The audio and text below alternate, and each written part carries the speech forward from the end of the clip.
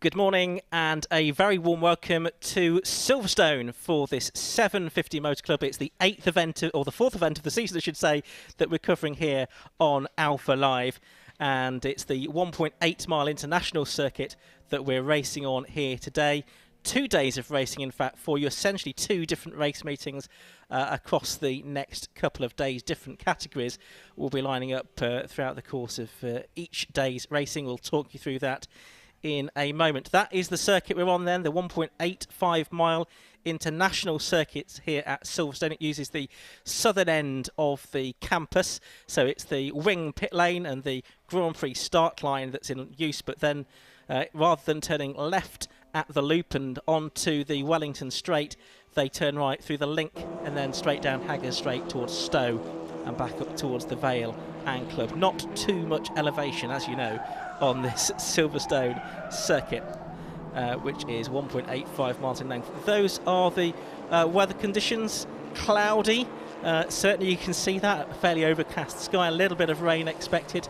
Top temperature around about 20 degrees, and that is what we're expecting today. There could be some showers, there could be some thunderstorms as the day goes on, and it's certainly looking to be an exciting day's racing. We're bringing to an end the final qualifying session of the day at the moment, which is for the Formula Vs. Let's have a look at the racing action that we've got for you.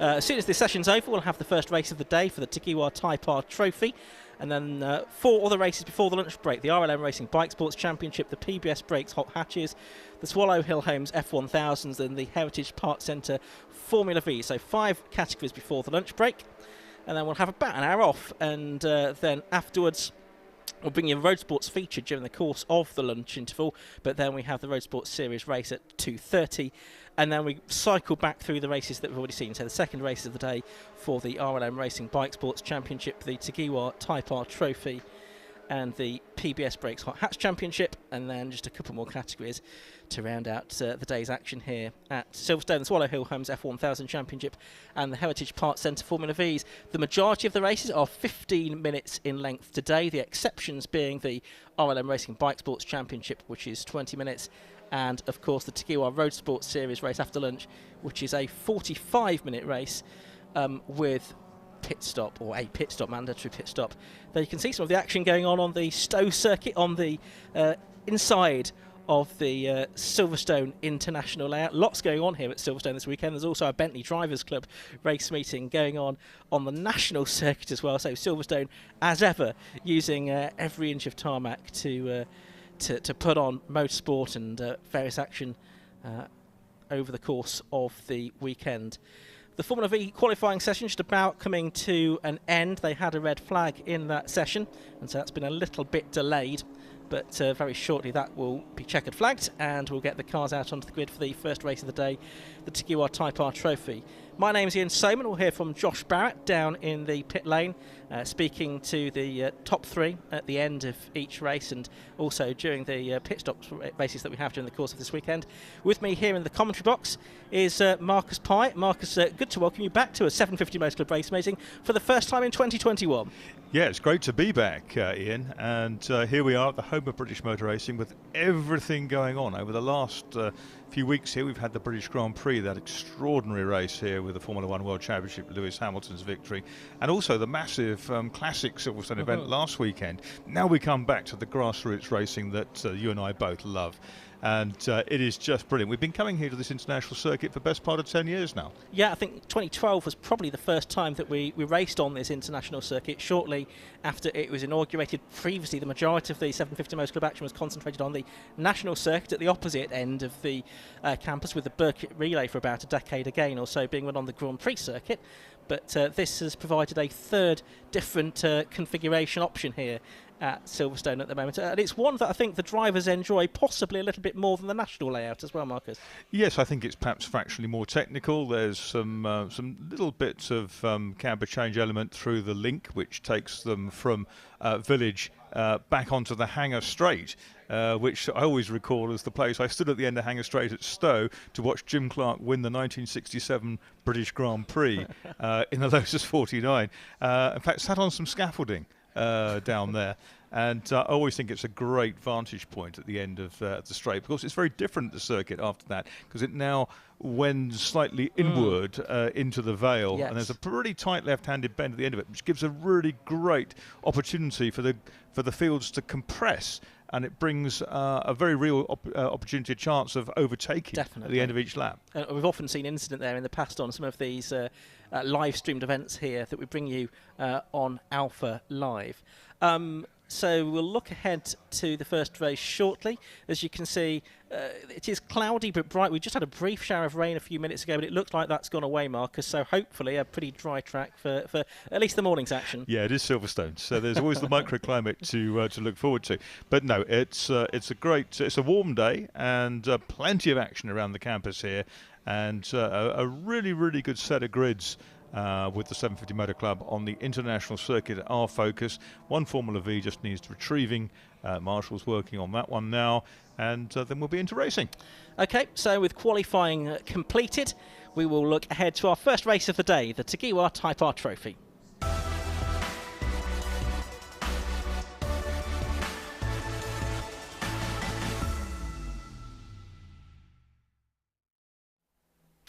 So the Tegiwa Type R Trophy has a double header here this weekend for round 7 and 8 of its 12-round championship. And a very good grid of cars has been assembled, but Adam Shepherd, who's been the dominant driver during the course of this season so far, winning 5 of the 6 races, is going to line up on pole position. We'll run you through the grid in a moment, but this Tegiwa Type R Trophy has offered a lot of drivers a new way into motorsport for the very first time, because the Type R Trophy Foundation was created at the back end of 2020, and that allowed drivers to buy a complete package of the car and all the race entries for about £11,000, which is fantastic value. Let's have a look at the grid though. As I say, the championship leader Adam Shepherd, number 117, is on pole position, and alongside him the only other race winner so far this season, number 48, Lee Deegan. Row 2, you've got Luke Rosewell, he's been on the podium as well this year, number 47, and ex-rallyman Jack Lees, number 87. Row 3, on the inside you've got the 53 car of Mark Barmer, and Travis Coyne is in number 70. Jessup 28 and former Stock Hatch champion Jeff Humphries in number 5 on the 4th row of the grid. Then it's Mark Dickin. He switched over from Hyundai Coupes. He's in number 77. He's alongside an ex-Clio racer in the form of number 42, Nick Garner. Daniel Chapman, number 4, one of the few returning drivers from 2020. He's on the inside of row 6. Next to him is number 12, which is Ash Moore.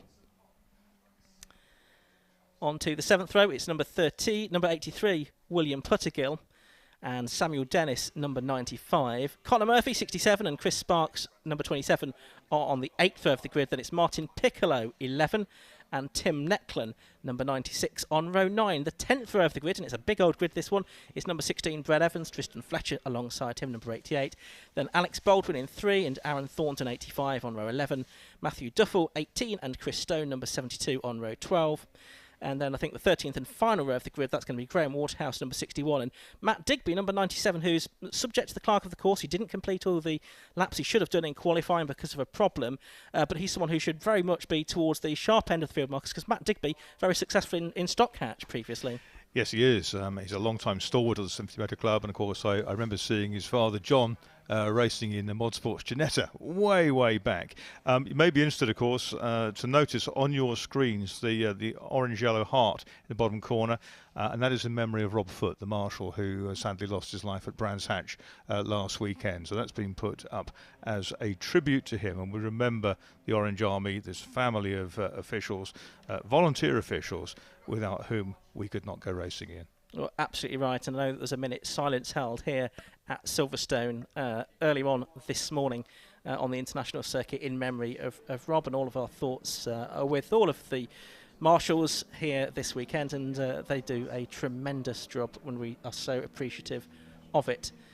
And at the moment, some of them just standing in the middle of the circuit because we are waiting for the track to be clear. There's 1 or 2 Vs to be picked up, but I can see there's also marshals waiting on the start line as well. There they are to greet the cars for this 15-minute race for the Tegiwa Type R Trophy. And what's interesting about this start line position here on the exit of Club on the Hamilton Straight, Ian, is that when we have a big grid like we do for things like Club Enduro, it goes all the way around that thing. So the guys and girls who are starting down the field have no idea when to go until they see someone move in front of them. Absolutely, and that's going to be a problem this weekend, because the entry list is absolutely fantastic. It's I think probably a record-breaking weekend for 750 Motors Club. Around about 400 entries across the different categories that we've got here. I think about half of the grids are fully subscribed, some of them with reserves, which is brilliant, isn't it? I think we've had this 18-month kind of hiatus in the world, not just our little microcosm of motor racing. But if it's taught us anything, it's taught us to, one, live for today, and secondly, it's heightened our appetites to go racing when that availability presents itself. So a lot of people who perhaps were hoping to get involved last year and couldn't, have kept their powder dry. They've kind of built their reserves up a little bit. 750 Motor Club is a leader in affordable motorsport, low-cost motorsport per se. I mean, motorsport is a pretty expensive deal. Yeah, absolutely. But at the end of the day, if you work with the 750 Motor Club and you subscribe to some of the races, some of the best value racing you could ever have in terms of British motorsport. No, and as I say, this Type R Foundation that was launched last year by the 750 Motor Club, it's enticed drivers not just from other categories and in some cases other disciplines of motorsport, including rallying, but it has enticed some brand new drivers, and for their £12,000, they had to pay a little bit more. They got the car, the Go Racing starter pack, the race licence, the ARDS test, the medical, the full kit. They got a session with an instructor, and that is tremendous value to get into motorsport for the first time from a standing start. It certainly is, and it'll hook people into racing, and they'll continue for years. Those who don't want to, who just think, yes, we've done it for a season, we really enjoyed it, but probably can't afford the time commitment or anything else to continue, they've got something they can sell on, which is amazing. And of course, Honda with the Type Rs, I mean, the real hotted up Civics, the variable valve timing and the rest of it, really started a craze, if you like. I mean, there's a craze for Japanese cars anyway, absolutely. But affordable, really high-powered, really well-built cars. It's a shame that the Swindon factory's now come to a close, isn't it? But that really has transformed the availability of hatchback machines, particularly for our type of racing, the 750 Motor Club brand. And although this is a pretty hot hatch, the modifications that can be made from a standard Type R for these cars to go racing is pretty limited. They run yellow speed suspension. They only change the brakes. They can have an upgrade on the brake pads. That it's a standard transmission. They use Nankang tyres as well, and it is a Nankang style, as they say. Fantastic sight, these cars, as they weave around on the grid. Now, the format for this weekend is that the cars will have a green flag lap out of the assembly area. They'll stop on the grid, and then it's go. We go straight into racing. There's no further green flag laps because they effectively do a full lap out of the pit lane. Yeah, that's right. And the car at the front, which is our championship leader, isn't it? That's Adam Shepherd. Yep. He's won 5 of the 6 so far. And that colour scheme you see in his car, the white with the kind of purple stripes on it, is a third-generation thing. His grandfather was racing minis, and his father very successful, Craig Shepherd, very successful as a champion with hot hatch with the 750 Motor Club. So it has a long speed tradition, that family. Absolutely, and Adam has successfully campaigned cars in that livery as well, both in the Civic Cup and within the M3 Cup, both of which ran with the 750 Motor Club for a time. And then he moved on to race Genesis on the British Touring Car Championship supporting package, which is a step up, undoubtedly, financially and in terms of competitiveness. But he's come back to this category of racing, and he's enjoying it, certainly, because he's won 5 out of the 6 races so far. Yeah. The only race he's not won so far this season was here at Silverstone, but on the national circuit back in over the Easter weekend when Lee Deegan took the win. Yeah, and from your mates who compete in that Genesis series that the type of investment required, it's well into 6 figures to be competitive. And this, for your 12 grand, if you can run with that, yes. The Trophy Foundation, is the bargain of the age. Absolutely. So that is Adam Shepherd in the white car with the black roof and the purple stripes on the right-hand side of the shot, because pole position here is on the left-hand side of the circuit, although the first turn at Abbey is a right-hander. Lee Deegan in the silver and red coloured car is alongside. And then the car on the inside of the second race, number 47, there you can see it, the sort of black, grey and yellow car. That is Luke Rosewell, who's an ex-Formula Ford racer. He has had some success during the course of this year so far. He's had 5 third-place finishes, and he was certainly involved in the thick of a battle with Shepherd and Deegan in the opening race here over the Easter weekend. Yeah, getting close to those two is some work, isn't it? So it's very impressive from Luke Rosewell. Yeah, absolutely right. And then alongside him is Jack Leese, a driver that's come into circuit racing from rallying. We may be able to hear an interview with him at lunchtime, I believe, that was recorded yesterday. But we've got a few ex-Clio drivers in there. Mark Barmer, 53, on the inside of the third row. His familiar silver livery that he ran in Clios. He's starting 5th. Nick Garner on the outside of row 5, number 42. He's another ex-Clio ace. We've mentioned Jeff Humphries, the former Stock Hatch champion, who lines upon row 4. So lots of these drivers have raced in other categories with the 750 Motor Club in the relatively recent past. We've got the green flag waved at the back. The 5-second board is shown from the gantry. So for the first time today here at Silverstone on the international circuit, we're going to get racing underway for 15 minutes. It's Shepherd on the right. It's Deegan on the left. And the race gets underway then. Pretty even start from the cars towards the front of the grid. It looks like everyone is away cleanly, and it's Deegan with that inside line, which is actually second on the grid. He is going to sneak through into the lead at Abbey for the first time. So Shepherd already losing a position, but I'm sure he'll fight back. I think it looks like Luke Rosewell has slotted into third place for the moment, and I think still 4th is the number 87 car of Jack Leese. So those two have held station, Marcus, as they head around Village for the first time. Yeah, it's interesting, isn't it? Coming up to that first corner at Abbey, if you've got your nose ahead from P2 on the grid, you effectively block the pole man's opportunity of getting across to the apex. It's not really a great overtaking zone in a race, but they're coming down the hanger straight now, and so they're slipstreaming like mad. Shepherd pops out of the slipstream and tries to go around Deegan. They were very, very close there. It's a bit slippery out on the marbles on the outside, but they're side by side, abreast through, and there's another on the exit. He goes ahead, doesn't he? Shepherd nips ahead on the exit of Stowe, down into the Vale, into the approach to Club. And Deegan's certainly giving no quarter down there into Stowe, so it's Shepherd.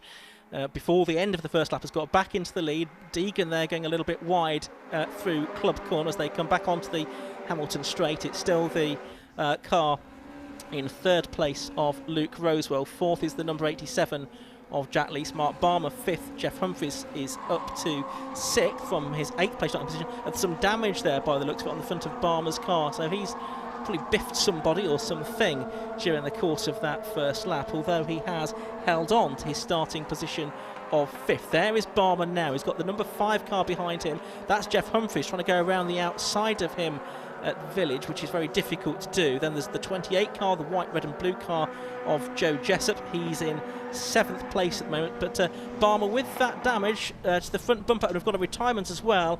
That's the number 16, so that's Brett Evans. He's got some damage to the passenger door there, Marcus. Yes, we've always got some close racing among these. Oh, and there's another one, 96 is off as well. That's in Tim the Necklin. gravel. Tim Necklin off there into the gravel. That's more of a problem. That's between the end of Vale and Club. Their marshal's working on that. They won't get there now in a hurry. It's beached up to its axles. Yeah. Another car is involved in that. It's driving away out of our shot as well. Okay, so no overtaking certainly at this part of the circuit with those double waved yellow, so Humphries has to stick in behind the slightly hobbled Barmer at the moment. Then, as we say, Jessup, the 77 car, is Mark Dickin. So before we got to the yellow flags, it looked like Dickin got ahead of Nick Garner, who ended up in 7th place. But the safety car boards are now out, so the safety car, I think, is going to pick them up. And that's not particularly a surprise, given that car off into the gravel at the Vale, as you said, Marcus. Yeah, that's right. I mean, it's an odd place. The car's not that far. Oh, that's a mess, isn't it? That's the 88 coming in. Tristan Fletcher. Yeah. So I imagine I did see that car sort of going across the front of the shop while we're looking at the car in the gravel. Yes, there's been some fisticuffs there. Where did they start? Fletcher and Necklin were 1 row apart on the grid, so not particularly a surprise if they did get caught up with one another. So that's Necklin's car, and the marshals just moving out of the way. It looks like there's a recovery vehicle on their way to try and pick that up. Hopefully it will tow out of the gravel, but that won't be straightforward. So the 750 Motor Club safety car leading them around. All of this time counts, of course. All of these laps count in this 15-minute race, so the drivers will be hoping that it's not too significant a disruption. Yes, the answer is approaching.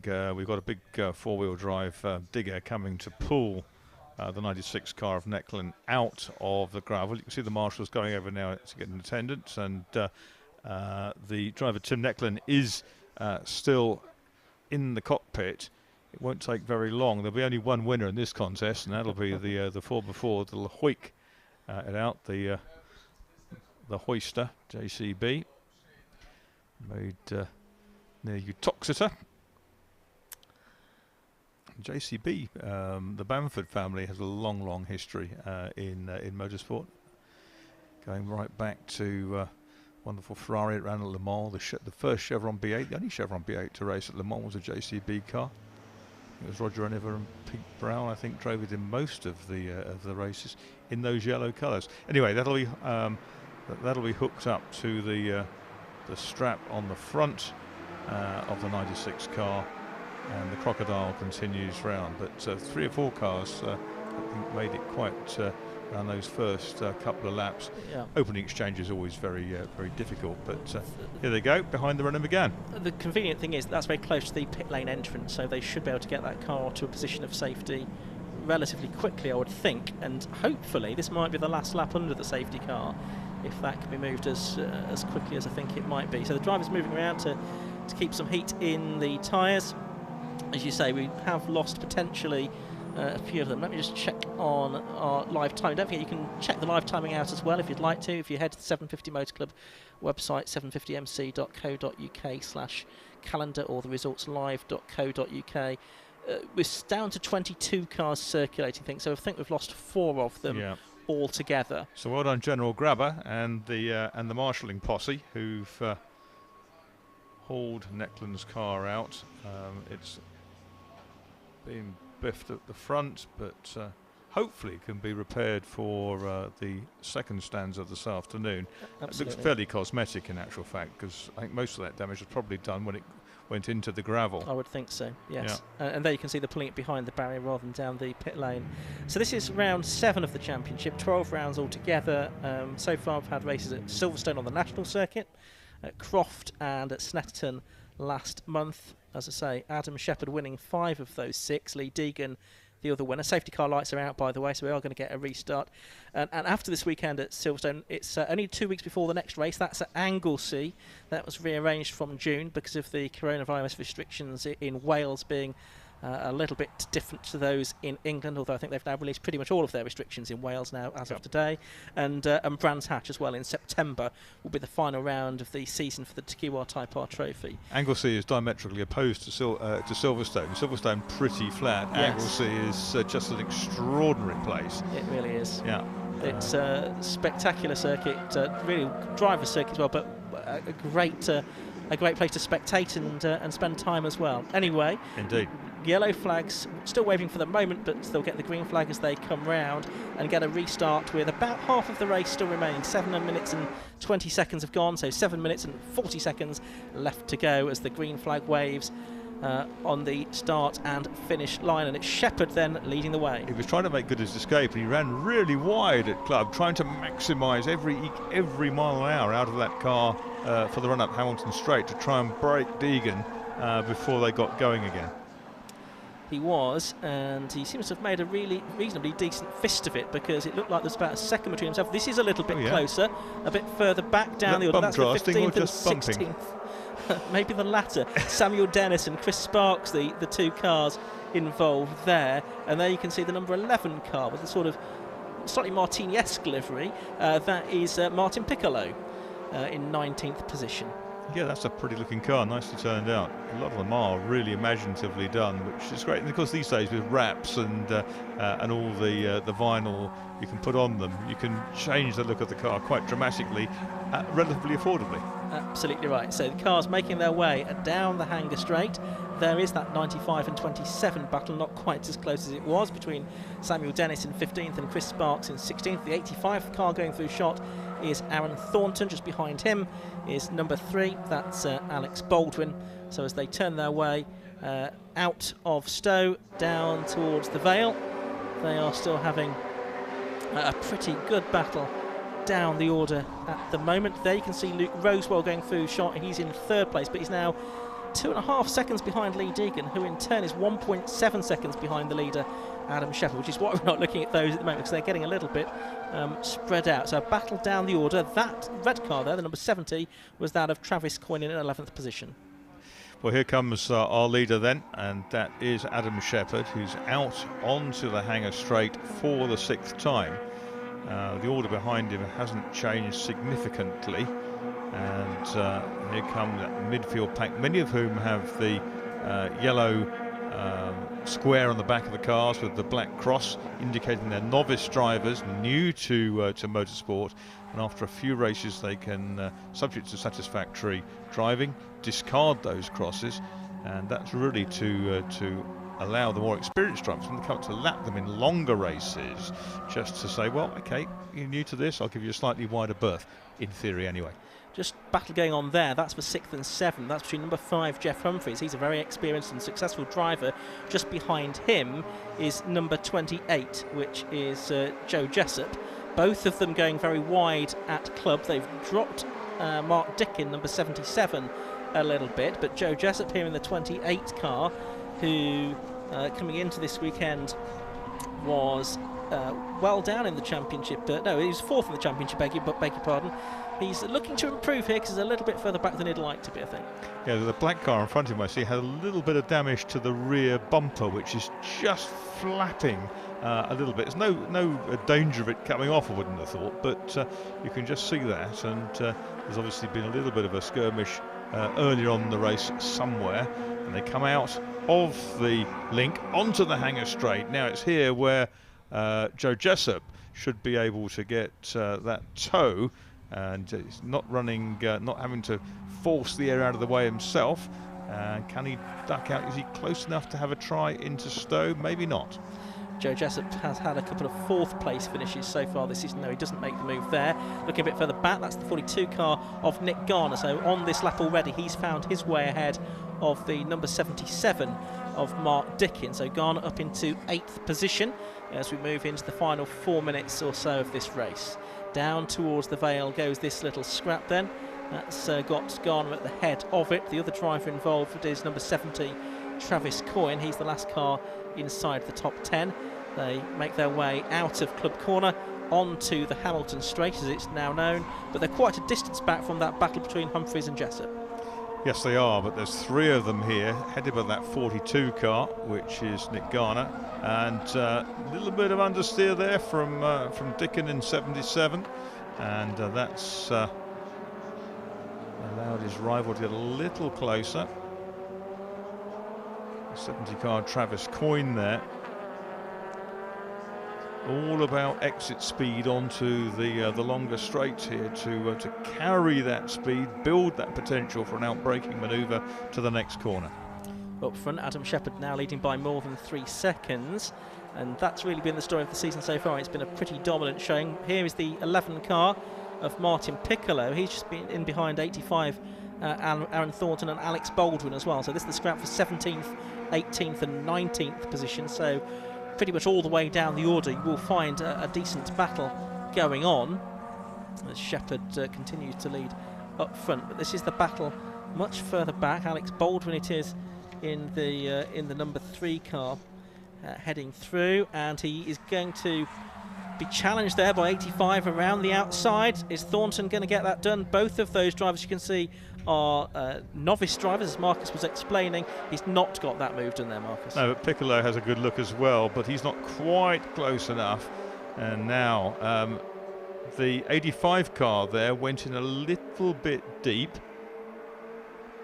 and that's allowed Piccolo to get closer. So that was Thornton running a little bit deep out of the Vale, and that's brought them all right back together for the rush up past the wing, past the Formula One pits towards Abbey. Not really a traditional overtaking place. There's not a lot of grip on the outside there, but they'll get compressed again when they come up to Village Corner, which they approach now, which is quite a tight right-hander down the gearbox. Little rise coming out of it, and a kink in the middle just to throw the balance of the car out a tad, and then down onto that hanger straight again, back to one of the remaining parts of the original circuit. Yes, there's not too many of those, is there?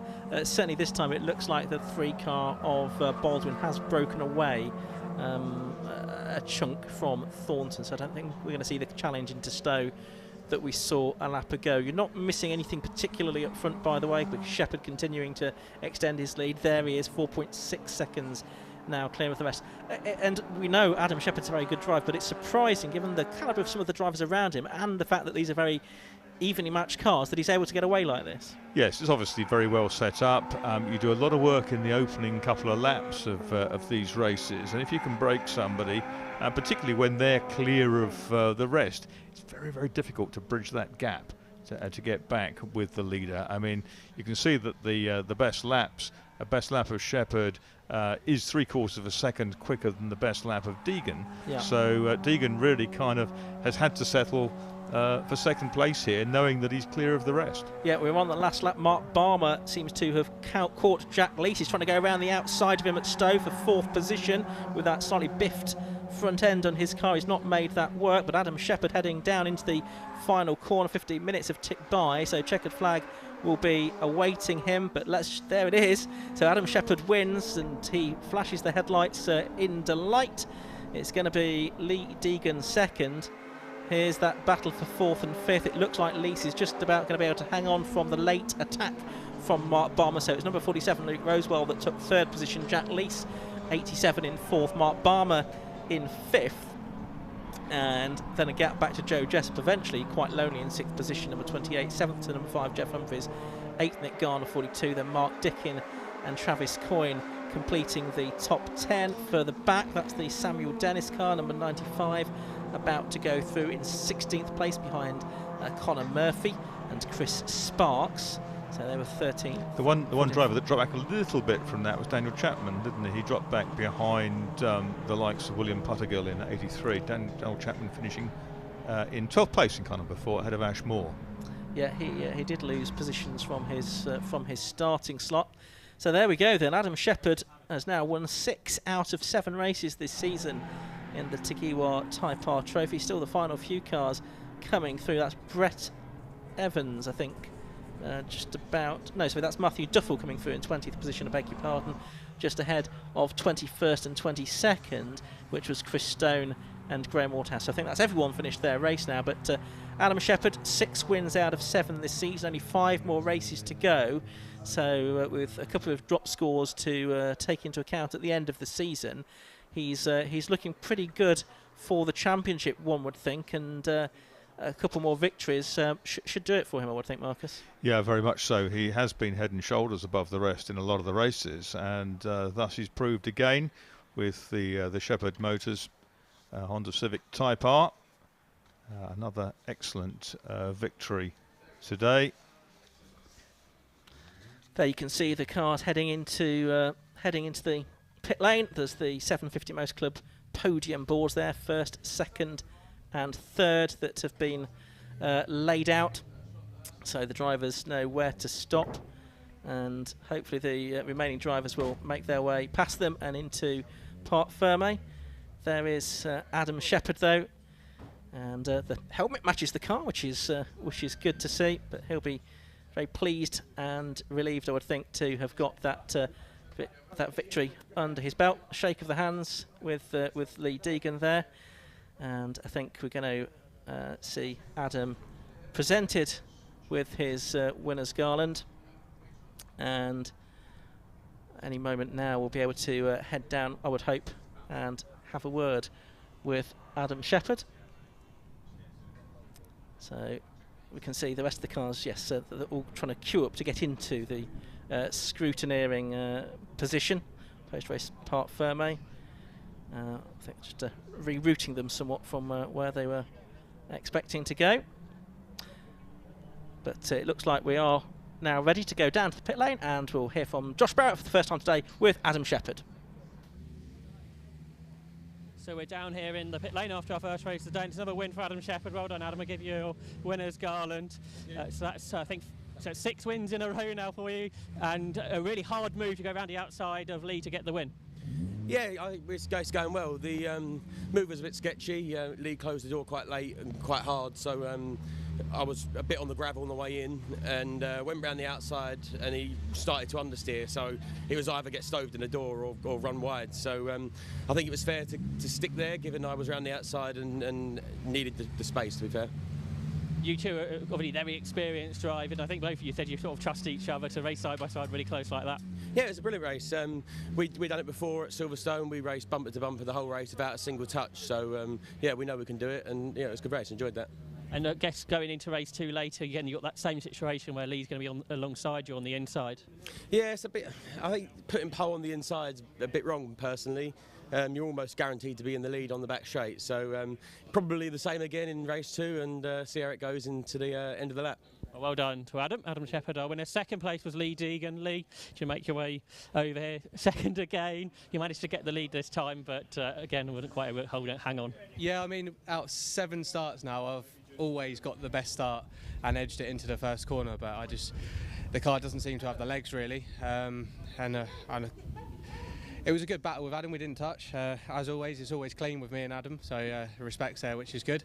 But yeah, we just can't live with that car. He's got it on rails, and we need to find a bit more.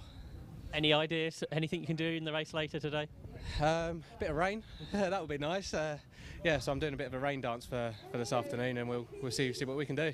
Well, good luck with that. Well done on second place, and in third position was Luke Rosewell, who is over here. And again, sort of a similar picture with the other two. It's third position again for you, Luke. Yeah. You had a battle, though, I think, from behind. Yeah, Jack was closing in on me. I was struggling a bit with the car compared to qualifying, so I need to have a look. But yeah, it kept me on my toes. He had a few sort of looks up the inside, and yeah, kept it interesting. And looking to the race later on, any changes perhaps you want to make into your car?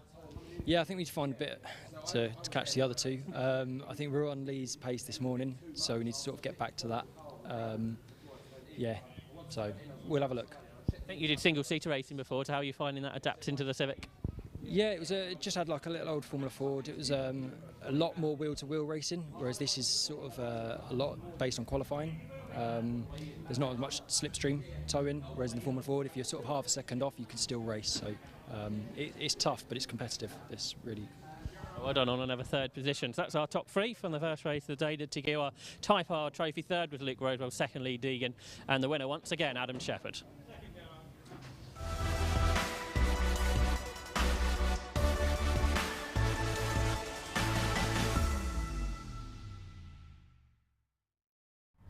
So next up, it's the RLM Racing Bikesports Championship. This is going to be a 20-minute race, and again we have round 7 and 8 of a 12-round championship at Silverstone this weekend.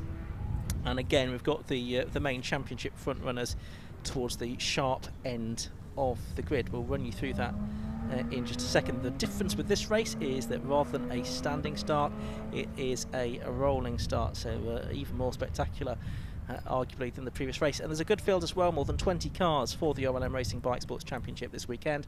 This is how they line up. Pole position is Joe Stables in car number 95, and alongside him Scott Mittell, number 27. Second row on the inside, you've got 44 Andrew Kimpton and 73 Alistair Smart. Third row is 7 Julian Griffiths and 88 Richard Wise, both of them stalwarts of the Bikesports Championship. Let's look back to row 4 of the grid if we can.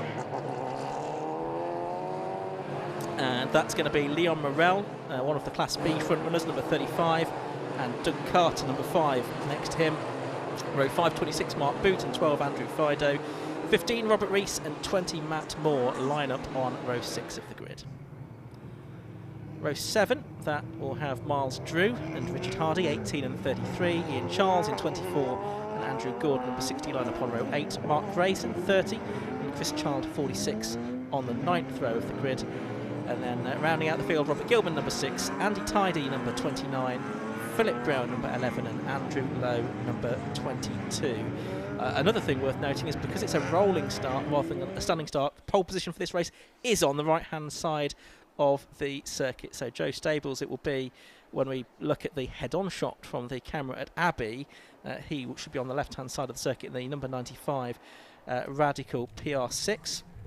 Joe, already a 2-time champion in Bikesports in 2019 and 2018. He leads the championship after 6 rounds so far with 86 points, and that's 15 ahead of Scott Mittell, who is on 71. And those, the 2 drivers on the front row of the grid, and both of these, Marcus, are very fierce competitors, aren't they?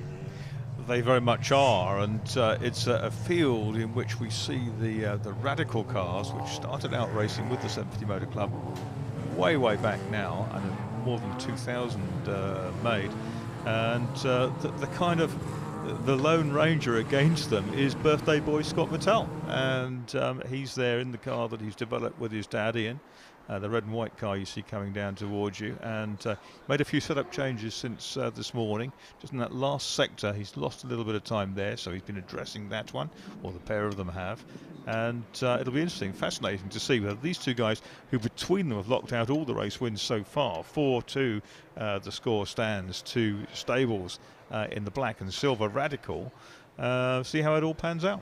And Joe there in the car, his father previously campaigned, Richard Stables. When Joe won the championship a couple of times, it was in a different car to this, a Class B car, but he's now switched to Class A, and the difference between the 2 classes is Class A is for tuned bike engines, and Class B for production bike engines. So the cars in 2x2 formation, or as near as damn it, as they head up towards the start line. 20 minutes of racing ahead of us. Very shortly the red lights will go out and the race will get underway, and it has done, and it's a good start there from the second row of the grid, I think, by the number 44 car, Andrew Kimpton, up the inside, and Joe Stables makes quite a poor start actually. He's down to 3rd position because Scott Mittell held on in P2. Number 60 going well is Andrew Gord. He's found some time, but it's Mittell that's got the lead as they head down to village for the first time.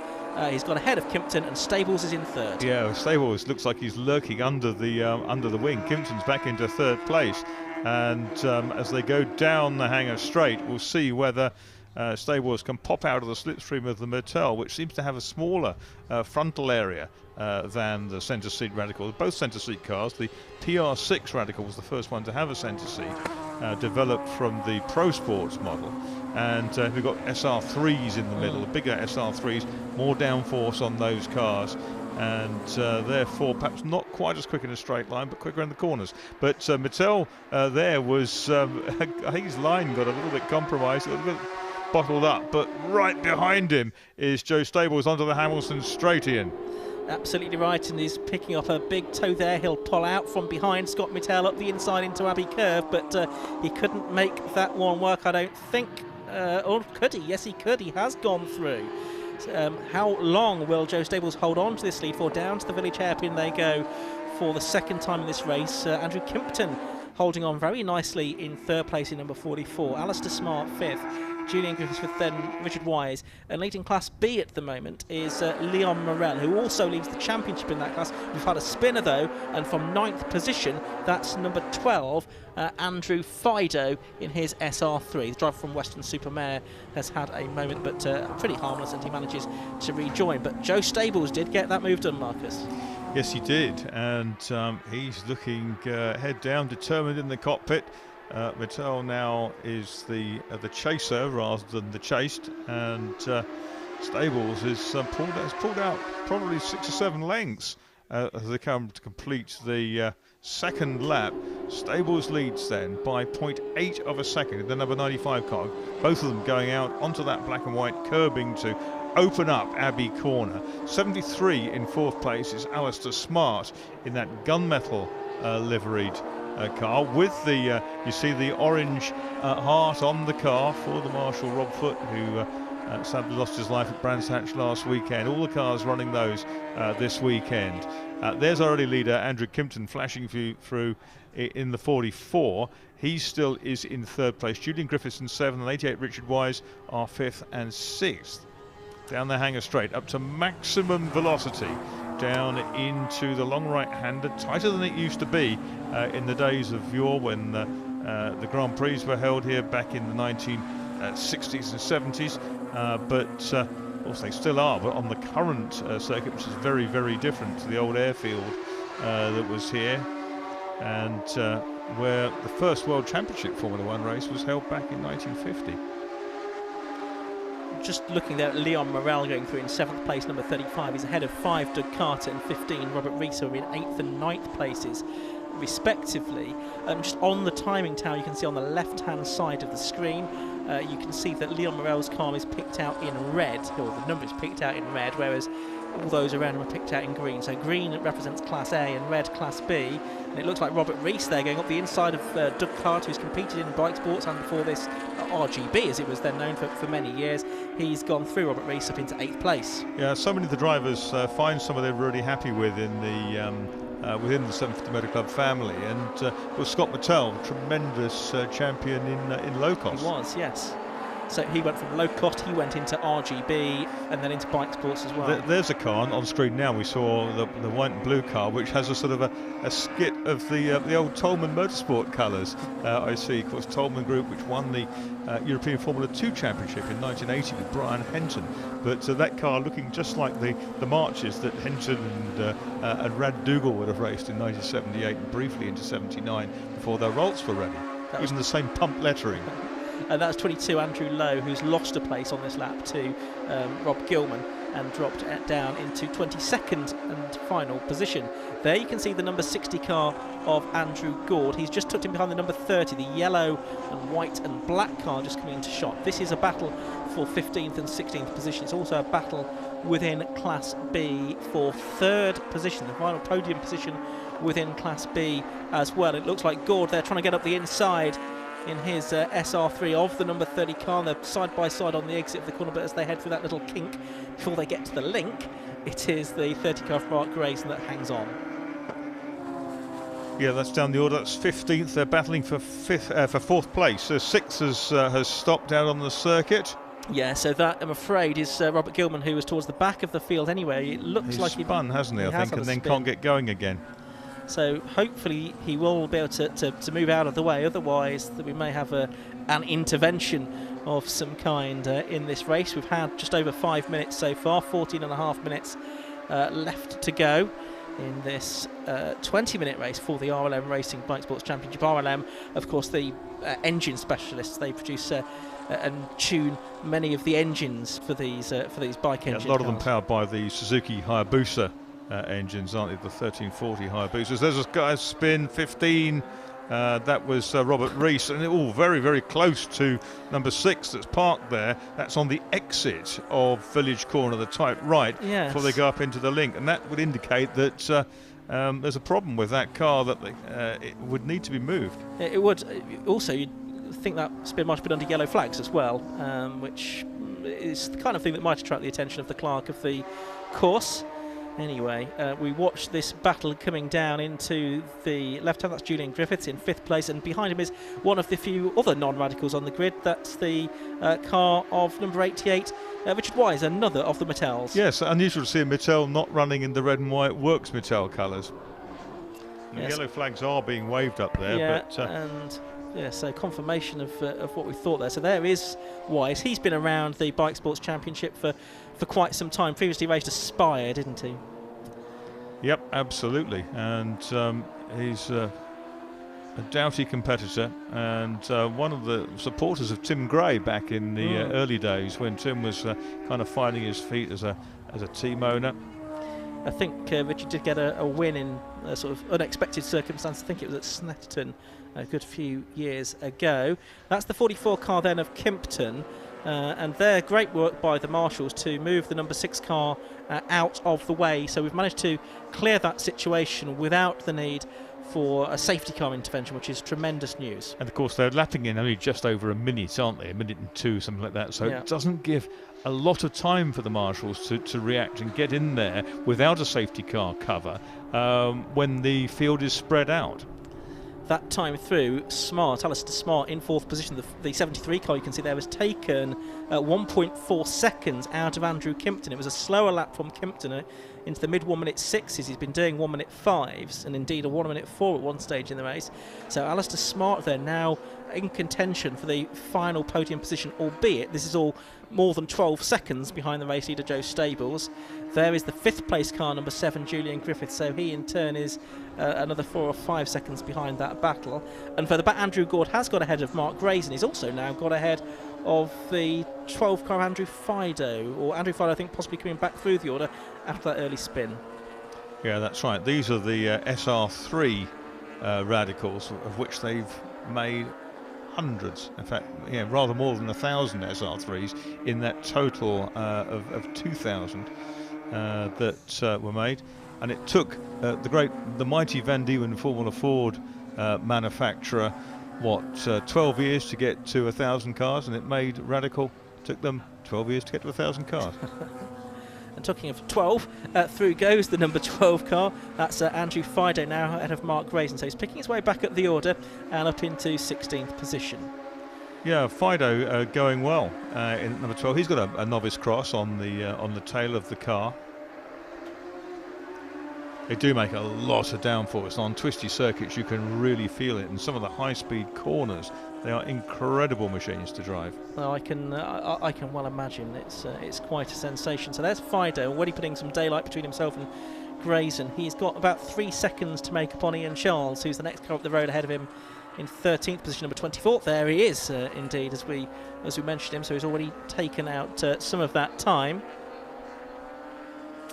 So coming up to the halfway point in this race now, and just looking at the lap times, best lap time so far in the race is 1:02.95 for the race leader Joe Stables. That's outside the lap record, which I think was set by Martin Brooks last year, which is a 1:02.51. But a much better time last time round, Ian, for chaser Scott Mattel in 27. Yes. A 1:03.4 plays a 1:04.4 of Joe Stables. Suddenly it's 2.15 seconds, not 3 and a bit. Yeah, so that's come down. So we'll keep an eye on that one as we're watching the 33 car for the moment. Richard Hardy in 12th position and Ian Charles behind him, and then you've got Andrew Fido catching both of these two. And down the order, it's not a one-horse race in B either, because Leon Burrell is now only a second clear of 18 Miles Drew. That's right. So Miles Drew has made up a couple of positions there, and he's lapping in the 160s. In fact, Drew has gone marginally faster during the course of this race so far, a 1:05.96. So perhaps try and pick up that battle for 7th and 8th between cars 35 and 18 if we can in a moment, because that's a battle for the lead in Class B. And as far as the championship in Class B is concerned, it's Morrell that's leading that. He's won, I think, on 5 of the 6 occasions, and it was Ross Drew, brother of Miles, that won on the other occasion. That was in the opening meeting of the season. So here comes this group of cars down the hangar straight. Richard Hardy in 12th position heading it, but you can see how Fido now in the 12th car has pretty much caught Ian Charles for 13th position.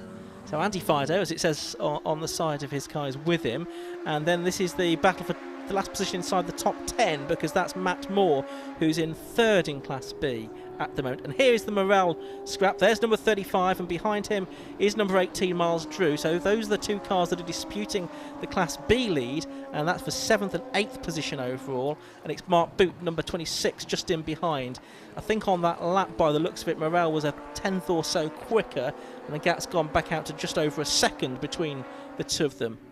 Yes, another spin for the white car. That's 15, isn't it? It's gone round again at Village. Oh, that's shades of déjà vu. There he is, trying to lighting up the tyres. He tried to get back onto the circuit. A bit leery, but he's managed it. And he's just been passed by the 33 car of Richard Hardy, has Robert Rees.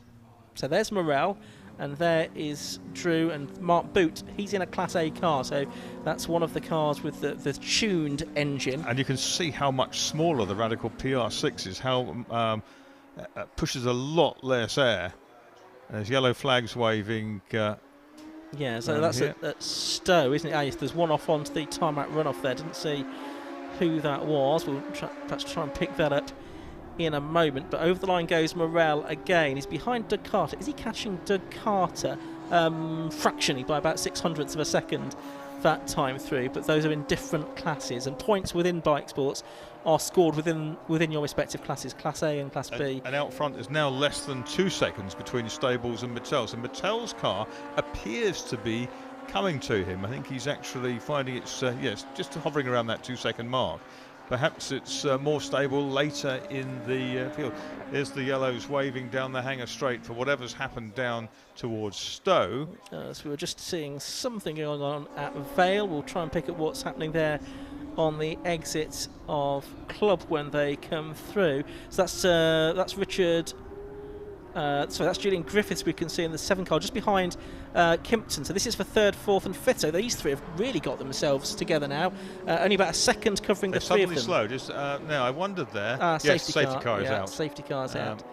And that will be presumably because of that issue at Stowe Corner. So it looks like the safety car hasn't picked up the leaders on this occasion, unfortunately. It has picked up the 3rd place grouping headed by Andrew Kimpton. Of course, this safety car with about 6 minutes of the race to go. We'll see how many more racing laps we get in. There's the 30 car. It's the 30 car of Mark Grayson then that's been abandoned, you can see, on the tarmac. Well, half on the tarmac runoff and half on the circuit down there at Stowe. So he had a spin by the looks of it and was able to get that restarted. He's bailed out. Hopefully he'll be somewhere on the scene and the marshals will be able to get that recovered. It should just be able to be pushed out of the way, one would think, but you don't want to be doing that with the traffic coming around at well over 100 miles an hour. What it will do, of course, is going to bring all those battles right back together. We can see that Kimpton, Griffiths and Smart are really close together in the chase cars, but out front, the lead, which Mattel had trimmed to 1.57 seconds, they could have nothing between them at all going into the final minutes of this race. But we are within 5 or so minutes of the end of this 20-minute race.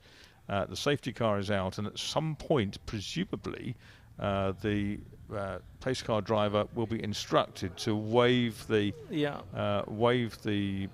chasing cars through until the leaders are behind. And you would think they'd do that any moment now, because they're just going past that incident, aren't they? Exactly. So it would make sense to do it now.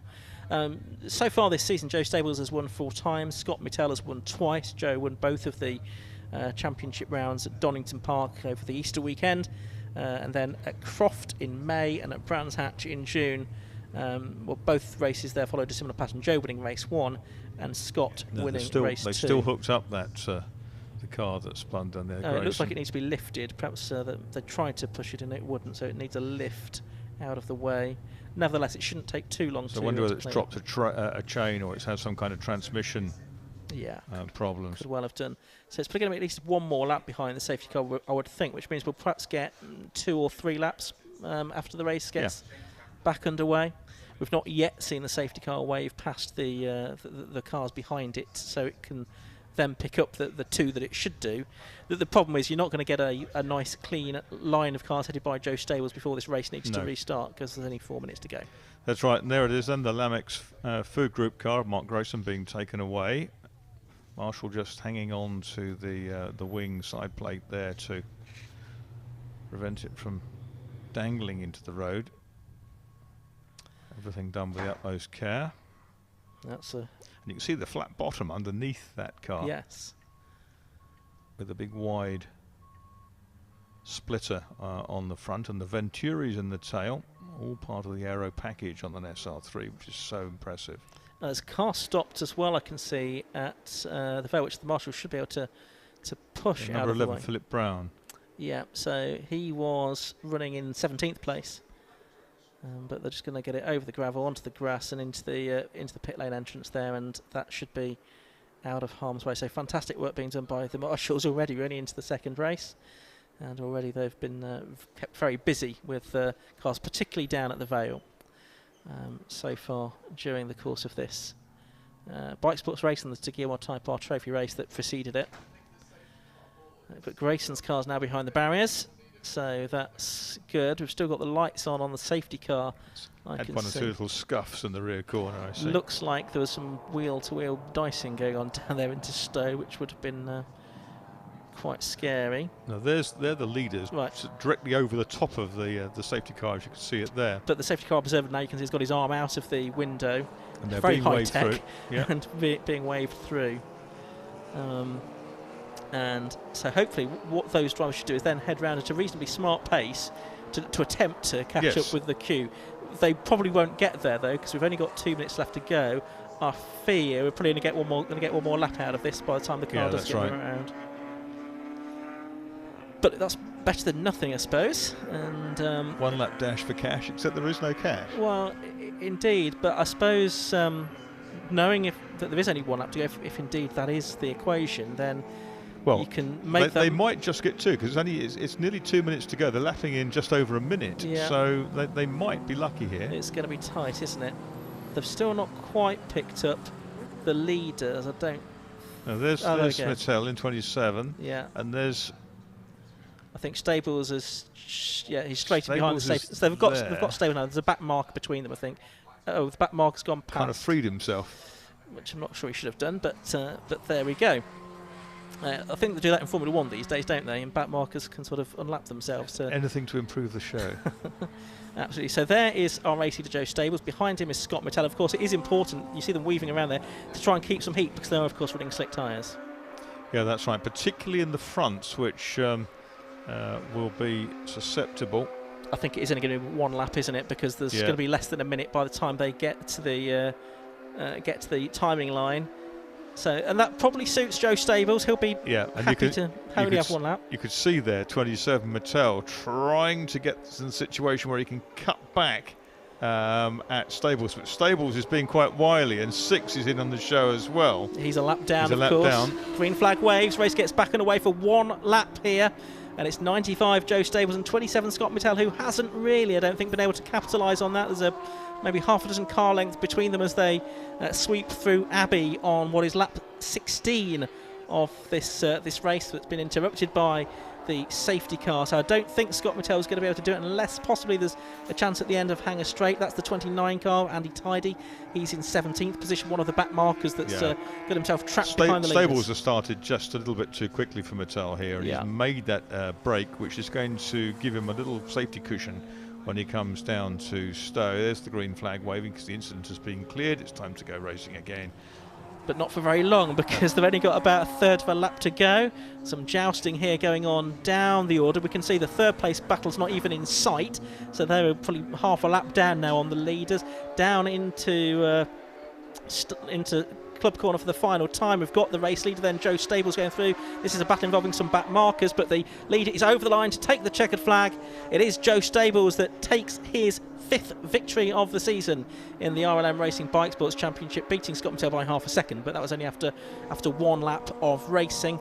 And then we've had the back markers go through. We'll see if we can pick up the battle for 3rd place, which is heading through Stowe Corner now. And there it is. It's Landrew Kimpton, number 44, ahead. And it's not as close as it was, I don't think, immediately before that safety car. And there's Leon Morel too. Well, he's got himself ahead of Doug Carter now, number 35 in Class B. And that means that he's not going to be caught by Miles Drew.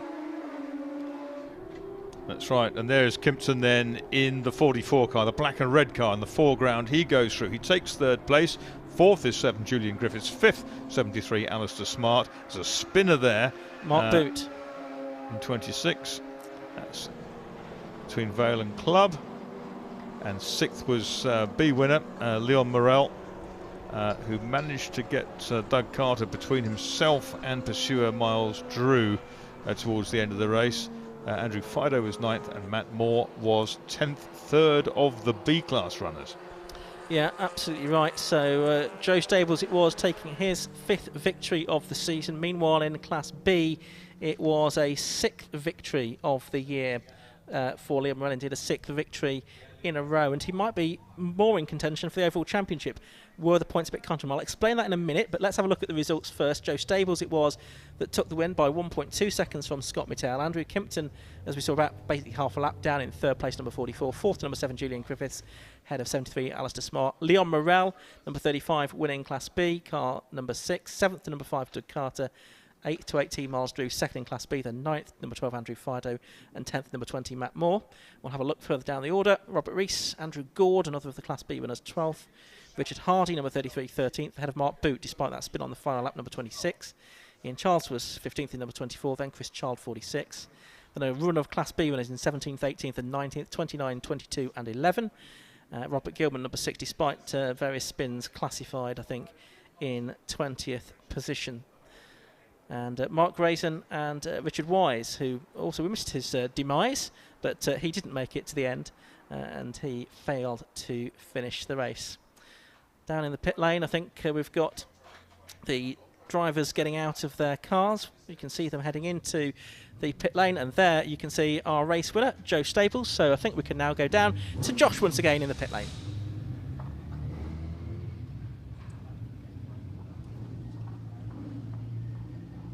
So we're down here in the pit lane after the Bikesports Championship race. Another win for Joe Stables. Well done, Joe. Another winner's garland for you.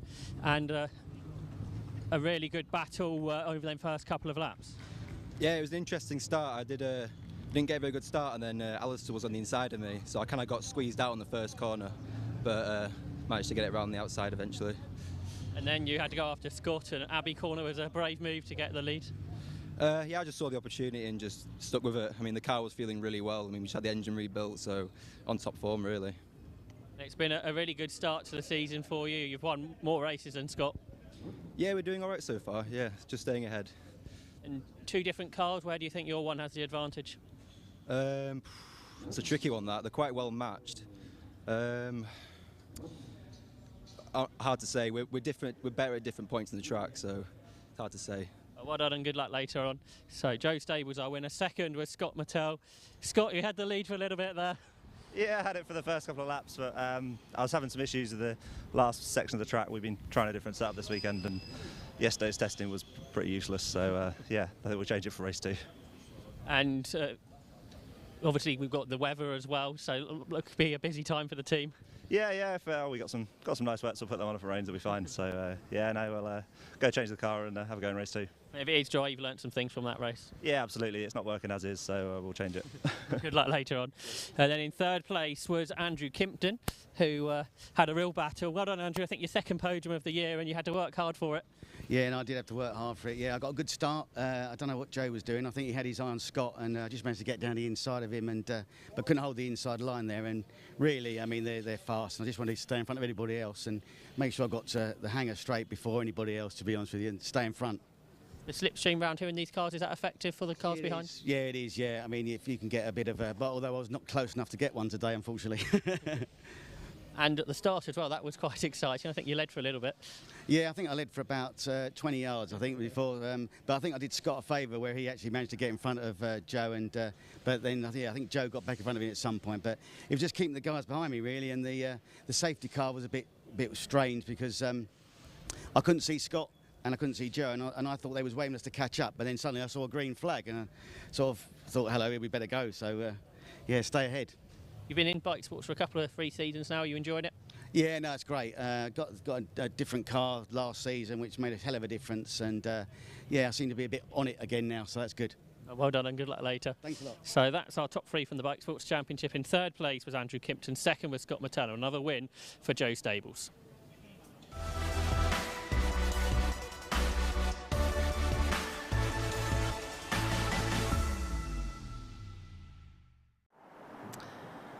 So we've got a massive grid of cars coming up next. It's for the PBS Brakes Hot Hatch Championship, and it's 42 cars that we saw out in qualifying ahead of this 15-minute race for rounds 8 and 9 of the championship that we have today. There's still another, therefore, 5 races in the 14-round championship to go after this. We'll run you through the grid in a moment. Oh, those clouds do look a little bit threatening now, don't they, over Silverstone? So we'll see if that might have a bearing on this race, Marcus. Yeah, rather ominous. And coming in that sort of with the prevailing wind, it won't be long if it's going to appear. It might disperse. Who knows? No, certainly the forecast for today was for sort of showery, sunshine and showers basically, and we've got sunshine at the moment, but maybe the wet weather not too far away. It is, as I say, round 8 of the championship. Let's have a look at the grid though. Alistair Camp, number 45, on pole position, the dominant driver in the championship this season. Alongside him is Philip Wright, and it's Civics on the first few rows of the grid, I must say. Chris Smith, 18, and Jamie Martin, number 2, on the second row of the grid. Then it's Ben Morton, 65, and Sean Green, number 33, on the outside of row 3. I should mention that Ben Morton's in an Integra rather than a Civic. Matt Creed, 1, 2, 3, and Ryan Polly, Clio champion, are on row 4 of the grid. Martin Ward, long-time 750 Motor Club racer, number 12, has Dan Gibbs, number 68, alongside him. He's in the first of the Golfs.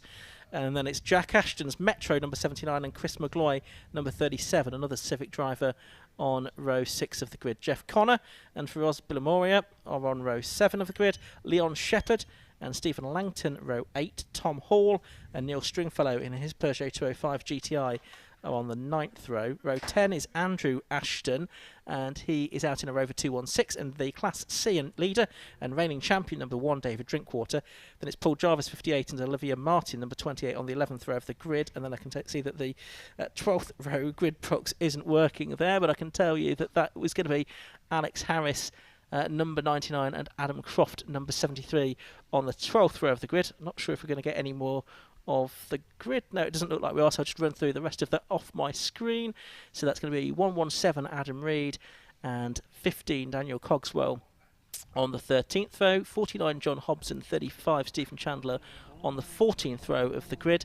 Paul Warren, 98, and 55 David Measday on row 15. William Hornsey, number 6, and Martin Padgett, number 20, on row 16. Emilio Lucchesa and Matt McCarthy, 23 and 94 on row 17. Row 18 is 43 Chris Woods and 175 Jerry Frost. Kate Yates, number 17, and 14 Jared Coulson on row 19.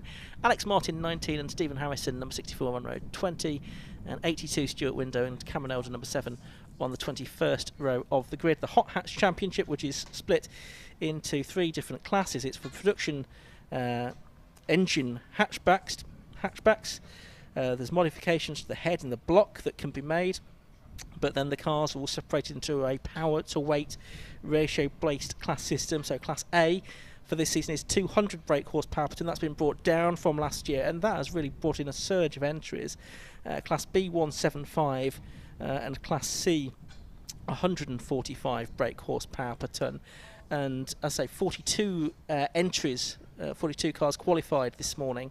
And that's a big increase on the grids from last year. I think we're about 27 here, and a lot of those are coming into the top class, which was almost empty last year. Populated it was, and dominated by Gary Preble. But this year, lots of cars in that top car Class A, and a lot of them are Honda Civics as well.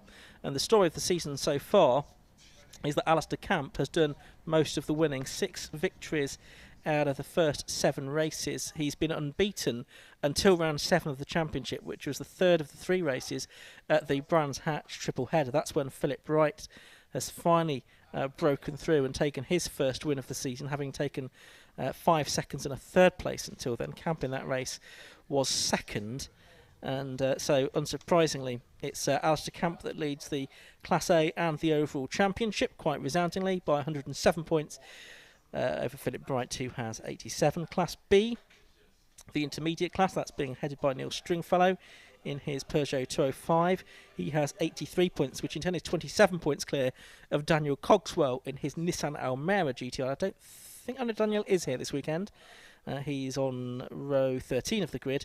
And Class C, the champion from the last 2 years, David Drinkwater, he has 94 points, which is 26 points more within that class than Olivia Martin, and points are scored within the individual classes rather than based on the overall finishing positions. Evidently a bit of clearing up to be done from the last race because the car's not yet out onto the circuit marks, but this Hot Hatch Championship getting 40 odd cars is an absolute sensation, isn't it? It's brilliant. It went into the doldrums for quite a long while. It kind of was picked up again a few years ago, and again the availability of some really tweaky, pretty standard cars to start with brings it into the affordability bracket for more people, and you've got some very hot road cars available. direct from the manufacturers. A bit of tweaking to those, and you have some immensely rapid machines. And you see these Hondas and the Integra down there. Not all the same make, which is nice to see. Even things like the Mark II Golf there, which absolute classic. They were probably the best of all the Golfs. And they're still effective race cars. And you pick up a Mark II Golf for next to nothing these days. Absolutely. And that car from Dan Gibbs is a Class B car. It's gone up a class since last season. So he's done some modifications to get the power to weight ratio up and into Class B. And he's actually the second of the Class B cars on 10th position overall, because Matt Creed's Renault Clio 123 will line up on the inside of row 4. That's the first of the Class B cars on this occasion. Yeah, that's a car that sort of dates back to probably the very late 80s, I would have thought. Yeah, so absolutely sensational. Elderly machine. It's drawing its pension, but it's batting above its weight. And as far as Class C is concerned, David Drinkwater in his BMW Compact that he's used to win the championship for the last 2 years, he's fastest in that class, 20th position overall. And Olivia Martin, another BMW Compact driver, second within that class. Yeah, she's had a win, hasn't she? Reid. Yeah, she and Paul Keynes have both had a win. Yes. In this, so 3 different winners in Class C, and we've got 4 different winners in B, but just the 2 in the front running cars. Car coming into the pits, I see. Yeah, I think that might be Sean Green in the number 33 car that should have started on the outside of the third row of the grid. So I think he's got problems, and we'll be heading into the pit lane. Meanwhile, the first of the cars arriving onto the grid, and this is going to be one of those grids that's going to be curving around the corner, as you were describing earlier, Marcus, because there is just so many of them. It's absolutely fantastic. A lot of these cars within Class A are the Civics, as we've said, or the Integra Type R as well. We've got one of those out there, and these pretty robust, reliable, and very effective race cars. They really dominate Class A. The non-Class A or the non-Civic Class A cars towards the sharp end are Stephen Langton in his Clio and Jack Ashton's Metro. Class B, there's a nice mix, because the sort of top 4 cars in the Class B Championship at this stage are a Peugeot 205, a Nissan Almera of all things, which is the most unusual kind of choice for a race car, but it's quick and it's effective. It is, and a Clio 197 and a Golf GTI. And in Class C, that's really a tale of BMW Compacts and Citroen Saxos. Right, there's a traffic jam at Club. We've got about the first 5 or 6 rows in place, but we're then waiting for the rest to appear around the corner. The Almera reminds me of my late godfather, who was a wonderful chap, got me heavily into the enjoyment of racing as a young lad. He was a big guy, well over 6 foot. He, in his latter years, had a Nissan Almera on the road, which he loved, but he used to sprint an NSU Prince 4, which is something that you could probably outsprint on foot. I see what's happened here. The 82 car of Stuart Window shouldn't be there. He should be on row 21 of the grid, but somehow he's come through in about row 7. And so he's sort of been moved to one side, and then I think hopefully the rest of the grid is in something like the right order, but I'm not quite sure how Stuart Window, who's making a comeback to 750 Motor Club racing after I think about 7 years out. We've seen him racing Classic Stock Hatch in the past. Remember him winning a Classic Stock Hatch race at Snetterton in a Citroen AX a good few years ago now. He's out of position, but it looks like everyone else is there, and hopefully Stuart can slot in towards the back. He only managed, I think, a lap in qualifying. Obviously had some problems with his Integra, but hopefully he'll be able to go from the back of the grid. So it's a bit of a wait for those cars on the front row. Yeah, they'll be sitting there, engines off. So you don't want to overheat. The purple Metro is quite something, isn't it? It is. I mean, that's the car that Jack Ashton raced in the MG Metro Cup for a number of years. In the classic Princess Diana racing colours, because her Metro was purple. Yes. Corgi Toys made a model of it. But that's a very effective machine. He's uprated it to race in Hot Hatch. And one of my memories of this season so far, I think it was in the May meeting we had at Donington Park, was him going off at the chicane, burying the car in the red cell barriers, bouncing off them and continuing on in the race. And that says a good deal about those red cell barriers that we use these days, and that the cars can come out of them with very little damage. But it was quite a high speed off. You can see well, actually, there's a second Metro there, which I think is Andrew Ashton. It's on my sheet as a Rover 216 GTI, but that looks like another Metro for Andrew Ashton. The two brothers did race together in Metros in the MG Car Club Metro Cup for a number of years. Right, there's the final few cars to come onto the grid. And looking at that, that's, I think, 64, which is Stephen Harrison's Clio at the back.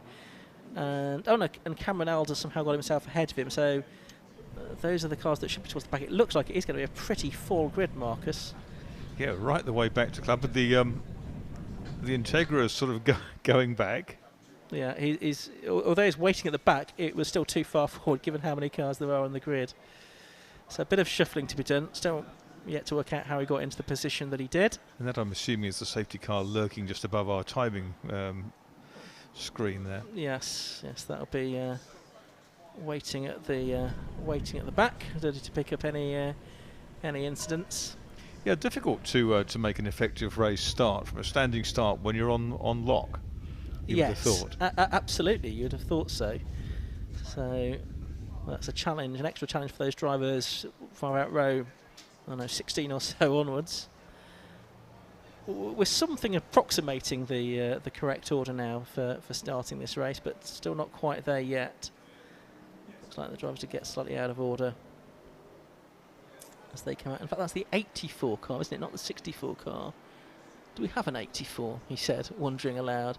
Yes, we do. That's Andrew Elliott. He's the first reserve, I beg your pardon, in the Fiesta. So he only gets into the race if someone else has dropped out. I don't know whether they have or not. And there's the 82 Integra coming forward. Anyway, I think the marshals are... There's a car missing from the row in front of that, isn't there? So I think it looks like he probably is going to get a go in the 84. He's being lined up now. Okay, no, the 19, the Saxo, hasn't moved up yet. Yeah. But I think we've got the green flag anyway from the back, so I think we've decided that's good enough. 5-second board is shown. There's a driver at the back still with the door open. Well, it better get it closed pretty quickly because the red lights are about to go on. There they are. And they go out, and away we go. The race gets underway. A pretty even start between the two front row men. Some slightly more tardy starts a little bit further back, but it's the 63 car of Phil Wright on the inside line, and he gets into the lead. The car coming through from the second row, which may have been Jamie Martin, also trying to squeeze through on the inside as well. But as we saw in the Type R Trophy race, the pole position here is not necessarily where you want to be. It's the 14 car, in fact, that's there into second place. So Alistair Camp has lost out a bit at the beginning of this race. We'll see if he can get back into it as Adam Shepherd did so effectively before the end of the first lap of the Type R Trophy. But as they head down the hanger straight for the first time, it looks like it's the Philip Wright car that is leading the way. Yeah, there should be plenty of jostling behind, but at the moment out front there's a train of 6 or 7 cars with that Mark II Golf, bottom right hand corner of your screen, bringing up its rear. Down the inside, the 79 Metro of Jack Ashton bores inside the 1, 2, 3, the big Clio. The sheer size difference between those cars is quite amazing, and cars these days have got bigger and chubbier, haven't they? And into the tight right at the tight left at Vale before the right, the Clio has clawed its way back ahead of the Metro. End of the first lap of the race then, so Alistair Camp has got back up into second position ahead of number 16 Chris Smith, but it's still Phil Wright, who won the last round of the championship at Brands Hatch 6 or 7 weeks ago, that leads the way then. So Camp has a bit of work to do here. 16 in third place. Fourth is the number 36 car of Ryan Polly. Now he's made a very good start because he was only 8th on the grid. So Ryan Polly, the Clio champion, has moved up the order as well. You can see his car with sort of one headlamp cover blacked out there. He's in 4th place. 5th place is number 2 Jamie Martin. Oh, there's been a contretemps a bit further back, and I think everyone's escaped from that. It involved the number 20 car, though. That's Martin Paget's Saxo. He's back into the race, one of the Class C drivers. As if nothing had happened. And there, we're going to get a change for 3rd place. That's Ryan Polly up the inside of Chris Smith there for 3rd position. Smith with the wing on the back of his car. Ryan Polly with no such aerodynamic accompaniments. He is still there in fourth for the moment. You do wonder whether that wing is going to make a lot of difference. Maybe it takes something off the straight line speed for two very similarly powered and similarly configured cars. But here they come through. We've got 2 for the lead and 4 in the chase pack. That Integra running in 6th place. Yeah, that's 65 Ben Morton. Behind him, you could see in the background the number 68 car of Dan Gibbs in that Golf. Class B leading Golf up to 7th place overall, so he's made up 3 places already during the course of this race. We've had 4 minutes of it already. Best lap of the race so far by Philip Wright, a 1:16.6, which is already underneath the lap record. So a new lap record for Philip Wright. These cars were effectively Class B cars last year. They're now Class A cars, but 1:16.6 for Phil Wright on the first flying lap of the race. But he's going to have to contend with Alistair Camp here, who was just under a second behind at the end of lap 2, and I think he's a bit closer. Yeah, do you think Wright's confidence has been boosted by that win last time out at Brands Hatchin? I think there's a very good chance that it will, especially having come on the back of 6 straight defeats to Alistair Camp, because it's given him the encouragement that he can do it. It's just a shame that then it's been 6 or 7 weeks since that round, so he's not been able to keep up the momentum, really. There's Smith still there in 3rd, and 4th is still Polly. They've got Jamie Martin in the newer shape Civic in 5th, and the Integra of Ben Morton in 6th place, which is a bit of variety. 6 Hondas, though, inside the first 6 places. Dan Gibbs still leading Class B, and David Drinkwater, I can tell you, is ahead in Class C in 18th position overall in the number 1 BMW Compact. But Ryan Polly this time has lost a bit of ground to the red car of Chris Smith. Yeah, and I think I noticed there that some progress being made by that other Integra, which was Window, wasn't it, from down the order. It's up to 17th place. Well, that's incredible progress. Yes, from right at the back of the grid, he's made up a shed load of places in that number 82 car on his 750 Motor Club comeback. There's that 20 car, which is the one that spun sort of early on in the race, the Saxo. Where is that running at the moment? I'm going to scroll a long way down to 32nd position, Martin Paget. We've got 37 cars circulating, so it did look like a few perhaps didn't make the start. He's doing battle with the number 17 Kate Yates Renault Clio at the moment, but that's for 31st and 32nd position. Looks like the GMP, that's one of Gary Parks, I think, will be running that car. And there's the 28 BMW, that is the car of Olivia Martin, so second behind David Drinkwater on the grid within that class. And is that still the case during the course of the race? Yes, she is. She's about half a second or so behind David Drinkwater. There is the 97 Metro, which is that of Andrew Ashton, the older brother of Jack. That's the old Lions-made blackberry and apple ice cream livery. And he's chasing after another of the Golfs as well. And yeah, Golf 2, isn't it? That's the 99 car of Alex Harris. Yeah, the JP Audio Visual car. And Saxo having a good old tussle there, number 19 hung out on the outside. They've got they've got their different class demarcations on the backs of the cars as well. B and C there. Yeah, and you can also, I think, tell by the sun strips as well. A blue one is a Class C car, green one a Class B car. Over towards Village they go then. That's the 175 car at the head of that little group. That's Jerry Frost's Mini Cooper.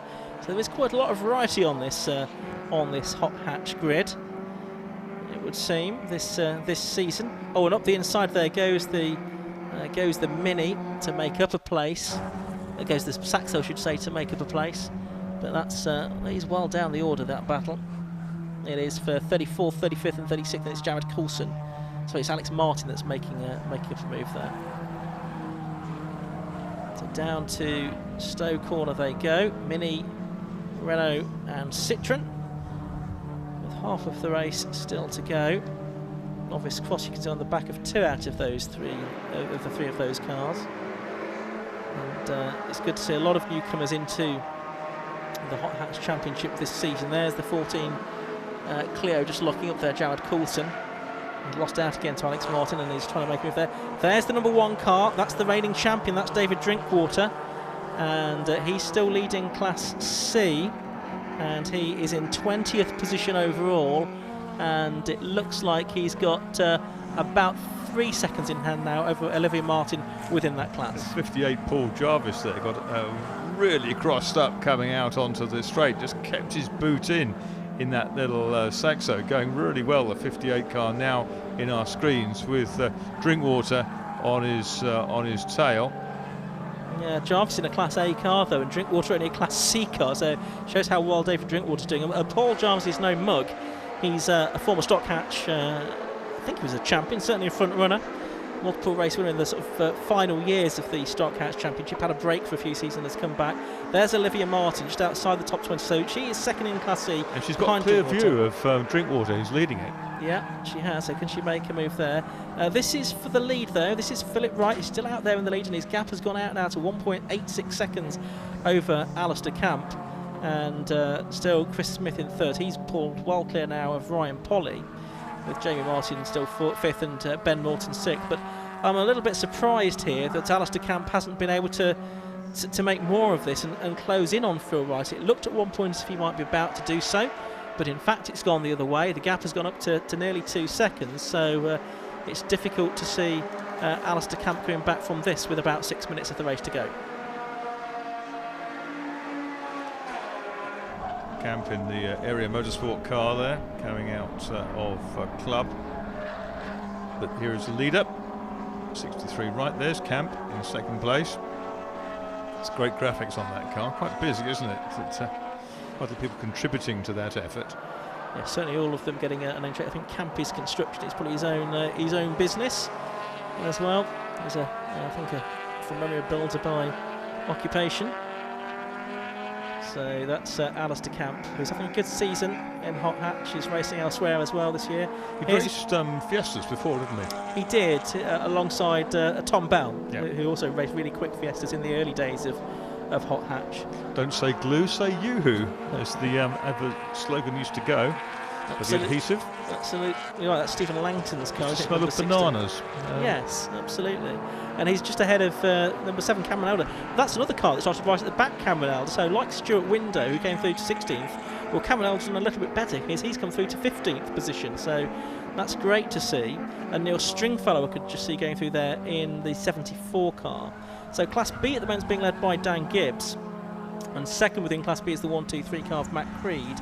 And Neil Stringfellow third in 74, as we watch one of the Fiestas, which is the 46 car of Leon Shepherd, being pursued by this battle. There's Elder then, number 7, trying to go around the outside of Langton. I think this will be for 14th position as he continues his progress up the order from a qualifying session that saw him only do 3 laps. But he said his fastest lap time on the first lap, which indicates that there was a problem that set in fairly early on. He's done really well, and that's the Ron car that we saw being shuffled into position. There's Langton in the 60 Yoo-Hoo Clio. Yeah, it's a good drives from Elder and Window here. Unfortunately, because the second race grid is based on the second fastest lap times, they're going to have to do it all again for race 2. And Marcus, looked like there's a bit of a flapping bonnet issue on the Integra there. Yes, I could see that. Just in a straight line, you could see it just chirruping. Leading edge of the bonnet of the red, white and black Integra that's behind number 7 there. It's Cameron Elder. It's the Integra of Stuart Window, who has moved ahead of Langton. Yeah, he has. So that puts him into 15th position now. So he made the majority of the places you'd expect in the first few laps, and he's been steadily working his way through the field since then. There you can see Matt Creed. He's second within Class B at the moment, ahead of one of the Class A cars, which is the Fiesta of Leon Shepherd. There's Jeff Connor in number 21, going wheel to wheel with Cameron Elder. So that's for 13th and 14th positions. Getting more and more difficult for these cars coming through from the back to make up ground now. Oh, and a lock up there as well for Elder. You've got to be very, very brave to go inside there, and very committed, because the chances are if you get up the inside, you're going to miss the apex, or you get the apex and then miss the exit, and then lose the position again, and all that speed up to Abbey. Leon Shepherd in the 46 car going ahead of Matt Creed. That's for 11th position overall, but Creed going to fight back on the exit. Creed in the Class B car, Shepherd in the Class A car. And they're still pretty they've got Jeff Connor behind, haven't they, in 21? And these two guys who have burned from the stern, Elder and Window as well. So they've only got less than 2.5 minutes now to see if they can find the way through. Yeah, it's just about possible that one of them might end up in the top 10 at this rate, which would be impressive. Yeah, yes, with that closely bunched pack of cars, it's not impossible. Does it gain them ground this afternoon, or is it second quickest laps in quali? It's the second fastest lap times in quali. Determine the second race. They'll have an entertaining race day, though, because of their poor qualifying. Probably more entertaining than they would have liked it to have been. I don't think either driver is one that has any sort of illusions over championship contention, so maybe just an enjoyable couple of races will be a good day out at Silverstone. They're trying to sort that out still as they head down, almost going 3 wide into the left-hander. Stuart Window is the one that's making a move. He's gone past 2 Clios there between Stowe and the Vale. So where's that going to put him now? Just to see as they come across the line. Only about a minute or so of the race left to go. And they'll be over the timing line now, and it looks like Stuart Window up to 13th and Elder up to 12th place at the moment. So some of these other cars being shuffled back a little bit. Stephen Langton and Jeff Connor in their different mark of Clio, different generation of Clio. So that sort of Group C or later prototype style air intake in the roof. Absolutely. Still out front, by the way, Philip Wright leading by 1.87 seconds from Chris Smith in second place as we approach the end of this race.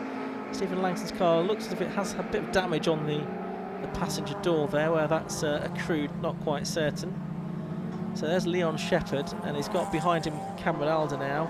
There, though, is our race leader Philip Wright. He's on to his final lap of the race because time ticking down. He's still got this lead over Alistair Camp, but now in the traffic... It's diminishing, isn't it? It is diminishing, but they're on the final lap here. And I guess the only problem that might occur now is if Philip Wright trips over a back marker completely. Yeah, Camp's taken half a second out of leader Philip Wright on that lap. 63 Wright still leads from 45 Camp, but it's down to 1.36 seconds, and they're working their way down the hangar straight. There's traffic all around. 1 or 2 drivers very nicely staying out of the way, but there's traffic ahead of them. It's the 84 that they're coming up to, which was one of the cars from well down the grid. That was the reserve driver, wasn't it? Yeah, Andrew Elliott. Yeah. So they're going to lap him as they go into the final couple of corners. Then it's Philip Wright then who is going to make it 2 wins. He locked an inside wheel going in. He did. I don't think it's done enough to bring Alistair Camp back into the equation. No. The gap has come right down to less than a second on this final lap. So there's the checkered flag. Second win of the season in the PBS Brakes Hot Hatch Championship for number 63 Philip Wright by just under 3/4 of a second in the end from Alistair Camp, number 45. And then third across the line now goes the number 18 Civic of Chris Smith. Fourth is going to be number 36 Ryan Polly, who made up 3 places on the opening lap. Fifth is the 65 car of Ben Morton. That's the Tegiwa, who got ahead of the 2 car of Jamie Martin towards the end. Issue with the transponder on his car. Rest of the field coming through. We should have Dan Gibbs in the Golf over the line. He's already been over the line, in fact, to win Class B. And then this huge group of mostly Class B cars comes through, including those 2 that came through from the back.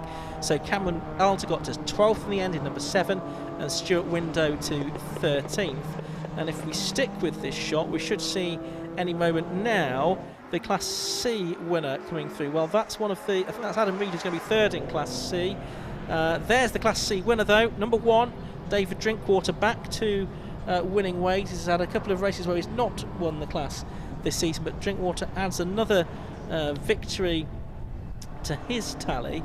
I think that is number 6 this season probably for him, and he beats Olivia Martin within that class. 68 Dan Gibbs did a fantastic job winning Class B. He's 7th in the class going into this race. He had one class win earlier in the season in round 3, but he's had a bit of a fallow period, and now he's come through and seized the 2nd one. No, that's a great job from Dan Gibbs in that golf. I'm sure he'll be very pleased with that. And we can see though Philip Wright heading down the pit lane, getting the applause of the marshals. He gives them a wave back as well as he heads down the pit lane. There you can see spectators, family and friends watching on from the wing paddock. Let's have a look at the results. Philip Wright it was that took the win, number 63 by 3/4 of a second from number 45 Alistair Camp. Third to number 18 Chris Smith, then Ryan Polly fourth, number 36, then Ben Morton 65, Jamie Martin number 2 was in 6th, then Jack Ashton, Dan Gibbs, Chris McCloy and Martin Ward round out the top 10. Dan Gibbs, as I say, winning Class B. Then Leon Shepherd was 11th, Cameron Elder, Stuart Window, both of those coming through from the back to 12th and 13th. Jeff Connor 14th, Stephen Langton 15th.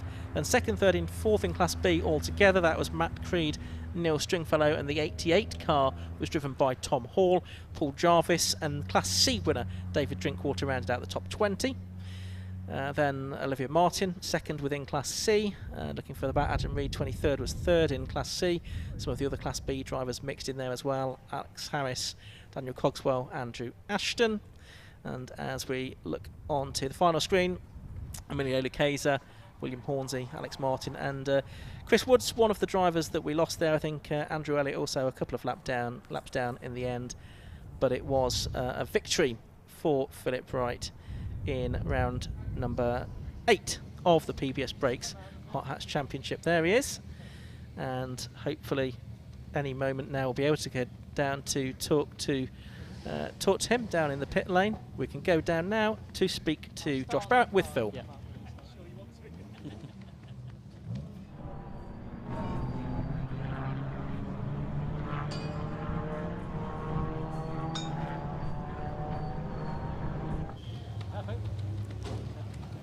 So we're down here in the pit lane with our race winner Phil Wright. Well done, Phil. I'll give you your garland there. And a really good start there to get into the lead. Yeah, it's one of the best starts we've had in a long while. We've always struggled getting this thing off the line, but we've had a lot of problems with it. I was working on it till 12:15 last night and then about 3:30 to get here, but she's done me proud today. Talk us through what it's like having Ali trying to chase you down. Well, there's not I raced against Ali for a long while, and there's not many people like Ali who drive consistently as he does, and he didn't put a foot wrong and kept us honest the whole race. That was yeah, enjoyable.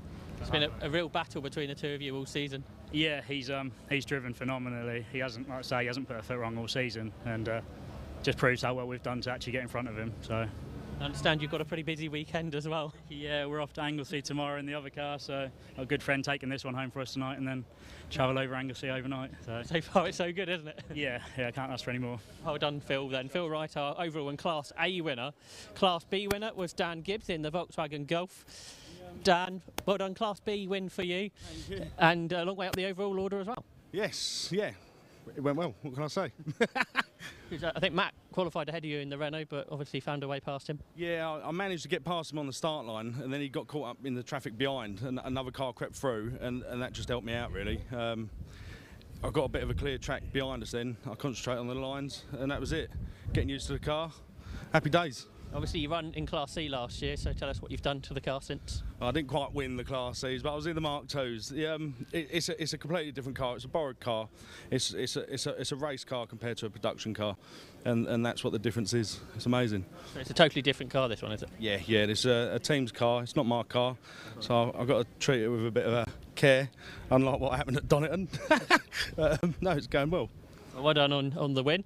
And then our Class C winners behind me, David. You managed to break away, I think, from the others there. Yeah, the toe's really important here.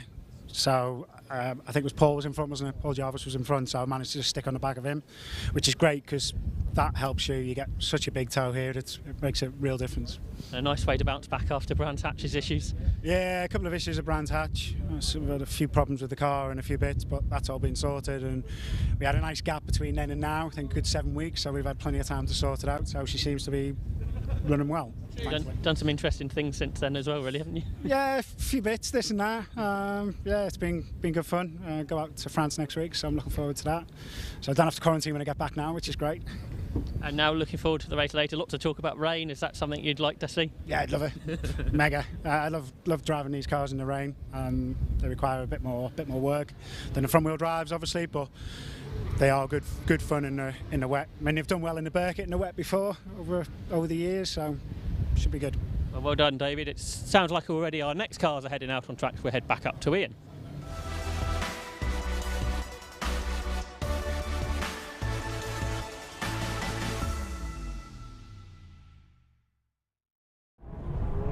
and it is the Swallow Hill Homes F1000 Championship cars that are out on the grid, and already they are there. There are, I think, or should be, 22 of them on the grid. We are here for rounds 9 and 10 of a 15-round championship this season for the F1000s.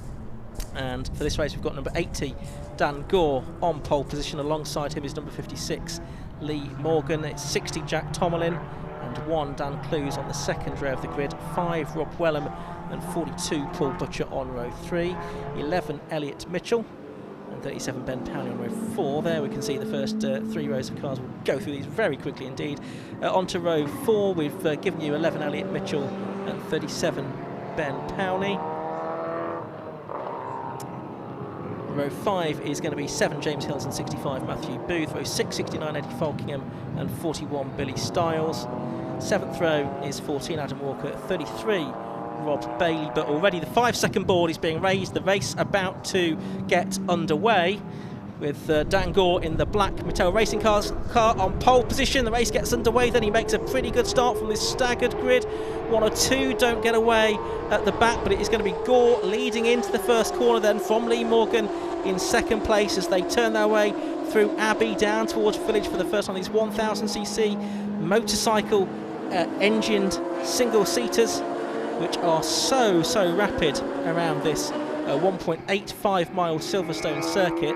It is the number 80 car of Dan Gore that has the lead at the moment then from Morgan in second place. It looks like it's the reigning champion Dan Clues in third place, and Dan, who won all 3 races at this equivalent meeting last season, and in fourth place is number 5 Rob Wellham, so he's made a place off the grid. And in 5th position, just going through shot there, you can see the green car, number 11, that's Elliot Mitchell, who's our championship leader coming into this weekend, who's a bit further down the order than he would have liked to have been. He's qualified only in 7th position, so has a bit of work to do from this very impressive 22 car F1000 grid for these Jedi manufactured single-seaters. Yeah, fantastic little cars. First seen in 1984, where they were built for hill climbing by John Corbin, son Fraser these days behind the whole thing. And it's incredible value for money and a really great training ground for some of these drivers. Once drivers get here, they tend to stay because moving on to bigger things requires an awful lot more investment. And there we see the cars going through. That's the number 66 car of Max Windhauser going through, but a problem for Dan Clues there. The reigning champion had a problem. I could see his hand was in the air, and the pale blue car is in trouble, I think. There he is, Dan Clues going back down the order. This big group of cars for about 6th or 7th position, all battling away, but drama there for Dan Clues, who won all 3 races here last season. Just a double header for the F1000s here today. And where does that leave us? I think it's still going to be Dan Gore out in the lead of the race. But we're just watching the 69 car, Eddie Falkingham, the ex-Clio racer, go through at the moment. It is Dan Gore that continues to lead at the end of lap 2 then by half a second from Lee Morgan. Rob Wellham moves up to 3rd with the demise of Dan Clues, and Elliot Mitchell therefore he also moves up to 4th. But now Eddie Falkingham in the 69 car in problems as well, so he is dropping back down the order with 2.5 minutes of this 15-minute race already gone. So they make their way back onto the Hangar Straight. That's the Max Windhauser in 66. And I think now behind him is Nikita Abramov. So Windhauser ahead of Abramov, but we've got yellow flags I can see waving, I think, at parts of the circuit. We're watching there the battle between Ben Powney, who's been a winner just last weekend at Cadwell Park in Mazda 7s. Well, he switched to his F1000 for this weekend, and he's doing battle there with Dean Warren for 8th place. Yeah, looking good. Ex-low-cost racer. For a long time he was in that, wasn't he? Then so he moved up to the Mazda-powered versions. And he's coming back hard at 22. There is 69 out at the moment. It's obviously been over the grass, hasn't he, to get Falkingham. there. So Falkingham out of the race. Marshall's pushing him to a position of safety. There's that battle between Dean Warren, ex-Monoposto racer, and number 37 Ben Powney, former low-cost man. They're making their way down towards the link section of the circuit once again. That will bring them onto the Hangar Straight. Let's just approaching that now. So this is the battle for 8th and 9th.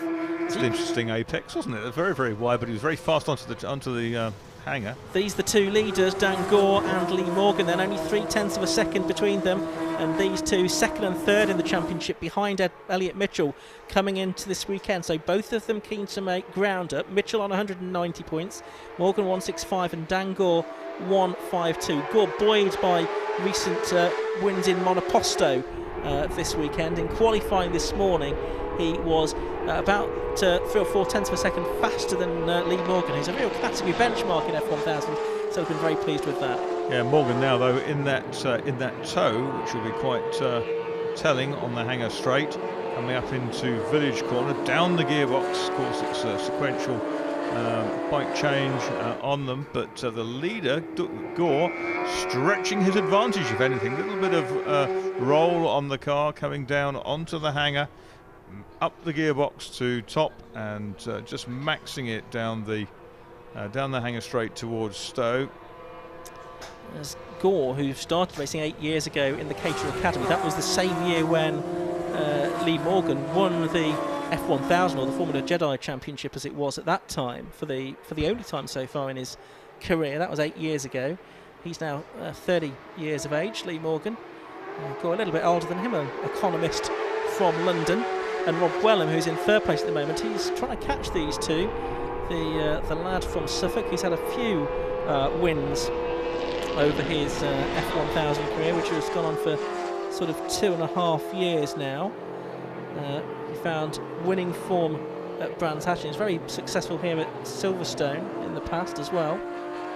So he's looking to close the gap, although I think in actual fact it went out a little bit that time. Yeah, last time around it did. He had a good run at Snet a couple of years ago, didn't he? That's when he first sort of came into our onto our radar, if you like. Breakthrough meeting that after a season which had been dogged by bad luck. Right, this is for 10th position, Rob Bailey and Billy Stiles. Billy, one of the younger drivers in the championship, but to think this weekend is the first time in a long time that we've had no under-18s in F1000. There's been a few birthdays recently. Yellow and black car was out over the grass coming onto the straight. Here's an attack down the inside. It's Powney. Powney, isn't it, on 22, which is Dean Warren. And he's made the place. Up to 8th place goes Ben Powney now. And in that number 37 car. So he's in one of the Team Sellers cars. Tom Sellers also running Nikita Abramov, who's in 14th place. Tom Gadd, I don't think, racing this weekend, another ex-low coster. But that is the battle for 8th and 9th, just completing their 6th lap already. The laps in these cars just taking just over a minute. The lapping not quite as quickly as the Bikesports cars. I think they were in the 1 minute 2s, weren't they? And these were in the 1 minute 3s for their best lap times, but not a lot to choose between them. These don't have such large capacity motorcycle engines either. It's worth noting. They're a bit lighter, so not as much bodywork to them. And that's the 66 car Max Windhouse with Adam Walker, number 14 behind him. Walker had a surprise, capable of a surprise podium potentially, but probably not today. He's just outside the top 10 at the moment. Rob Bailey up ahead in the number 33 car, successful in the Clubman subcategory over the past couple of seasons as well that they run in F1000. It's a good little tussle, isn't it, between these three? Could be 4 in a moment as well, with 14 in the middle of all that. That's Adam Walker ahead of the 66, which is Max Windhäuser, who's been knocked down a little bit. Ex-BMW racer as well, I think, Max Windhäuser. Yeah. So, and Dan Clues, you could just see there making his exit from the pit lane. So it looks like the reigning champion, who won 3 times here last season, is going to get back out into the race. He's lost, what, 6 laps, 5 or 6 laps? Yeah, it's kind of I guess a sort of let's make sure the car works, a little bit of testing now just to maybe change the setup a fraction. Know what he does from the early part of the race, but it was a very, very brief run, just a lap and a half or so, wasn't it? Yeah, absolutely right. So, ahead of this group, you've got the 41 car, that's Billy Stiles in 10th place, and then you've got Walker and Bailey going side by side into Stowe Corner. It's Bailey in the yellow car, Walker in the silver and red car, and Walker can't quite make that stick. It's the fight just outside the top 10, 6.5 minutes of this race to go. continue. Still Dan Gore leading from Lee Morgan. Yeah, by a Rob Wellham. reducing margin. It's down to 0.4 of a second, Ian. Yes, it was about 0.3 taken out of the lead that time by Lee Morgan. So perhaps pick up on that lead battle again in a minute as we watch this battle down the order at the moment. You can see on our other screen there that there's a lock-up for the 22 car of Dean Warren, who's been passed a few laps ago now by Ben Powney for 8th place. The leaders are down at Stowe, aren't they now? Approaching club. Battled further down the order, that's Kales Cole in the number 73 car, getting ahead of David Tagg. She was one of the drivers to recently have her 18th birthday. Driver from Ireland who's been coming over this season to race in F1000. Her career delayed a bit by the onset of the COVID pandemic, making it difficult to travel across. Gained the place and lost it again at Village. Left the door open on the inside. Back to this battle for 11th place between Bailey and Walker, which has been raging for a few laps now. Bailey with the advantage at the moment in that number 33 car, and he is in 12th position, sorry, in 11th position at the moment. And the one car of reigning champion Dan Clues, after that pit stop, at least he's managed to complete a couple of laps now, and it looks to be going properly again. 14 up the inside then has just taken position from Bailey, wasn't it? Yeah, so that's the privateer ahead of the Mittel's car run machine, and Dan Clue's in the middle of that, but he's 5 laps adrift of those, I think, but he's probably lapping in a similar kind of lap, so if not a little bit quicker than those. Yeah, he popped the curve well, didn't he? Down the inside, trying to make a place into Stowe. They won't know that he's several laps down. No, and here are the leaders. They're right together now, Marcus, with just under 4.5 minutes of the race left to go. So it's Dan Gore leading by 0.15 seconds as they cross the timing line at the end of lap 10 from number 56, Lee Morgan, in the Perpetua Motorsport car. That's the team that also runs Andrew Wheels and David Tagg, number 95 as well. Lee very much behind that team and is right in the tow here of Dan Gore as they head down the hanger straight, dives to the right hand side of the circuit, which will give him the inside line for Stowe Corner. Can he make the move here on lap 11 of the race? Yep, it looks like he can. He's through. So nicely done move that from Lee Morgan. He's just taken his time really to narrow the gap and then take an opportunity, probably the best opportunity on the lap really, to make the move. Very much so, but with the time ticking away, he could come under attack down that hanger straight again. Another very good exit though by his rival Gore out of club, and Gore absolutely his wheel tracks there, but he's made good his escape through Abbey, carrying a little bit more speed. This is where he's perhaps vulnerable to attack when it comes out onto the hanger straight in a couple of seconds' time. Yeah. Here they come. It's where he is going to want to just build a bit of an advantage, isn't he, to make sure he's not vulnerable to that attack. And he has built a few car lengths. Can we see if... it's probably enough, actually. It probably is. It doesn't look like Gore's able to tow back onto the rear of his car. He's making some ground, but it's not sufficient to be in that kind of braking zone, dart out of the slipstream. No DRS either in F1000. That might have done it if there was that available. So it's Lee Morgan, and they have got traffic to deal with before the end of this race as well. So that's another dimension to throw in here in this Swallow Hill Homes F1000 Championship race. They are catching some of the slower cars now. It looks like it's the 95 car of David Tagg that they're catching in 18th position. So effectively Lee Morgan's teammate, so I'll be hoping for a favour from him. Mittel in second, quite a long way, about 7 seconds ahead now of Rob Wellham in third, who we've had a change for third as well now on our time screens. Elliot Mitchell, number 11, has gone through to third place at the expense of Rob Wellham. I was just about to say it looked like Mitchell was catching. Well, he has caught and now passed Rob Wellham for third place. Yeah, you said about 7 seconds adrift for the leaders. That's Elliot Mitchell in number 11. And that's important because he's the championship leader coming into this weekend. Want to limit the damage with these two just behind him in the championship, ahead of him on the racetrack. They're both navigated their way past David Tagg's car with ease. And so we're going to get probably 2 more laps out of this. I would think it's going to be touch and go. Just whether the officials give it two more laps or just the one more lap at the end of this one. Either way, Lee Morgan was 0.48 seconds ahead and is now 0.72, so the gap's increased by 50% going on to this lap. And that will be important because you don't have a very narrow lead going onto the hangar straight on the final lap, do you? No, you don't. So there are cars ahead. They will encounter them, I suspect, before they get there. There's number one, the reigning champion Dan Clue, still picking his way through the lower order, having had that pit stop early on. Yeah, he's gone past Billy Stiles there, who's in 10th place, number 41. But as I say, several laps behind behind that car in reality. Last half minute now of the timed element of this race.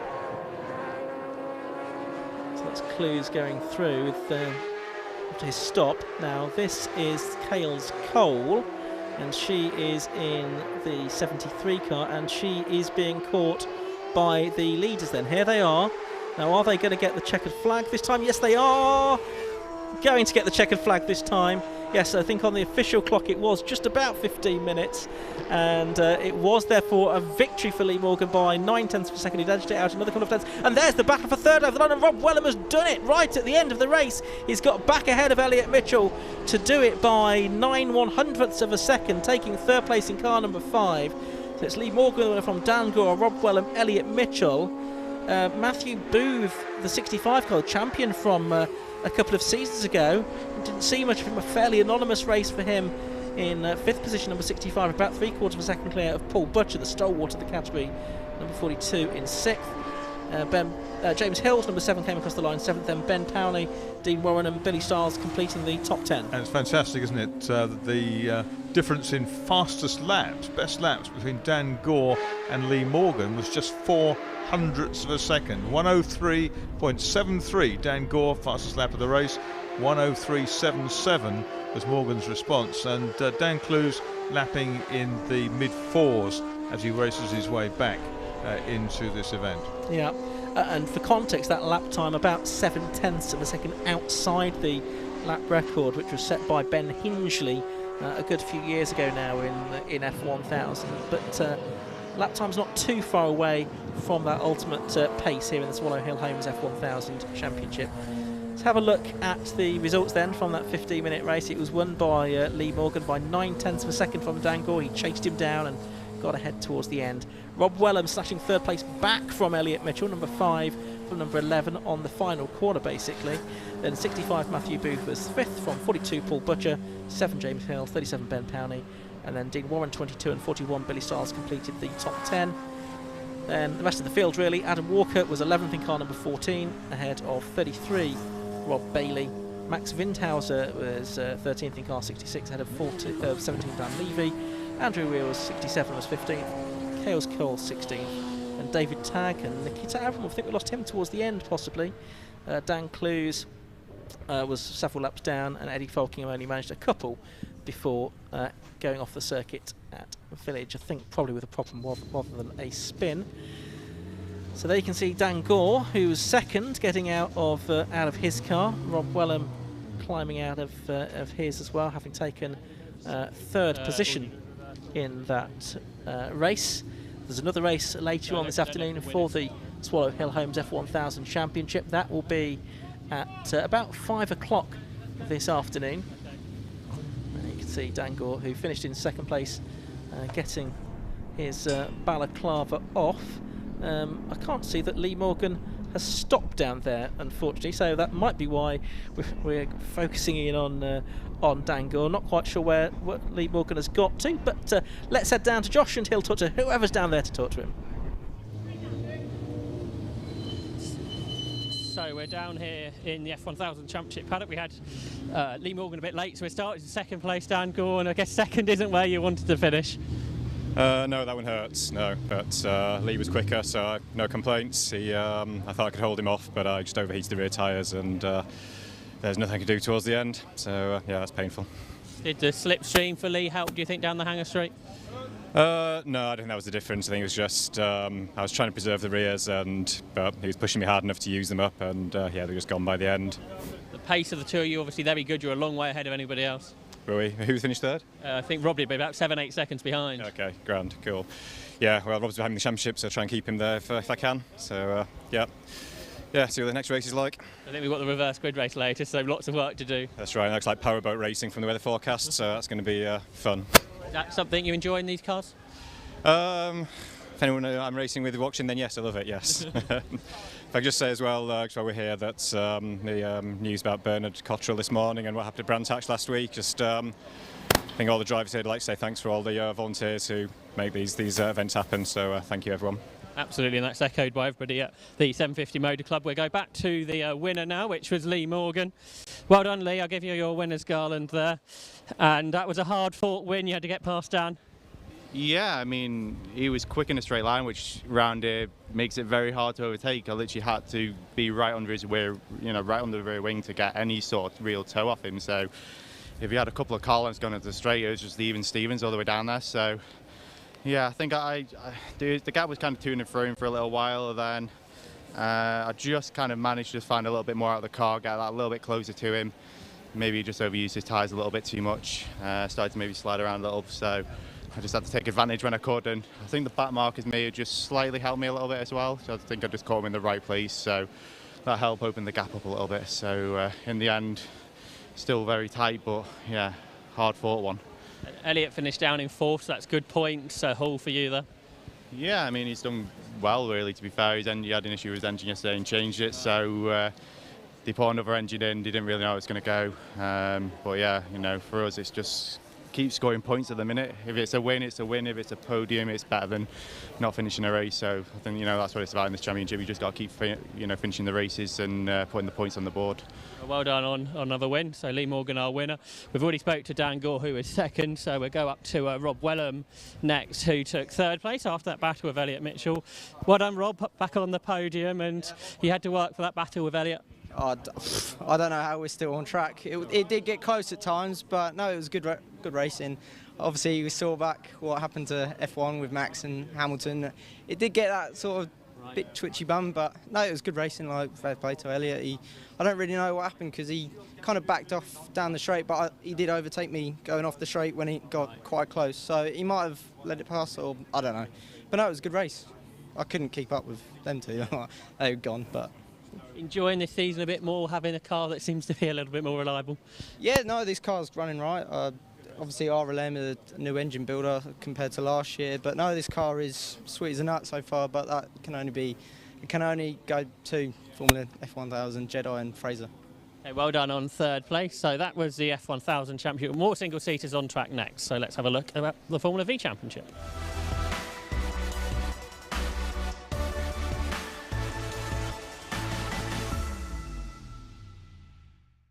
The Heritage Park Centre Formula V Championship up next. The cars heading out onto the grid, and it's another big field of cars. So let's see if we can run you through the grid order. I can tell you that there is a surprise in that the championship leader James Harridge is going to be starting at the back, but at the front it's number 2 Daniel Hans on pole position, and alongside him is number 92 Craig Pollard. 2nd row is 24 Rick Lanier and 51 Peter Belzy, although I saw him have problems in qualifying.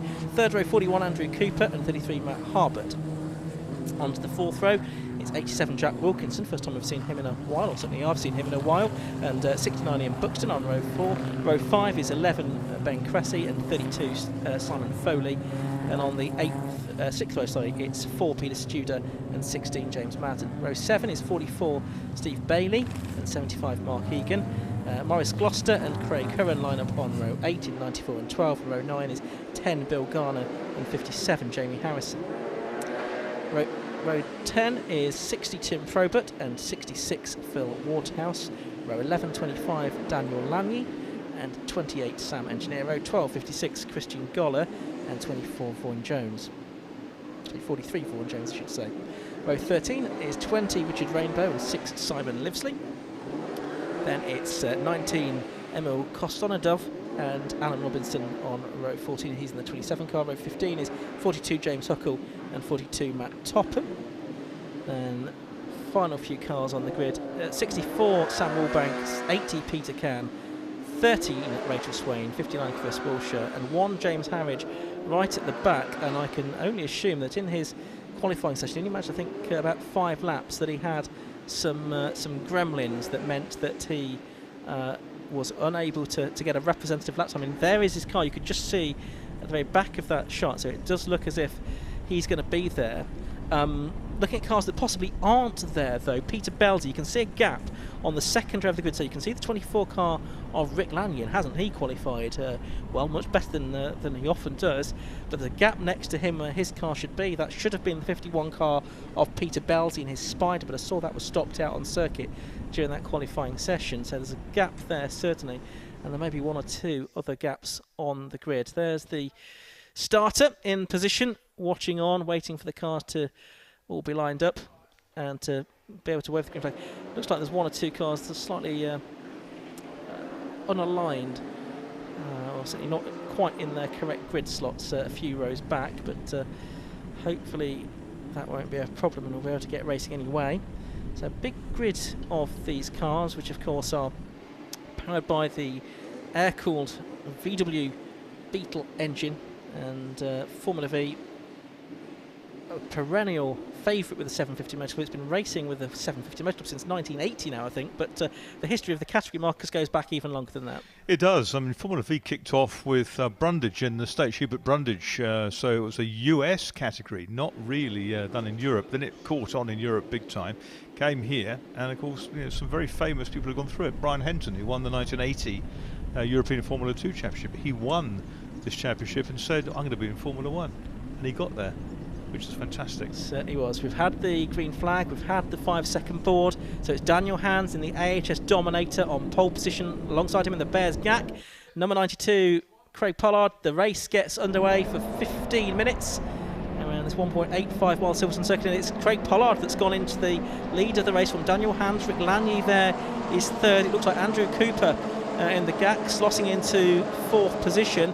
We need to try and keep an eye on James Harridge to see if he's able to make up some places as well. It looks like he might have made up a few as they went through the first few corners, but it's quite hard to pick out in such a big field. Yeah, I suspect he's up half a dozen or so, but that's kind of the name of the game when you're running down through the slower cars. Always a lock up there for one of the GACs, wasn't it? I think it was. But they're all safely through, which is fantastic. And Hans has got back through, but immediately he's going to be repassed by Pollard, isn't he? Yep. Round the outside down to Stowe. Is that going to work? Or is the inside line going to hold sway? Round the outside, 92. Absolutely superb. So Pollard it is then, who won the championship a couple of years ago. He's 30 points behind James Harridge coming into this weekend. They've done most of the winning between them this season, although Daniel Hans won the last race of the championship at Snetterton. This is round 7 of the season.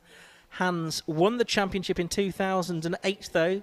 He took quite a long gap out of the championship before coming back about 3 years ago. And he's racing this AHS Dominator run by Alan Harding, and he's just got back into the lead ahead of Craig Pollard as they went into Abbey that time. Yeah, this could go all the way, couldn't it? Because they're obviously very closely matched, and the nature of the circuit. Harridge up into 19th place in car number 1. The defending champion had to go from the back, so he's already a long way up the field. Yeah, he's done a good job. Look at this, though. You can see the gap that the first two have pulled out already, Hans and Pollard. At the end of the first lap, it was 2.5 seconds or so over Andrew Cooper, the man from Bury St Edmunds. Pollard, again, using the toe down the hanger straight and goes around the outside of Hans at Stowe Corner. And I think you're right, Marcus, this could be a duel that goes on race long. And it's a shame in a way that we don't have James Harridge involved as well, because I'm certain if he had been there, it would have been a 3-car battle for the lead. Yeah, but you know, it's going to slow them down. It won't really help the people who are running third because they're in their own battle, but it might help Harridge get up into that into the top 6. I'm sure it will.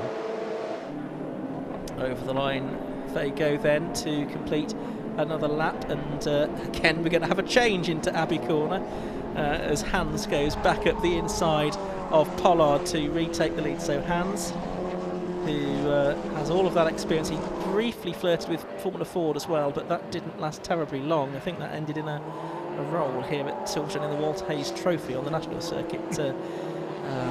several years ago now. One's broken on the outside. That's Cooper, who was third. So Andrew Cooper, who was in third position, has not quite come to a halt, but he's going to park the car on the grass. And that's the Gold Leaf team GAC, isn't it? It is. And Ian Buxton now, who started the race in 8th place, he's up to 3rd position.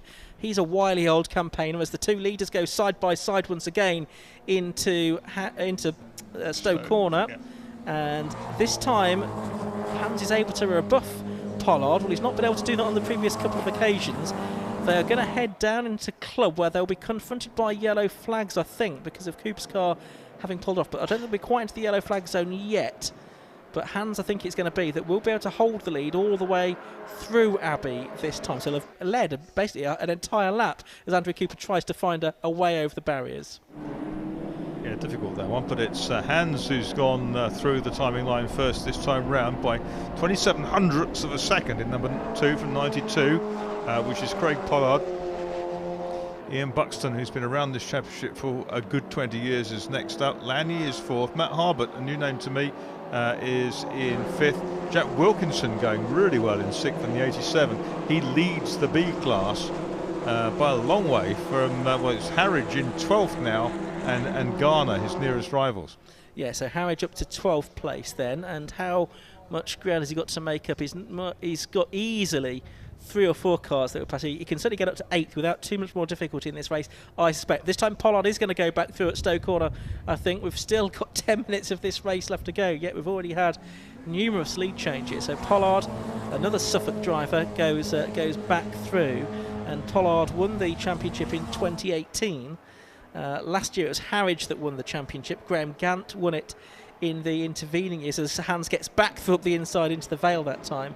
And Gant actually was the winner the last time these cars raced on this layout in 2019. He did the double, but we've not really seen him during the course of 2020 or 2021. Very good engineer, works for Ilmore, doesn't he? Yeah. The Formula 1 engine people, and his car has always been really strong around here. The Web, the Worm's Eye View, a name that goes back into the 60s with the 750 Motor Club. That was a good little group of cars heading over the line to complete their lap. It's now Ian Buxton there in 3rd place as Hans and Pollard still nose to tail as they head through Village that time, heading off towards the link. But they're 6 seconds clear of Ian Buxton, number 69 in 3rd place, 33 Matt Harbert in 4th, 24 Rick Lanier 5th, and Jack Wilkinson leading Class C. There's another car that's stopped there on the hanger straight, but it's going to get safely back behind the barriers. So there was yellows out. Harridge now at number 1 up into 9th, incidentally, and Jack Wilkinson leads that class in 87, is 6th. Yeah, he's been lapping in the 118s. The leader's lapping in the high 116s. The lap record for these cars is a 114. But I think that was set when the cars were on the old Dunlop tyres before they switched to Hoosiers a few years ago. Yeah, both Harridge and Wilkinson, the Class B protagonists, did their best laps last time round. Harridge is 17 hundredths quicker than Wilkinson's. Over the line to complete lap 5, 8.5 minutes left to go in the race. It's these two clearly the class of the field, but Ian Buxton that time, he's made a bit of a break from the rest. Matt Harbert there in the green number 33 AHS Dominator. He's having a good battle with the other one, in fact Rick Lanier. So the two AHS Dominator having a good scrap there, and Jack Wilkinson and Moritz Gloucester involved in all of that as well. Gloucester in the number 94 car, still sporting the colours and number that Aaron Trigwell used to race in the car, but now they've got James Harridge right behind them, so he's up to 8th, and easily he could vault these cars and get up into 4th position, I would think, Marcus, before the end of the race. Yeah, that's really impressive from the back end of the grid for the number 1 driver, reigning champion James Harridge. I can see there's a car off in the gravel at Vale, which will mean there's yellow flags as they approach the corner here. Yeah, and they're approaching now. And that's one of the GACs. It's the just trying to work out which one that was, what number that was that's gone on. Had a 6 in it, I do know. It did. I'll try and pick up on that in a second. It says 16, but I don't think we've got a 16 on the grid. Huge lock-up there, and we had Pollard over the line ahead, but Hans has taken him into Abbey. 16 was James Madden, by the way, so he was an addition to our... No, he wasn't. He was there on the entry. So here we are, side by side for the lead of the race, and it's Pollard losing out to Hans there. There's Jack Wilkinson just ahead of the 94 car of Maurice Gloucester, and so Harridge he's almost got to the front of this group already. Well, Harridge is fifth, now. and he leads Class B. And there he goes. He's gone through to fourth. He's got past Rick Lanier as well. This is an absolutely sensational drive from James Harridge in the Maverick, but we're used to against the odds drives in his case, aren't we? So I think, he's about 14 seconds behind the leaders there, with only 6.5 minutes to go, so he's not going to catch them, but he might catch Ian Buxton for third place. I suggest he's about 6 seconds behind him. Yeah. He's been lapping in the 18s, and if Harridge can lap on the pace of the leaders, which I'm sure he can, he'll capture them. Still waved yellows down here at the end of Vale, because the marshals have decided that that car will not be moved. But everyone's seen it now, they know where it is. Yeah. This is almost a luxurious lead, isn't it? It's coming onto a straight, but it's reduced again to 0.329 to split a hair. Hands from Pollard. Yeah, Pollard, who's been racing in Formula V for quite some time now, but 18 when he won the championship, that was a real breakthrough to have wins before then and podium finishes. Hans won the championship in 08 when it was a real high quality battle with the likes of Martin Farmer, Sam Oliveira, Jake Oliveira. Very strong period in the late 2000s for the Formula V championship then. So here are the two leaders heading down the Hangar Straight. That's a back marker behind them, I think. We've got yellow flags. Does this mean that we've actually got the safety car? Yeah, the safety car's now out, or the yellow flag's now out and stuff. And yes, I can see the safety car is out there. It's not picked up the leader. It's picked up James Harridge, I think, in fourth position. So a bit like we had in the which race was it earlier on? It was the Type R Trophy race. No, the Bikesports race, wasn't it? It picked up effectively a car just behind the leading contenders. Now we've got 4 3/4 minutes to go. Is this race going to finish behind the safety car, or somehow are we going to see Buxton and Harridge reunited with our leaders, Hans and Pollard, who you see on your screen, 2 and 92. Buxton in 69 will be next up. Is that Buxton there? Yeah. Yes. If we get any more racing, it's plainly going to be a lap. Yeah, isn't and it? you can see James Harridge shaking his head. He's quite annoyed about that. He's thinking to himself, "Oh, he's waving. Get on with it. Come on, come on." He wants to be back on the back of the leaders. Yeah. For a chance for an overall podium. Well, and you can bet your bottom dollar, as and when he does get waved through, he will be making progress to try and catch the leaders. Hans and Pollard and Buxton will be setting their own pace at the moment. You can see, if you're new to Formula V, you can see these cars retain the VW Beetle type front suspension, those beams, etc. They have the air-cooled flat 4 engine, 1300cc, and the 4-speed gearbox. And there's the digger, the 4-wheel drive. Put a strop round the roll cage of the 16 Madden car that's in the gravel. So they've hooked it up and should be able to take it away fairly quickly. It's going to be a one-lap dash, yeah, isn't it? Again, just as in Bikesports, it's going to be a one-lap run to the flag. But the field won't be reunited, I don't think. No. It can't be at this point. No, because there's a minute between Hans and Harris, so he's not going to make that up. So that's a frustration for him, because if the safety car had picked up the leaders, then he would have been right with them and with a chance of Which, victory. in fairness, it's not obliged to do. No. It needs to be able to pick up the car safely. That's of paramount importance. Ideally, it would pick up the leaders. Yeah. But it has to pick up the train of cars in a safe way as well. So a frustration here for Harridge, but nevertheless he has got back to fourth position, so that's at least something from the back of the grid. But he would have, ironically, had the race continued without the safety car, he probably wouldn't have progressed much from fourth position anyway. He might have got third. He wouldn't have caught the two leaders though. Yes, there was a possibility that Buxton was in range in 69, yeah. but the lead was certainly behind him and it would only be a safety car that could have brought them into range. Yeah, Buxton's been racing that particular car for a very long time, hasn't he? Yeah, he has. He's had various wins and various accidents in it as well down the years, but he's a stalwart competitor. It's good to see the Staffordshire man back. Another one who is a great competitor. So Harwich has been released and now is on a mission to try and catch the train without necessarily overdoing it and blasting off at completely top speed, because that might not go down too well with the officials. He's got Lanny behind 24, hasn't he? The white car with the red stripes. Yes. Harwich in that self-built Maverick, the car that he and his dad put together over the years, effectively in the garage. A real, true Clubman 750 Motor Club type. And here we are, with a minute to go.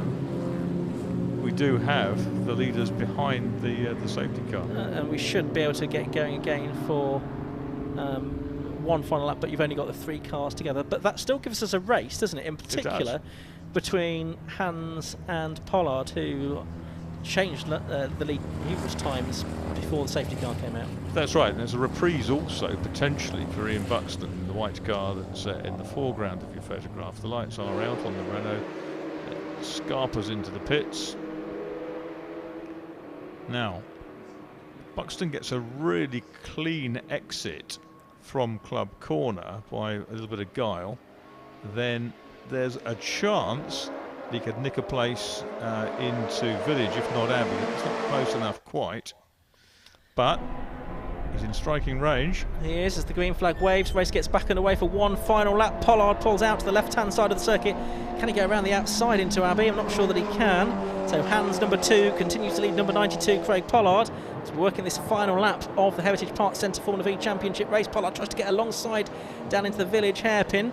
Buxton still with them, but just not quite there in striking distance. But if they fall over one another, he's in prime position. And you don't want to lead onto the Hanger Straight particularly, do you? Because you are a sitting duck at that point if your opponents get better exits, and Pollard does. Will that cumulative tow work for Buxton and bring him into it as well? But the black car of Craig Pollard down the inside, they're running side by side down towards Stowe, and Craig Pollard isn't quite close enough, but he may have territorial advantage on the inside, and Buxton trying to go with him, but it's Hans who's controlling the situation as if in the centre of a squash court on the tee. He's got, and a big lock-up from Pollard. Has that undone his challenge? I think it might have done, but I don't think it's going to bring Buxton into it, which might have been the danger. So out of the final corner, the checkered flag is made ready, I can see. And it goes out now, so it's Danny Hans who does well there to lead all the way around that final lap of the race to get the win from Craig Pollard by a quarter of a second, with Ian Buxton in 3rd place. Now let's see if we can pick up the battle for 4th. Well, I think James Harwich has already scampered away from this, so that's Matt Harbert in the foreground. You can see there the number 33 car in 6th position. Yeah, that's Harwich. Look how far up the road he's gone already in the course of just over a lap of running. So he's going to come home to take 4th position. And Tim Probert in the 60 car was going to make ground there. There's Harwich. So he's going to have to do it all again in the other race as well, won't he? Again, yeah, 2nd fastest qualifying time. So we're at the back of the grid in race 2. He takes 4th position. Rick Lanier over the line to take 5th. Matt Harbert, number 33, takes 6th position, which is his joint best result. Tim Probert came through to take 7th in the end, ahead of Jack Wilkinson, number 87 in 8th place. Ben Cressy 9th, and Morris Gloucester rounding out the top 10. I can see one car has gone off on the final lap. That's the Emil Kostazinov AHS Challenger. That's come to a halt somewhere. But the rest of the field all coming over the line now to complete their race. Obviously, Exeter Village, I think, isn't it? Yeah, I think you're right. It is over at that end of the circuit. So he's, in fact, it's at Stowe. No, it's at Stowe, yep. Funny place to go around. It is, but nevertheless, he managed it. And Emil will he'll be back to fight another day in race 2 a little bit later on. But Danny Hans there taking the win by 0.2 of a second from Craig Pollard, so 2 from 92. Ian Buxton 69 in 3rd place. Number 1, James Harwich, coming from the back of the grid to take 4th position in the Maverick.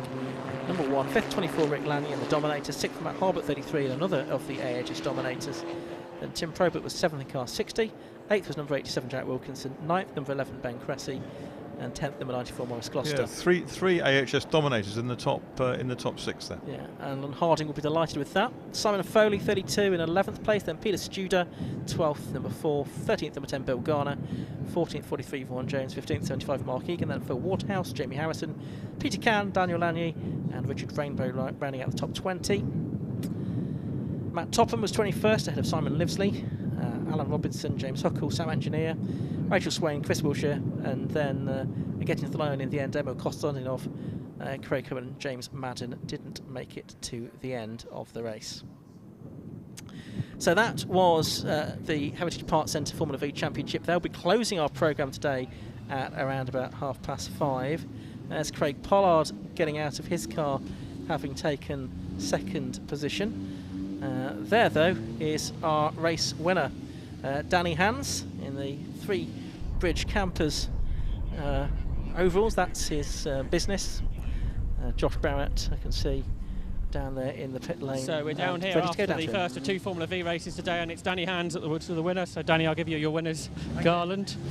And a really, really close race with Craig throughout the 15 minutes.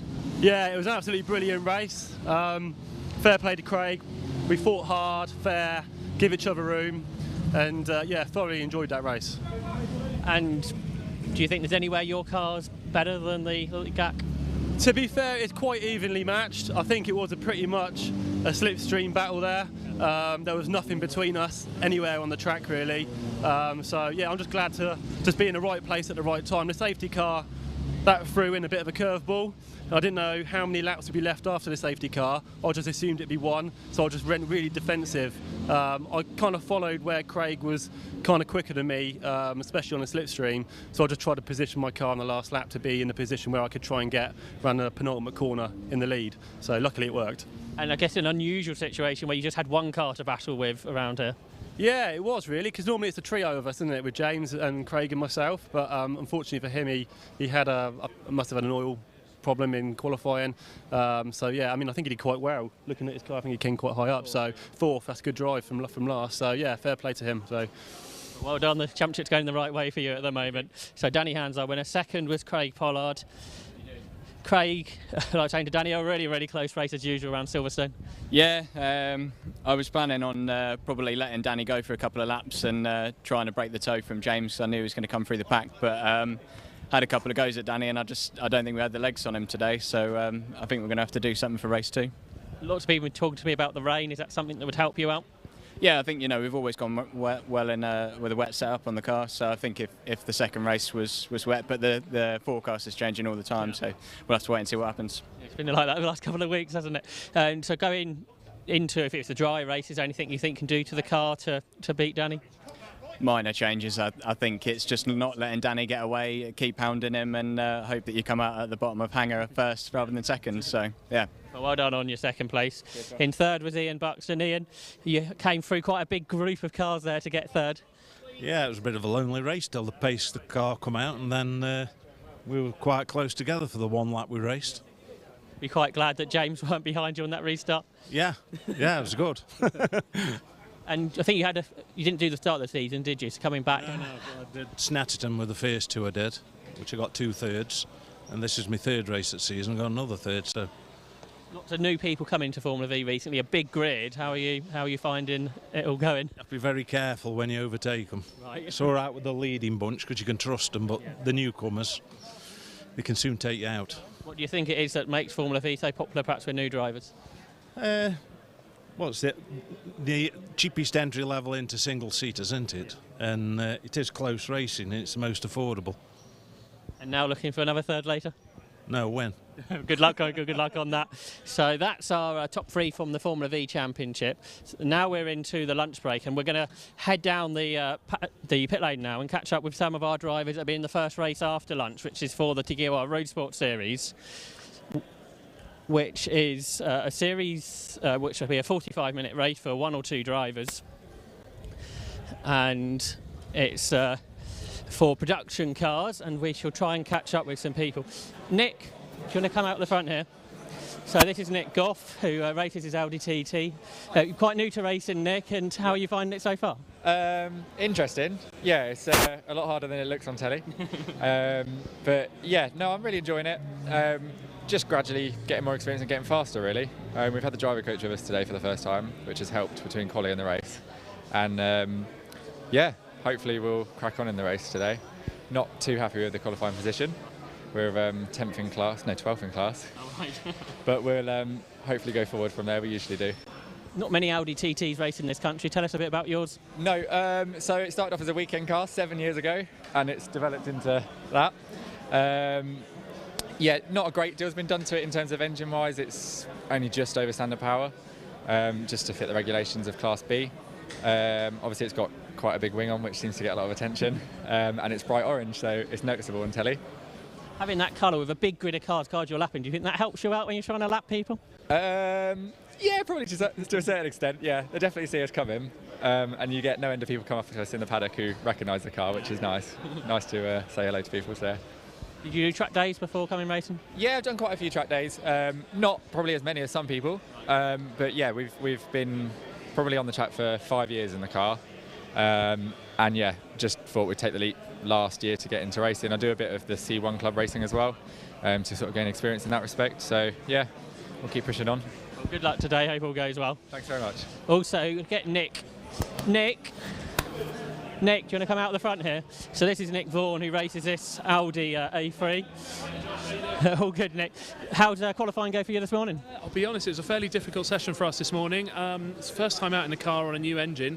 I don't know if it's down to the Classic or the F1, but the track feels very strange. It was quite similar sort of last year. It felt very hard to get a bite on the tyre. So I was having a few issues stopping the car. Came up through Abbey and Farm into Village, couldn't get it stopped, went across a fairly innocent looking piece of grass and bent the whole front splitter up. After that I was in traffic and I didn't really get a clear lap, but they were hopeful for the race. Third row, starting on the inside, so decent place to start. It's only 1 year ago when you had your first ever race. Yeah, first ever race here. I think we qualified 8th that day, finished 4th, so you know there's potential to move forward, so fingers crossed we can do the same again. And you've had to do a bit of work since Croft because Croft didn't go to plan. Croft didn't go to plan. Furthest we could possibly be from home. We cracked an engine block in testing on Friday, so that was the end of our Croft weekend, sadly. We've missed 2 further rounds since then whilst we got a new engine built up. Obviously everything's done on a budget, so we don't have the money to just throw a brand new engine in overnight. So the new engine's in, it's done road miles in testing, been on the dyno, and other than that, today's its first time on track. Obviously the series is called Roadsports. There's not that many people that use their car also on the road, so tell us a bit about that. No, so yeah, the car's still completely road legal. It's done 250,000 miles now. I've had it 16 years, bought it when I was a student to get to work. And yeah, it's been part of the family and I think it hopefully always will be. But yeah, it's still road legal. I still drive it on the road every week, mainly for fun these days. But yeah, I take it to work occasionally and yeah, it's a great bit of fun. And the Audi A3 isn't really used much in racing, so is there much you've done from that from road spec? Yeah, there's an awful lot done to the chassis. It's the same basic chassis as the S3 and the TT underneath. The 1.8T engine is actually quite a good tunable platform. The Mark IV Golf that it's based on got a pretty bad rep as being one of the most boring Golfs ever, and out the box it's a fairly bland car, but with a few kind of radical geometry changes and a bit of custom fabrication it can be made to be quite a decent chassis. Thanks Nick and good luck for the race later on. So that was Nick Vaughan. We head a bit down to the next garage and see who we can find.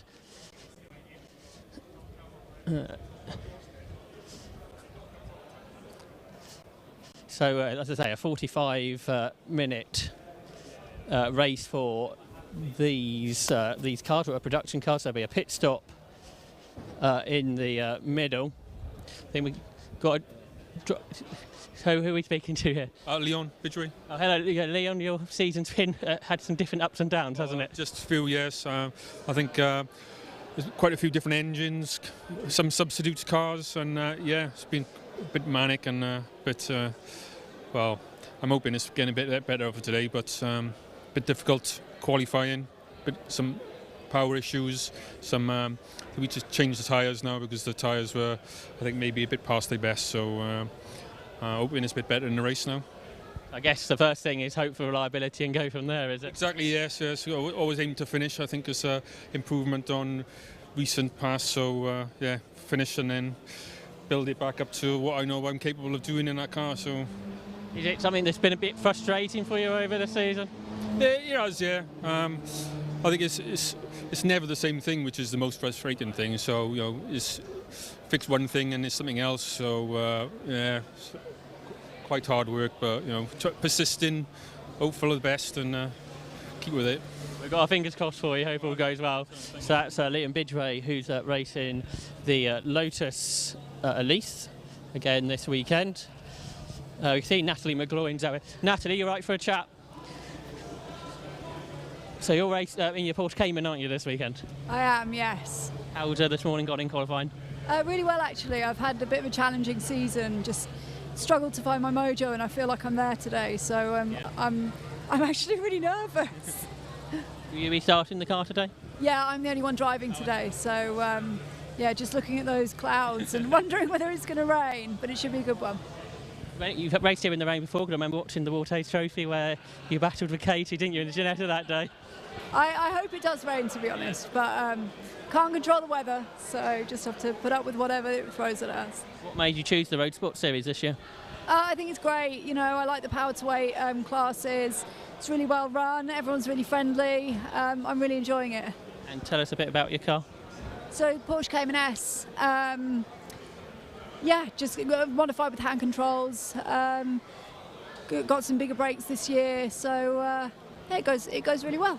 Now, I know you're a big supporter about disability and people getting involved in motor races. If there's people watching at home that think, I can't do that, I guess you've got a different word for them. If there are any disabled people watching at home that want to get involved in motorsport, have a look at what there is on my Facebook page. There's loads of opportunities, not just for drivers, for marshals. Get involved, just go for it, because it's great. Absolutely. Good luck for today. So that's Natalie McGloin that's racing this Porsche Cayman that is here. And you see the grid's massive for the Roadsport series, because we've got cars all the way down this end of the pit lane. I see drivers in here, so we're popping. And I think this is Jonathan. You Jonathan? You Jonathan? No, I'm not. If he's about, if he... Yeah. So we see, I think we're going to get Jonathan Barrett out to speak to us, who races this BMW 330 in both the Roadsport Series and the Club Enduro, which we'll see tomorrow, which is a similar kind of category, but it's a championship over a much longer race. So you'll see quite a number of competitors using this Roadsport Series as a sort of a bit of practice ahead of tomorrow's longer distance race. And I think this is Jonathan making his way out here now, so we'll have a word with him. Jonathan, tell us a bit about how today's gone so far for you. Well, yeah, it's been a pretty interesting day. We thought the track was going to be really fast this morning, but it turned out to be quite a bit slower. We're in the 119s. We thought quali would be in the 118s for Class C. But the track's really green. There's hardly any rubber down anywhere. So hopefully with a few more races, we'll have a bit more rubber down and we can go a bit faster this afternoon. But we're all looking at the sky at the moment. You've obviously chose this year to do both Roadsports and Club Enduro. What's the thinking behind that?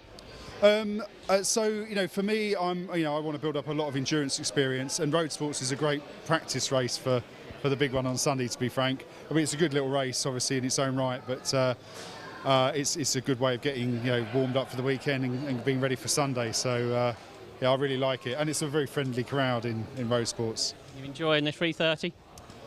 Yeah, it's a terrific car. We struggled with it at the start of the season, to be honest, but. We've got the suspension sorted now, so it's handling so much better. So we've chopped a lot of time off.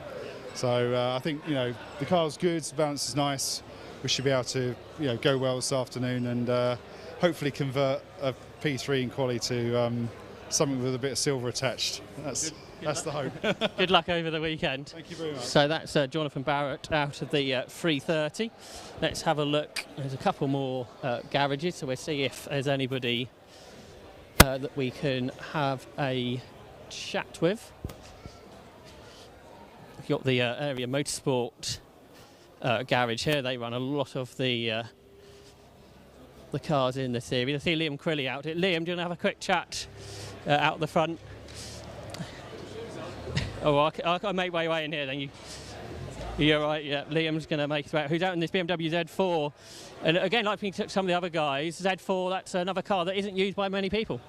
No, that's why I chose it, really. Well, honestly, I chose the engine, and I found the prettiest car that it could go in, and it's been very well. You've already had a couple of class wins this season. I've had, 2 class wins in Roadsports. Last one was a bit of a shocker, but we managed to just about find some new tyres for today, and we'll hopefully move forwards. I guess that result, though, takes any success penalty away today, does it? I'm down to now only 10 seconds of success penalty, so I'm chewing it off a little bit at a time, and hopefully I'll put some back on if all goes well. You've obviously raced quite a few things in your time. Now you've chose Roadsports recently. What was the thinking behind that? Well, I was really drawn to the 45-minute format. I do everything myself, prepare the car, run it, maintain it, and it's the longest I can do without needing someone to help me refuel it. So that's and the competition's fantastic. The class of the cars, the preparation's really good. So I would love to do Club Enduro, or go back and do Club Enduro some more, but I'm going to have to get a lot more friends to help me with refueling. Okay, going back to the Roadsports, that's what I guess is the beauty behind this. Is like you say, you can have a very small team and still be very competitive. Yeah, exactly. I turn up with a car on the trailer. If I can find space in the paddock, I'll get in the garage. And and you can, if you bring it home, you're likely to do very well. So I mean, I'm miles off the class limit in Class B, and I'm still doing all right. Is it a car that suits this circuit? I think so. It went pretty well here last year. It was its first outing in Roadsports this time last year. So it's the high-speed corners are great for it. The aero is pretty mega, so that makes up for a lot of it. And it's pretty good under the brakes too. It's heavier than I'd like, but it's all right.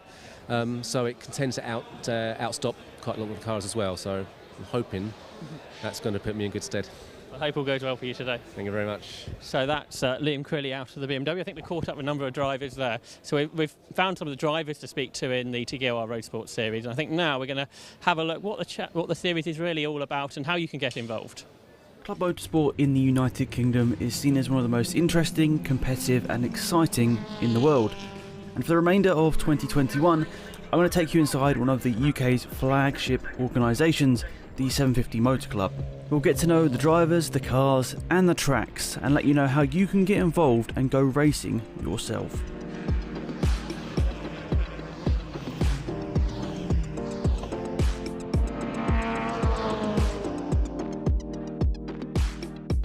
In this episode, we will focus on the 750 Motor Club Roadsport series. With 4 different classes, these mini endurance events give you the chance to enter nearly any club level racing car. It's a formula that's worked so well and the series is now one of the most popular in the UK. So let's get to know some of the drivers racing in Roadsports this season and their journey to getting into racing and why they're racing with the series in 2021. I'm Sam McKee and I'm racing in 750 Motor Club's Roadsport series. My name's Darryl Bennett and I race in the 750 Motor Club Roadsport series.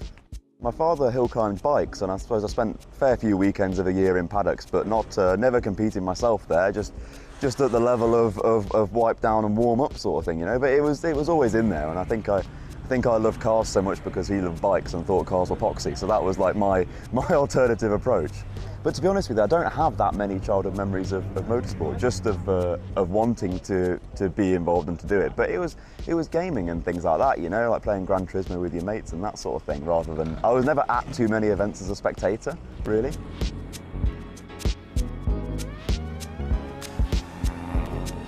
My brother played football as a kid, and then a parent of another child, her husband was a starter marshal at a local stock car track.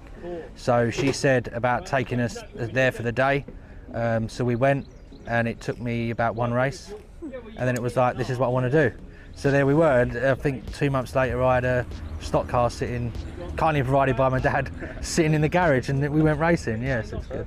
Just the noise and the thrill of seeing cars at their limit, you know, just everything about it, the smells, it just stuck with me ever since. In Roadsports, the class system gives you a great opportunity to race with a vast array of machinery.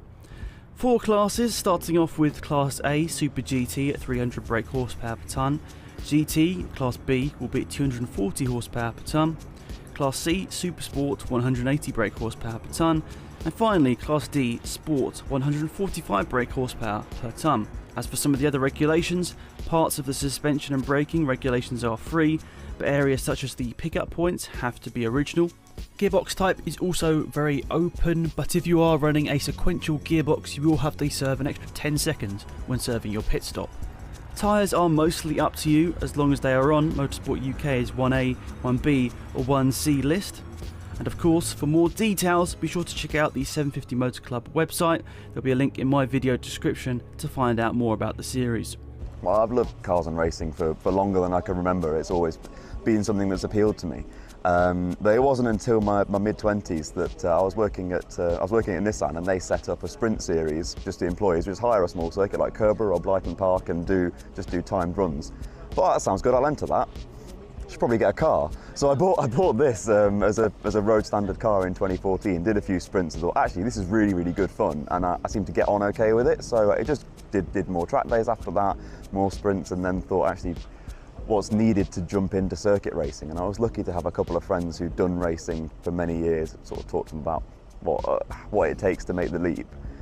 It sounded at least a little bit attainable.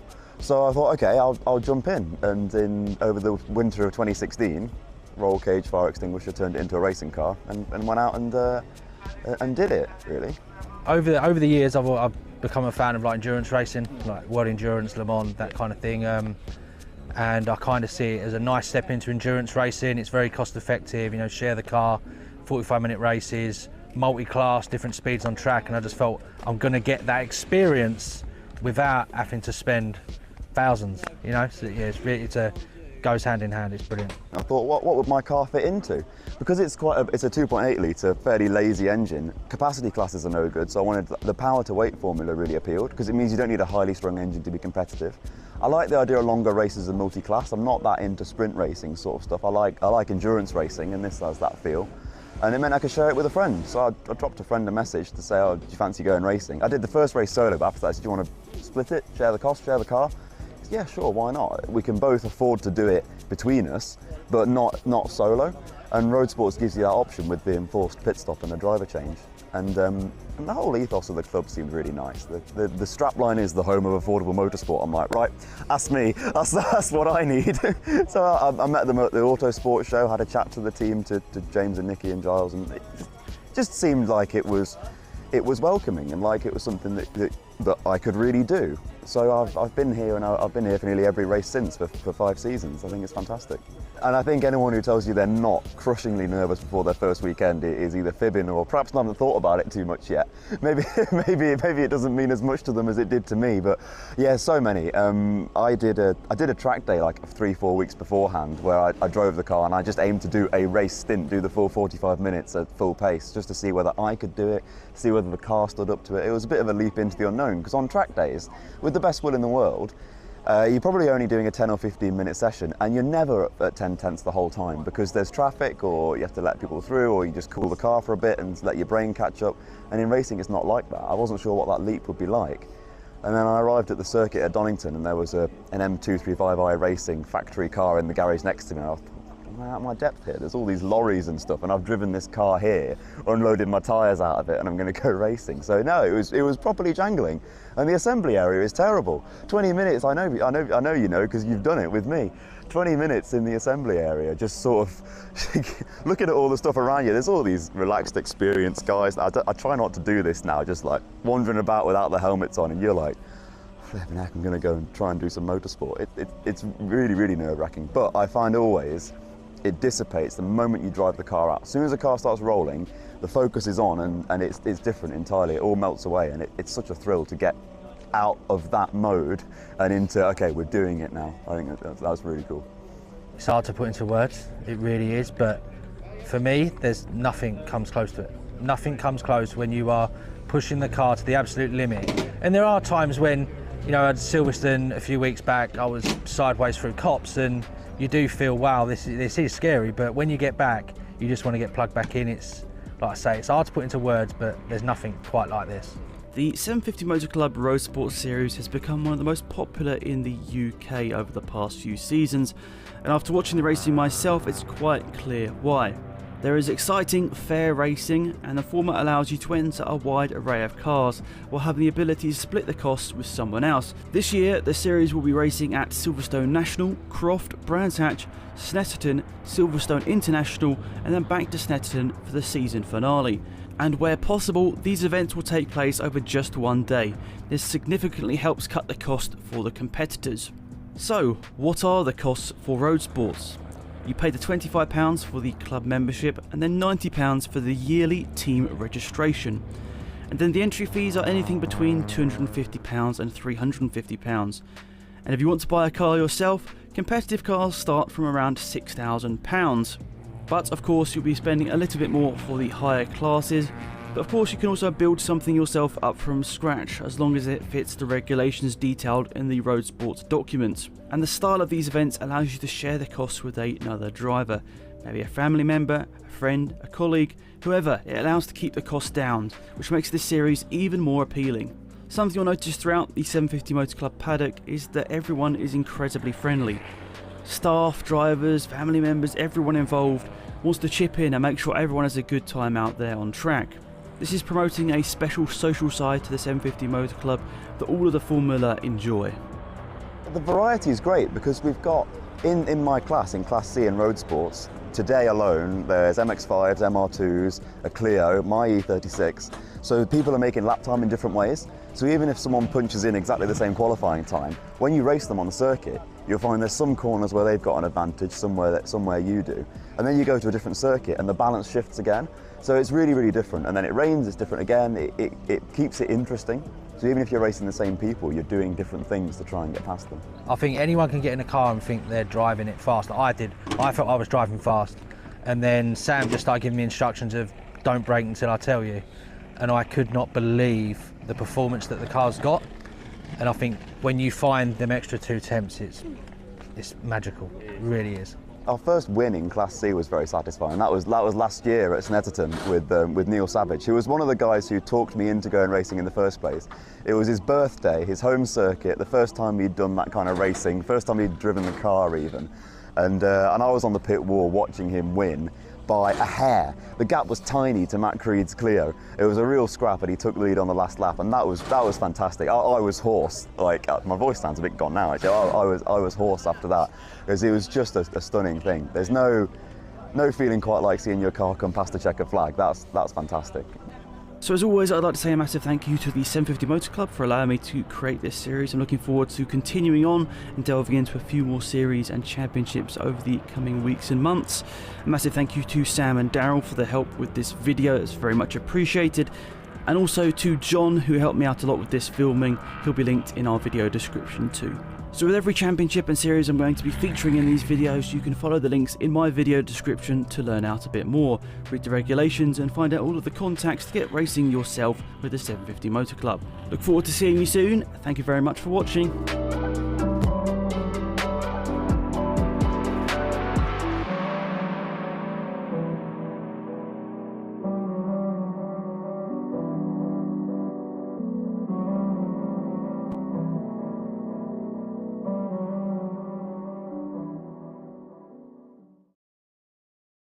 With John Wilson ahead of the MR2 Championship here at Silverstone. John, you've expressed this is going to be your last race in the championship. Yeah, I generally retire every 7 years or so. This is actually the final time. The car will be up for sale in the next couple of weeks, and along with a few other bits and pieces that I hope will be useful for someone to to kick off their MR2 experience or adventure. You've been racing the championship for quite some time, as you've been saying. How have you enjoyed it? Absolutely fantastic. From the first time I drove in MR2 on a track day to first time out at Silverstone, even though it was coming around the first bend for qualifying and having the bonnet flip on me, it's all those moments and the pals and stuff along the way. It's just been fantastic, brilliant. What's your favourite memories of being in the championship?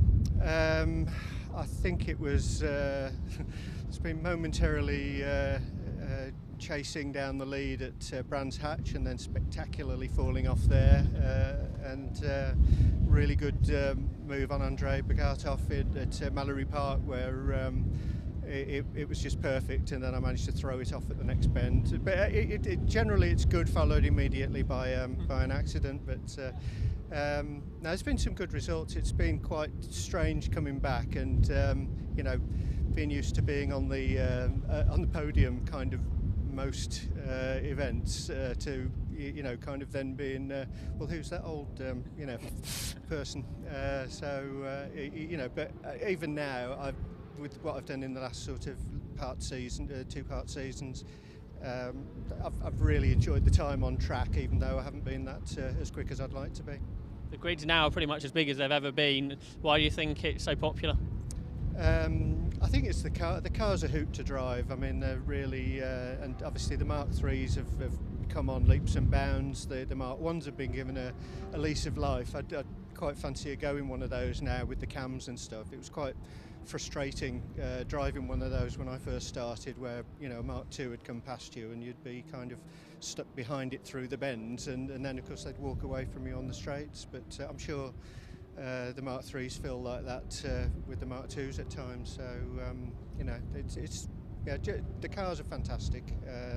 The engines seem, to an extent, you know, bazooka proof or you know, bazooka tolerant, and they run on with, you know, what, hundreds of thousands of miles on the clock, and you can still come and race them. Have you got any aims for this last weekend in the championship? Nice straight car at the end of it would be good, and just a good showing. Not expecting a pole or a win, but you know, there's a few bribes being passed around the paddock. We'll see how that turns out. Well, good luck this weekend. Hope you enjoy it. Thanks again, Josh. Cheers.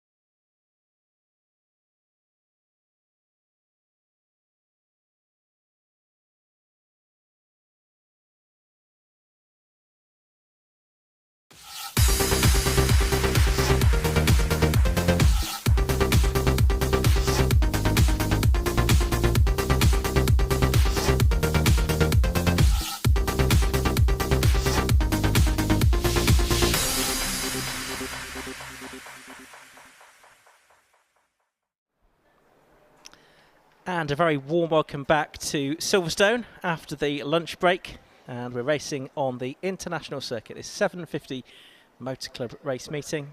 Ian Soman here leading the commentary team with Marcus Pye alongside him in the commentary box, and we'll be hearing as well once again from Josh Barrett during the course of this first race of the afternoon, which is the Roadsports race, because it's a two-driver 45-minute mini endurance race with pit stop. So Josh will be down in the pit lane to cover all of those. So it's the fourth of the Alpha Live streamed events of the season. We've already brought to you events at Donington and at Croft, amongst other circuits. And we're on the 1.85 mile international circuit, I should say, here at Silverstone this weekend. A little bit of elevation, but not an awful lot. Weather forecast for this afternoon, well, it's still cloudy. It's not really changed too much from this morning. Still a little bit of rain forecast, although we've missed most of it so far, I think, although the grey skies are overhead, and temperature expected to max out at around about 20 degrees. So a very comfortable, warm temperature here at Silverstone today. Let's have a look at what we've got coming up for the rest of the afternoon.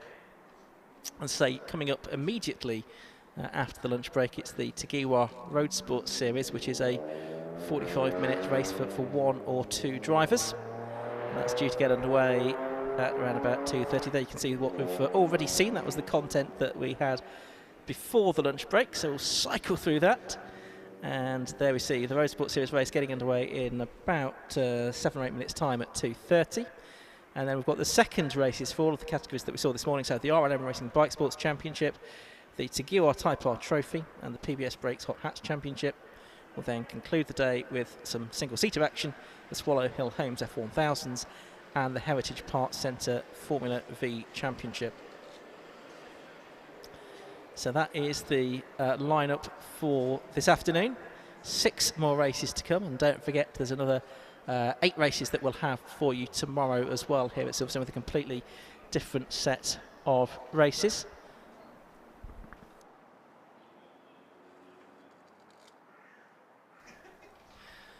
And we'll be looking forward to this 45-minute race, a very full grid of cars that we'll have. We'll have them out on track very shortly. They'll have a rolling start as well for the 45-minute race, and that will be for the Tegiwa Roadsports Series.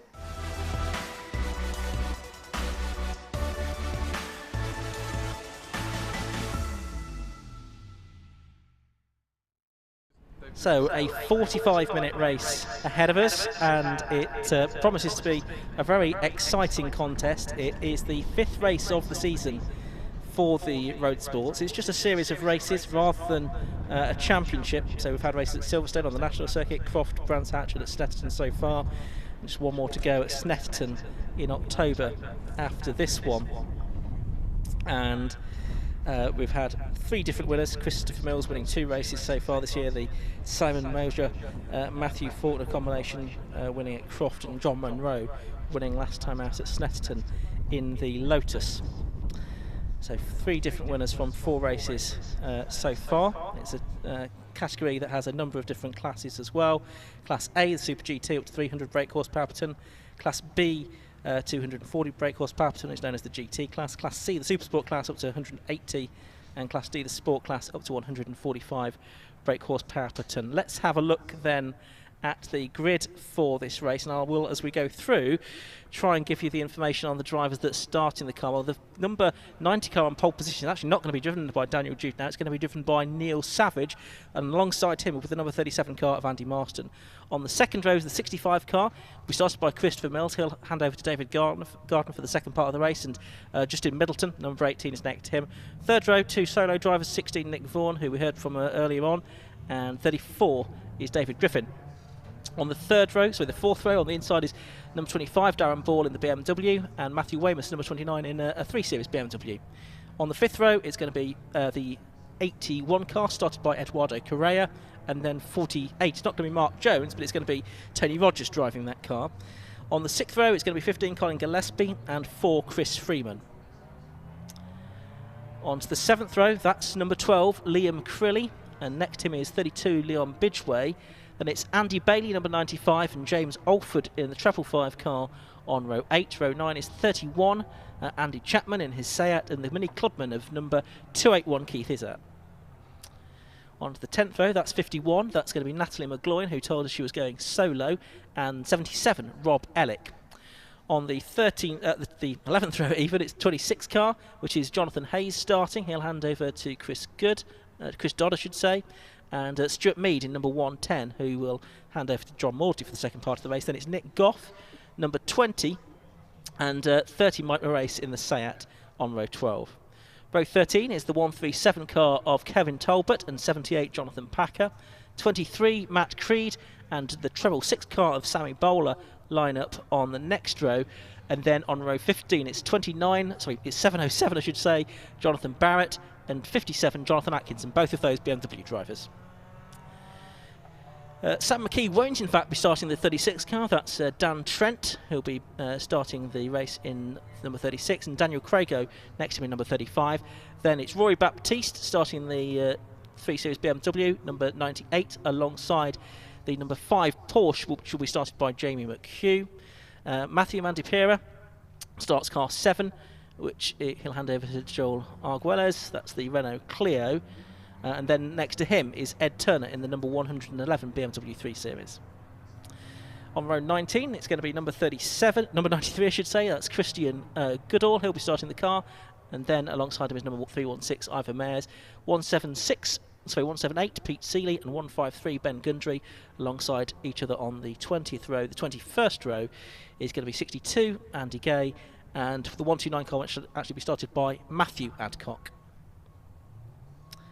And that is the complete grid for this 45-minute race, which is going to be quite something to watch, with the pit stops that have to be made in between 15 and 30 minutes into the race. And all cars in that stop have to be stationary for a period of at least 60 seconds. But there are quite a number of drivers, and combinations indeed, that have penalties, which means that they have been successful in previous rounds and thus have to serve a little bit of a longer stop in the pit lane.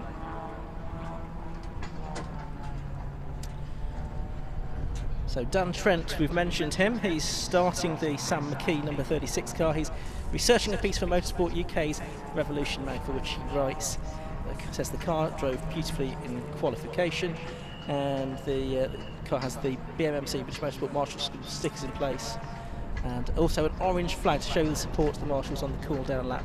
And of course we've still got the orange heart in the corner of our Alpha Live stream screen here, in memory and recognition of the marshals, in particular with the loss of Rob Foote in that accident at Brands Hatch last weekend. So we should have the Roadsports cars out onto the circuit very shortly. Just to run you through the drivers and teams that have penalties of various descriptions.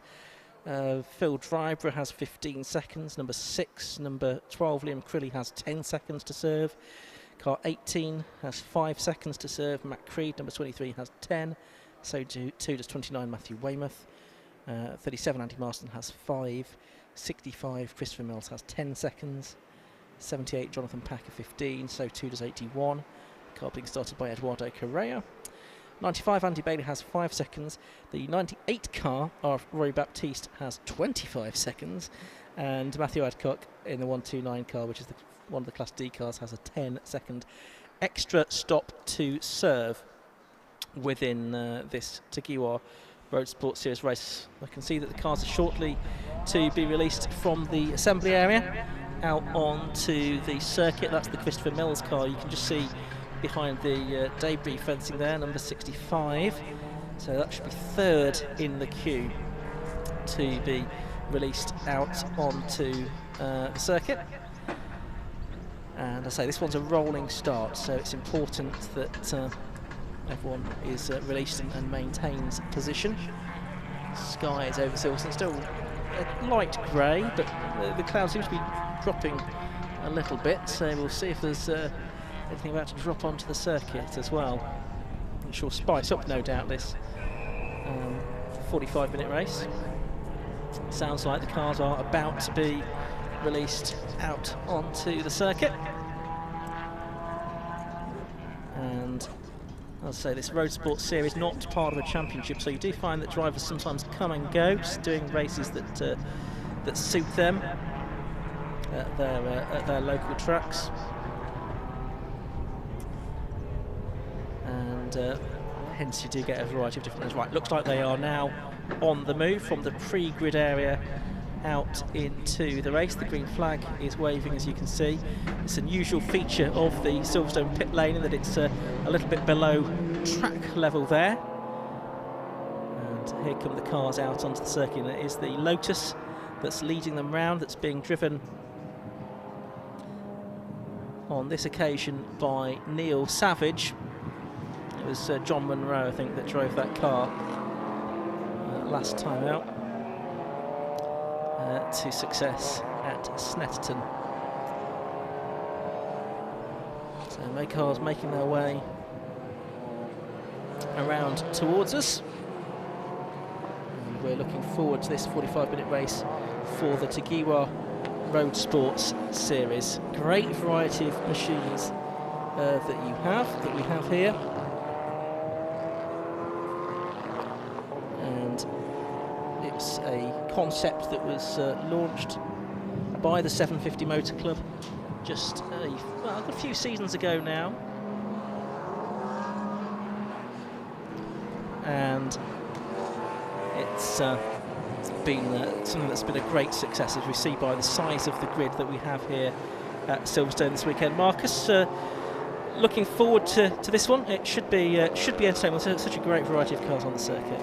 Yeah, that's the whole thing, isn't it, Ian? The mix is absolutely brilliant. I noticed that one or two of the cars, yes, most of them now have their windscreen wipers going, which can only mean one thing. And it was forecast, this precipitation, and it looks like we're about to get it. But yeah, you're absolutely right. And they're pretty unpredictable, these races, with that extra frisson of excitement introduced by the success penalties, which always interesting to see how they unfold, and the team tactics as well. Yeah, and as you say, with the changeable weather conditions, that throws another dynamic in the mix, because some of the cars that didn't qualify so well might find these conditions more to their liking. There's the possibility of a safety car. We've seen a couple of those already during the course of racing this morning, and with such a big grid, you wouldn't bet against there being another one. It's intriguing really here also, because you've got such a large flat campus that last weekend at the Classic we had heavy rain in this end of the circuit, the Buckinghamshire end that we're looking at now, and pretty much bone dry at the Northamptonshire end, which is quite interesting, like a county line weather system. Indeed. It looks like safety cars stayed out, so it looks like they're going to do 2 green flag laps. I don't think they'll stop on the grid. No, they're not going to stop on the grid. Is that just to compress the field, Ian, I would suspect? Yeah, because it does take them a long while to get out of the assembly area, doesn't it? It does. I was looking at that amazing Audi A3 that Nick Form was saying in the last interview, that it had done 250,000 miles on the road. He's owned it for 16 years. The 37 BMW is an impressive looking piece of kit, isn't it? I mean, it's sort of certainly very muscular looking with those fat wheel arches and the big wing on the back. Yeah, that's the Andy Marston car, isn't it? He's certainly had a lot of success in Roadsports over the few seasons that it's been running. Roadsports initially was a sort of sprint series with the 750 Motor Club. That died a death really as entries dried up, but then it was relaunched with this new 45-minute 2-driver format probably about 7 or 8 years ago now. Initially it was sort of almost an extra race for a lot of drivers who were doing MR2s or an X5 or something at the same meeting, but it's now definitely got its own identity. Yeah, it's kind of become a destination, hasn't it? It's an opportunity to either drive a long distance yourself or share your car and expenses with a buddy, and works well from both angles. It does, and the 4 different classes that we have, as we mentioned, based on power to weight ratios, that keeps battles going on all the way down the order as well. So Tegiwa Driver of the Day voucher as well to be given out to the team or driver that's deemed to be the best performer, so not necessarily the fastest drivers or the race winners, but someone who's perhaps punched above their weight, which is always good to see. Yeah, lights out on the Renault Megane. The windscreen wipers are going more at the opposite end of the circuit, up from kind of Village through the link onto the hangar straight. Yeah, that's right. I mean, at the moment there's one or two with wipers going, but there's certainly no sign of any very heavy rain at this point in time. So just a few spots on windscreens, no doubt. And, yep, so the safety car is pulling in this time, so we've got 45 minutes of racing ahead of us. It is the Neil Savage car that is on pole position then. And it is Andy Marston in the BMW alongside. Then it's Christopher Mills and Justin Middleton on the second of the grid. Middleton in that white Honda Civic. Then you've got the Nick Vaughan Audi. So they come up to the line. The lights should go out and the race should get underway. And yes, obviously the lights do go out. The car span out across the width of this Silverstone International Circuit on the Hamilton Straight. Then it's Marston that goes into the lead. Neil Savage dropping back down to around about 4th position from pole position. You can see some spots of rain on the camera lens there up at Abbey. There's the 5.5 car. On the spinner is the Lotus from pole position, and that is not what you want to do. Cars have gone scattering either side of it. Darren Ball is one of them in the 1 Series BMW, but I think everyone else has just about got through. And Natalie McLeod, we spoke to earlier on, was past the pole-sitting car as it recovered. Just amazing. So that's something, but it's Andy Marston with a big lead as a result of that. He's ahead of Christopher Mills in 2nd place. It looks like it is the 18 Honda Civic of Justin Middleton in 3rd position, and then the BMW in 4th. That's the David Griffin car. So he's made up a spot or two from the start, and he's got ahead of that Civic now.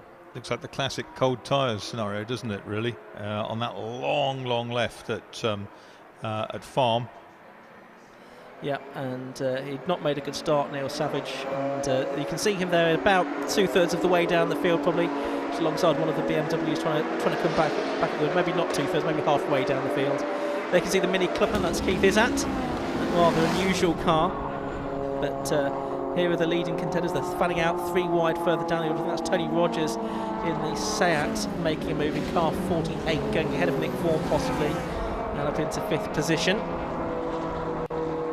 Turning their way through Abbey. Long line of cars. That's the 32 car, so that's a surviving Lotus. That's Leon Bidgeway. I think he's in 7th position, just tucked in behind Nick Vaughan's Audi. And then behind him is Matthew Weymouth, who's been a Roadsports race winner in the past. Certainly remember him winning at Brands Hatch, I think it was. Along the Hangar Straight for the 2nd time then. Some gaps starting to emerge, but not between Nick Vaughan and Leon Bidgeway, between the Audi and the Lotus, which tries to go around the outside at Stowe Corner, and he's done it, I think. Yeah, Leon Bidgeway goes through, just went a bit wide on the exit though, so possibly the Audi might prevail. And Neil Savage 20th at the end of the first lap, 20th in car number 90. So we'll keep an eye on that one as to whether he's able to come back through the field. There's that 32 car of Bidgeway there in 7th place. And now that's going to be a change here for 4th position. That's Tony Rogers up the inside of the 18 car of Justin Middleton. So the Seat goes through to 4th place. How did that car qualify? It was a little bit out of position possibly. It was, yes, 9th on the grid. Perhaps further down than would have expected to have found it. And so that's coming through now, up into 4th position then. So they've just got the 3 BMWs ahead of them now. Andy Marston, the leader, Christopher Mills and David Griffin in 1st, 2nd and 3rd positions. There's the Dan Trent car. Well, Sam McKee's car being driven at the moment by Dan Trent. That's a bit further down the order, doing battle with the number 35 machine. I'm just looking to see where that is in the order. That looks like it is about sort of 34th, 35th kind of territory.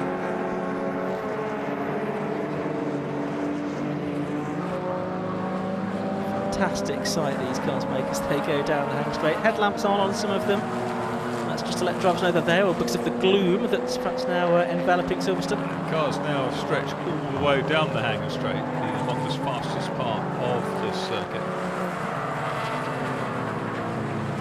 wipers still on the 35 car, which is the one that we were just mentioning there. That is the Crago car. It is Daniel Crago that's driving it today. The one with Charles Ivey Porsche on the side of it. Yes. Charles Ivey, whose team ran Porsches at Le Mans back in the day. Treble 5 is James Alford, and this also a battle outside the top 20. So James Alford's in 31st position in that Golf, just for reference. And Jonathan Packer, who's also been successful in 750 Motor Club races in the past, he's also perhaps further down the order than we might expect to find him. 707 there as well is the Jonathan Barrett BMW 3 Series, BMW 330. He's in 30th position. A little bit of a dent in the passenger door on that car. Whether that's arisen during the course of this race, I'm not quite sure. Savage now 17th in the Lotus.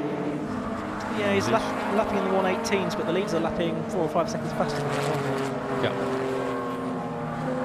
So I suspect he will be struggling to get back onto terms with them. I think that was Sammy Bowler I just caught sight of in the 666 Mini Cooper, looking like she was about to make a move on somebody. Natalie McGloin in 51. She's up into 19th place in the Porsche. Matt Creed's Clio. We've already seen that out today in the hot hatches. So he's got a busy day ahead of him. He's already having a busy day. He's there in 29th position at the moment, just keeping ahead of that BMW and just behind the I think that's the Arguelles Clio number 7, just up ahead. And also involved is Darren Ball there. Now Darren Ball, I think, has managed to get himself out of position in that number 25 car. He would have qualified a bit further up the order, I think, trying to get back onto sort of terms of where we'd expect to see him. Not much space to work in those thick battles, is there? So Porsche in there behind the Hondas and Clios. Out in front it is still 37 Andy Marston, I should say, leading by about 3.5 seconds from Christopher Mills. Another 8/10 back. Oh, and one of the Seats pulling off there in the background, just coming off the links. That looks like it's broken. Is that the Andy Chapman car? Parked really well, actually, right beside that refuge to go back between the wall. Yeah, he's read the briefing notes and knows what to do if you have a problem, to make sure you're in a position where you can be reached by the marshals. And there's one car going down the pit lane there as well. I didn't see who that one was. That's too early to be a mandatory stop, because you can only make your stop after the first 15 minutes of a lap. We've only had 7 minutes so far, so the official time is actually showing 9 minutes. So I think because we have those 2 green flag laps, I think actually the clock on your screen is a little bit out. I think we actually had 9.5 minutes of this race. And it's Andy Marston who's leading the race, and he's just in the best lap as well, 1:13.32. So he's well out in front. We're enjoying this battle though, involving a couple of the Golfs now getting together, and that is the 110 car as well. That's the Stuart Mead car that was 23rd at the start of the lap and has just been passed by the treble 5 car of James Alford, who's making his way steadily up the order. Nicely turned out, those VW Golfs. Bidgeway meanwhile up into 4th in 32. Rogers has dropped back into 6th, so Vaughan is up to 5th in the Audi A3, but Bidgeway's now been bumped back a couple of spots, so Vaughan up to 4th in the 16 car. Yes, that's news from his point of view. So we're now 10 minutes into this, so about 4.5 minutes away from the pit lane opening. So the clock on the Alpha live stream is not the official clock, and the official clock is showing 10.5 minutes into the race. And there is the recovering Neil Savage. Now, where has he got himself up to now? 13th. And that's Andy Bailey's Honda Civic that's ahead from one of the Class B cars. The Class B is being led at the moment by Liam Crilly, who has not been a stranger to the Class B podium this season. He's had 2 Class B victories, in fact, and indeed a second overall he had at Brands Hatch in June. Liam Crilly in the number 12 car, which is the BMW Z4 Coupe. But for the moment we're watching Neil Savage going through, and he's got just behind him now the number 4 car of Chris Freeman.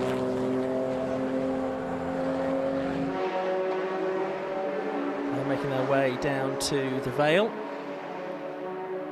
And turning their way through that left hand. They've got Phil Dryborough just behind them in the number 6 car. Phil, who also has had some success this season, an overall 4th position, but a class 2nd and a couple of class 3rds during the course of the year. His is a class B Porsche. There is the 12 car. So that was our class B leader, Liam Crilly, and he's just ahead on the road of the 15 car of Colin Gillespie, which is the Porsche Cayman. There it is, and he's got Savage just behind him now. Yeah, that's right. Savage moving back up the order. He's got way down in the pack. Fought his way through to 12th place in that car number 90. And here he is about to try to make some more. He's got Crilly's a couple of cars ahead of him. Going around the outside of the Porsche Cayman. Down into Vale, all looking nice and balanced on the brakes. Massive diffuser hanging out of the back of it. Certainly is, isn't it? One car in the and that's the Class C front runner. Yeah, Rory Baptiste, isn't it? It's too early to be a mandatory start. We've only had 13 minutes of the race so far. Rory is due to hand that car over for the second half of the race to Tim Hartland, who used to race in Golf GTI Mark II, as I recall. Yeah, Savage into the top 10 after 8 laps. Yeah, so that spin at the second curve, setting him back. He was down to 20th position, but he's made half of the places back that he lost effectively on the first couple of corners. That's the 81 car we can see of Eduardo Correa, and that's the car we're sharing with Lewis Rose, just behind Colin Gillespie. This is the battle for 11th place and 12th place overall. It's also the battle for second place within Class B, but we're watching now Neil Savage make up another position here, so he's getting ahead of the Class B leader. Yeah, going past Crilly.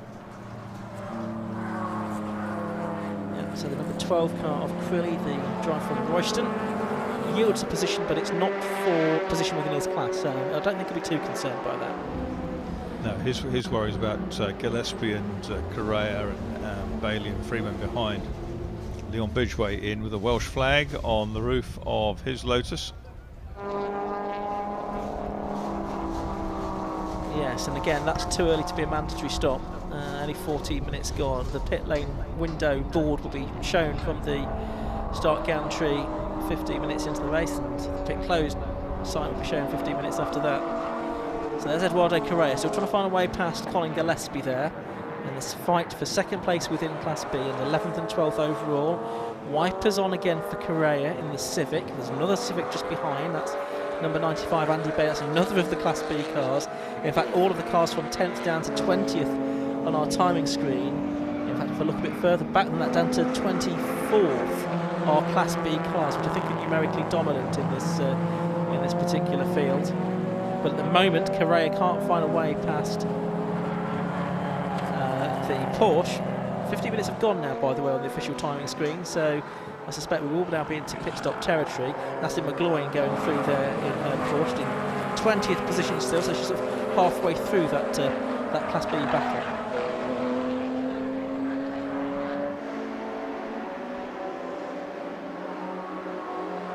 Definitely looks as if it's getting wetter out there, Marcus. Yeah, there's more wiper action, isn't there now? More consistent. There's number 6 Porsche coming flying through, which is it's Phil Dryborough, isn't it? Yeah, he's Boxster. It's about a third of the way through this race, and still Correa trying to find a way through, but now he's having to defend as well, because that Dryborough car has got ahead of Andy Bailey now, and is about to make up another position as well. That Dryborough car was a reserve, so I think it may have started right at the back, actually. Oh, we've got a problem. One of the Porsches. Yeah. It's 964, isn't it? That appears to have spun. It looks like it. blue 964, somewhere up between Village and the Link. So there's Bailey. We've been passed by the charging Phil driver in that Porsche Boxster. Down towards the Vale they go, and it's another place made up by driver, so he gets now ahead of Correa. And that splits up the battle between Correa and Colin Gillespie in the 15 car.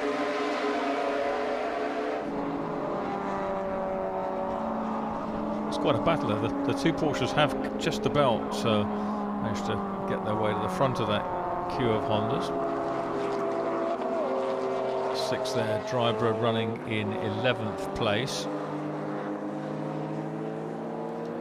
Car ahead of them is 15, which is Gillespie. And we've got Correa and Bailey and Freeman running in behind in the Hondas. Someone going a bit wide there in the BMW 1 Series. Towards the back of it, we've got yellow flags now waved on the way into Stowe Corner. It looks like someone's gone off there. Can't see the offending vehicle. In fact, we've got a safety car now being scrambled as well, so it might not be anyone off at Stowe, but the safety car flags are now being waved. That's Nick Vaughan coming through in 4th position, and not quite seeing where the safety car's picked them up yet, if they've picked up Andy Marston in the lead of the race, but that's there is the safety car, and it's the safety car's picked up 4th position this time. So we had 3 races, and safety car's picked up 2nd, 3rd and 4th, I think, in 2nd, 4th and 4th, no, 3rd, 4th and 4th even in consecutive races so far. But not picking up the leaders, unfortunately. So we'll see how this gets sorted now. Is that because of that Porsche that was facing the wrong way? Of course, they're now inside the pit window. Yeah, I expect there'll be a lot of pit stops being made now. Natalie McGloin has been in, Matthew Weymouth's in, Colin Gillespie's in, Darren Bull's in. They're essentially all going to come in, I think, to make their pit stops. It's going to get very busy in there. At some of the circuits this season, we've had to have rules whereby drivers have to park at a 45-degree angle when they come into the pits because of the tight nature of the pit lane. This Silverstone International wing pit lane is not particularly tight, so they're able to park sort of parallel to the road, as it were, which makes life a little bit easier. They need to be pushed back out, but essentially I think everyone's going to come in. In fact, I'd be very surprised if many people did stay out with the safety car coming into the pits at this sort of sweet spot for a driver change. I'm just jogging across to the live end of the pit lane to try and get in. There's the race leader, Andy Marston, so certainly he's in, and it looks like just behind him Christopher Mills is in as well. And it's a very long pit lane, but everyone's trying to use the same piece of it, it seems, Marcus. Yes, that's right. The old computer de traffic at the beginning of the pit lane. Oh, and it's shambolic. Yes, there's plenty of room for everybody, but not everyone's choosing to use it, unfortunately. So, yes, interesting. Not quite having a sort of Kimi Raikkonen situation as we had. Here comes the stampede coming out. That was the stampede behind the safety car. There are a few cars you can see in the background staying out on track, though. So whether they will give it another lap. But yeah, it's very congested, isn't it? So the order, as things stand on our timer screen, after what have we had? 20 minutes of this race is 37 Andy Marston leading. From 65. Nick Vaughan's not going to get his Audi out very easily with the 6 diagonally across his nose. No, and you've got some that have gone in at 45 degrees there, even though you're not supposed to at this meeting. It's 45 the wrong way, isn't it? That's the point. Yes, exactly. Nose in rather than nose out. So that's 34 David Griffin 3rd, 16 Nick Vaughan 4th, 48 Tony Rogers 5th, 90 Neil Savage in 6th position, then Liam Crilly, Justin Middleton, Phil Dryborough, and Andy Bayliss rounding out the top 10. Crilly leading Class B. Andy Marston back out in the 37 car. That's a great looking bit of kit. It certainly is, isn't it? That's the 129 car. That's one of the Class D cars. That's Matthew Adcock handing over to, I think it's his father, Philip, for the second part of the race. And there's Neil Savage, who just needs that BMW to manoeuvre out of the way before he can get back out into the race. Yeah, he's following behind the Vaughan Audi.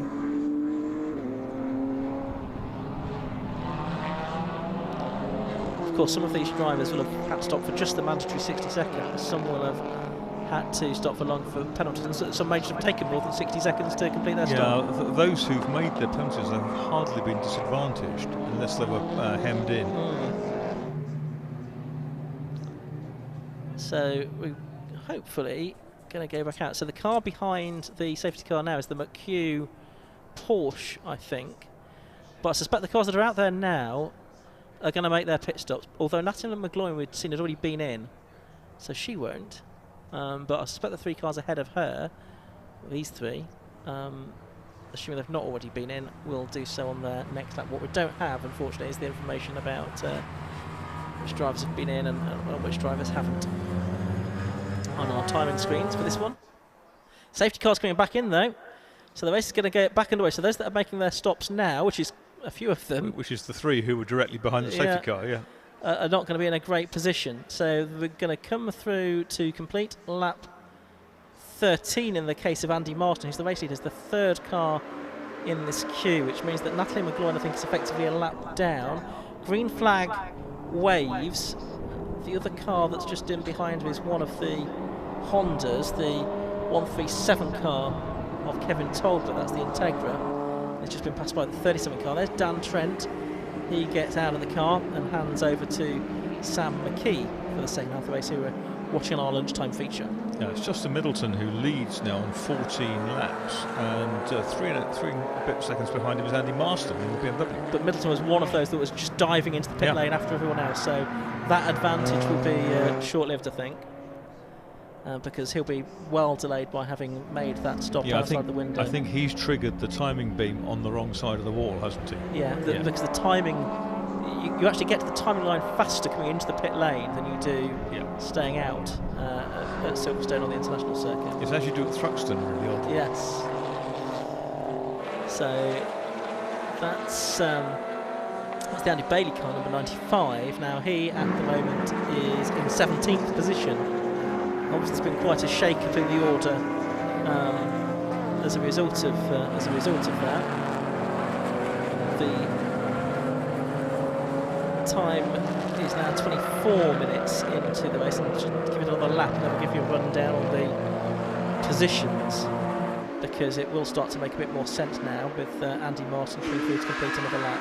That's the Nick Vaughan car just ahead of the Fiesta, Audi and Fiesta, together on the circuit. The Fiesta is the 153 car of Ben Gundry. We've sometimes seen him out in the Armed Forces races as well.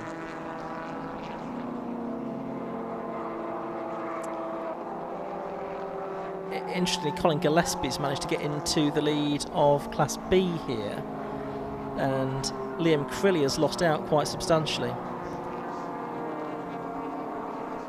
So that's something to know. Andy Chapman, I think, he's going to drop down the order probably, showing in second in Class B at the moment, but pretty chaotic circuit out there.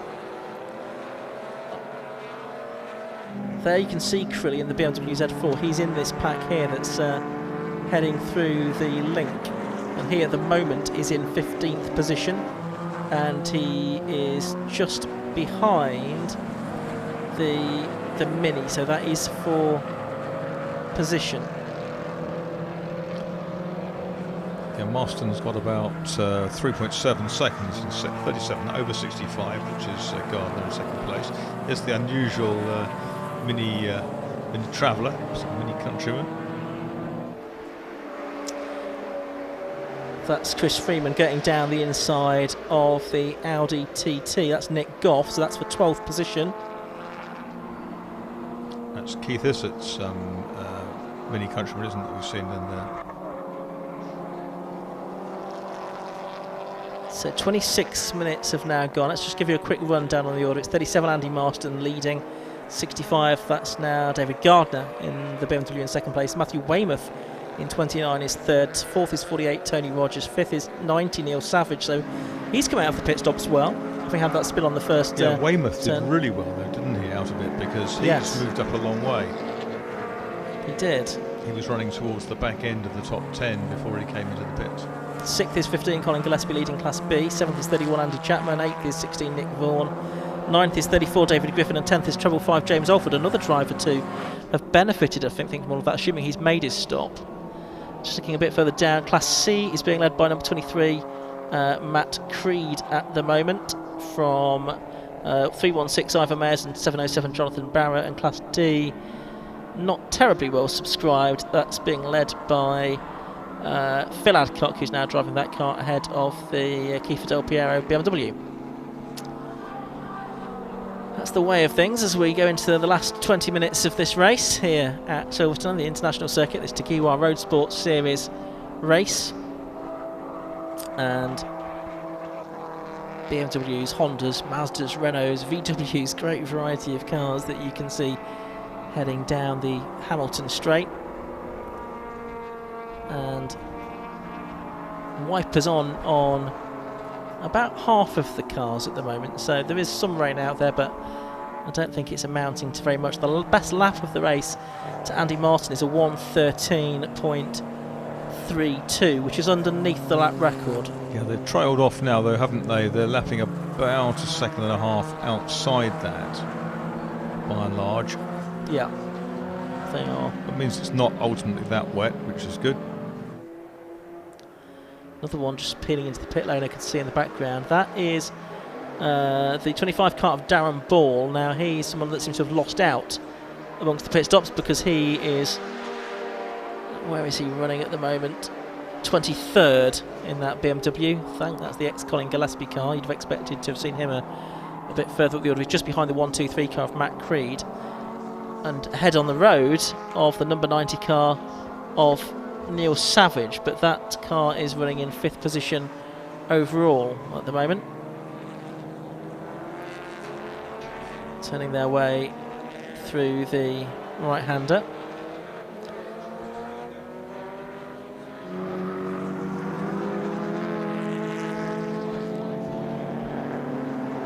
There's the 90 car then. Savage just trying to put a lap on Darren Ball there, down in the pit lane. And here's a battle going on. That's for between the 18 car, which has just been changed, but also 48 Tony Rogers. Trying to see what position that's for now. Well, it's not for position, in fact. Rogers is on the lead lap, and the 18 car is at least one lap down, so that's not for position, although they were right up there in the early stages. Yeah, 18 Justin Middleton is down in 18th place, but he's might just have unlapped himself, hasn't he? Yeah, looks like it. The 18 car running in 18th position, Justin Middleton. Let's go down to the pit lane and Josh Barrett. Who's down here, Jamie? How was your stint? Yeah, it's pretty good. Had a pretty good start. I think we were 6th in class, and then managed to work our way up to 3rd. And then round one of the corners at the back, took a hit from a BMW. I think he outbraked himself and just knocked me sideways. So started to recover from that, and then at the end of the pit straight, took another hit to the back. So the car's all right. A bit of damage, but yeah, not the best start. You're out in the 944, which I guess one of the oldest cars on the grid. Yeah, the oldest and probably the most battered as well. We call it the barn find. So yeah, it still runs, still goes. So yeah, we just keep bringing it every week. And do you think you're out tomorrow as well in the Porsche Trophy? Yeah, we're coming out in the Porsche Trophy.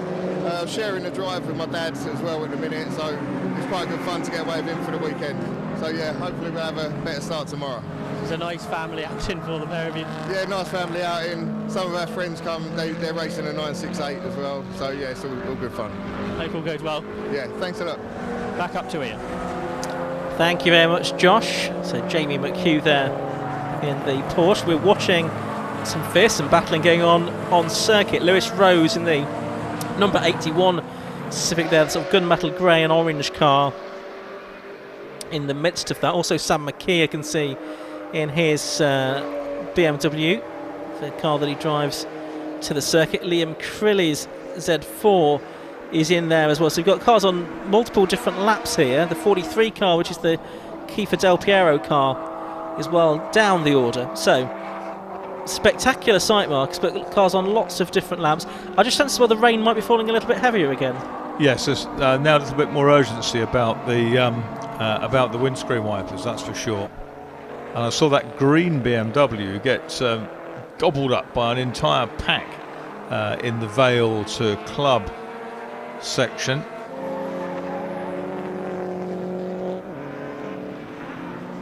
Just watching how the Class B battlers settle down on our timing screen. It's 15 Colin Gillespie in 7th overall from 31 Andy Chapman and 545 James Alford, and it's Alford that we're watching now at the front of our screen. So he's in 9th position, and just behind him on up to 10th now has gone the 4 car of Chris Freeman. But it's Liam McCrilly, the car there, the BMW Z4 you could see, that was the erstwhile leader of this class until the pit stops. It all went wrong for him once the safety car came out. Basically, he's now having to try and pick his way back through some of his the Class B drivers to try and get a second Class B victory of the season. But that's looking like it's a long way away now as we're into the last 13 minutes of the race on the official clock. Andy Marston, by the way, still leading by about 5 seconds in car 37 from David Gardner now. And then another 16 or 17 seconds back in 3rd place is Matthew Weymouth. But that's... Oh, and someone's had a big drama there. I think that's the 95 car of Andy Bailey. Suddenly had smoke, I think, starting to pour from the back of it on the way down towards Abbey. We just cut away from that before we saw too much of it. I think he's still there, so it may have just been a lock-up, actually. All a little bit odd. There was a lot of smoke, wasn't there? That's for sure, and we'll soon see if there's any oil on the track. That's for certain. About 12 minutes of the race left to go. There is Alford then. He's running in 9th position. Up the road, about 4 seconds ahead of him is Andy Chapman, number 31, in the Seat Leon. So it wasn't his car that pulled off earlier on. I correct myself. The car that we lost earlier on, therefore. Trying to identify that. That was the Mike Morace number 30 car then, I guess. And there is Neil Savage. Now this is a battle for position. This is for 4th and 5th. Neil Savage, number 90 in the Lotus. The Lotus Elise S2.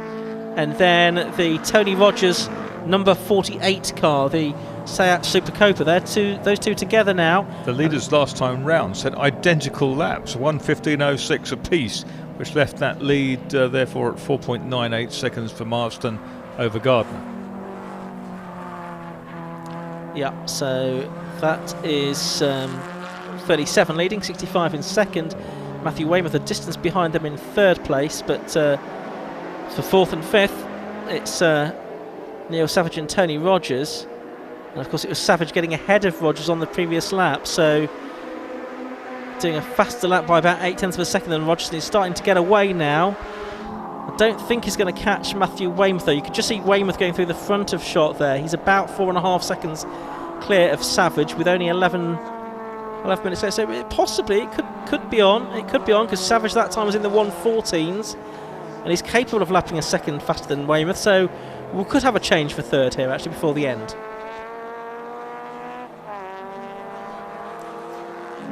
And actually on that last lap, Weymouth and Savage both laps faster than David Gardner in the 2nd place BMW number 65 as well.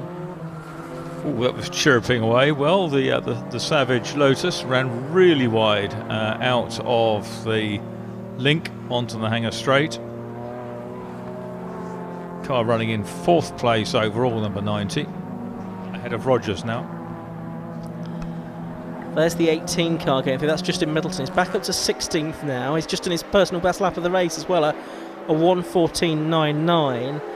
Looking down the timing screen, there's not too many drivers that are improving their times at the moment. Chris Freeman in the number 4 car is as well. But in these conditions, they're a little bit changeable as the race has gone on. It seems as if Middleton's going particularly well at the moment. And he's just behind Weymouth on circuit now. What's the gap between Weymouth and Savage? It's come down by more than 2 seconds that time because Savage in the number 90 car, you can see on screen, has just done a 1:14.35. That's his personal best lap. He's only 2 seconds behind Weymouth now. And that's quicker by 1.4 seconds than the race leader. The only problem there is that he's about 26 seconds behind the race leader and there's only 9 minutes left. So I'm not sure that it will do him all that much good, but he should certainly get up to 3rd place, Neil Savage. 2nd even will be too far away, I think, because he's 19 seconds clear of these two. But there's Weymouth, the number 29 car, the blue BMW, still with its wipers going. Not too many of them have got their wipers going at the minute, which suggests that maybe they're not really needed. Lapping Pete Seeley's MR2 there. Also one of the BMWs, but that gap's come down again because it was 2 seconds at the start of the lap. Yeah, that's impressive work from Savage. He's probably ruining his first lap spin, but difficult to see that car when it comes up on some of the taller saloons. He's now in the blind spot, isn't he, of the 29 BMW there. So this for third position then, number 90, Neil Savage. Had a spin about this part of the circuit on lap 1. We're now on lap 26.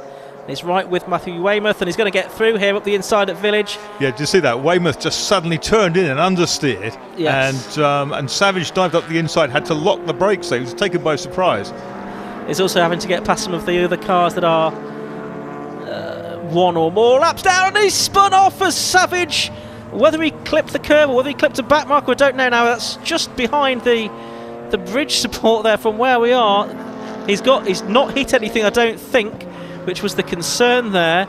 He's not got as far as the barriers, but having done all of that hard work to get up into third position, the very next corner, it spun all away again. That was also a Flymo impression, wasn't it, as he went across the grass, coming back onto the track just ahead of Natalie McGloin on the road. Yeah, I think he'll slot into sixth. He's just behind Nick Vaughan, who is showing in sixth position on the screen at the moment, but there's all the gravel coming out of that Savage car now. So he's obviously been off into the gravel trap and it's kicking out the gravel. You can see there's also some grass from its fly mowing exploits on that front splitter there, just sort of bundled up. He's behind Vaughan's Audi, isn't he, which has moved up therefore into fifth place. So yes, Savage will be sixth. Yeah, and that cost him about 17 seconds on that lap, that instant. So having got up to third, back to sixth, and having lost 17 seconds. But Neil's certainly had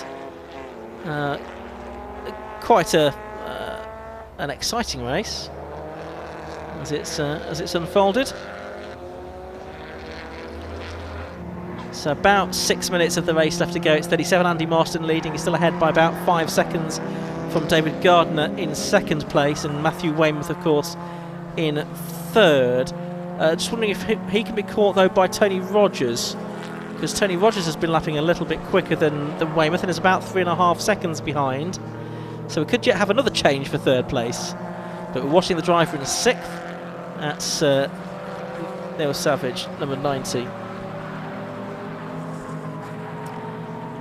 And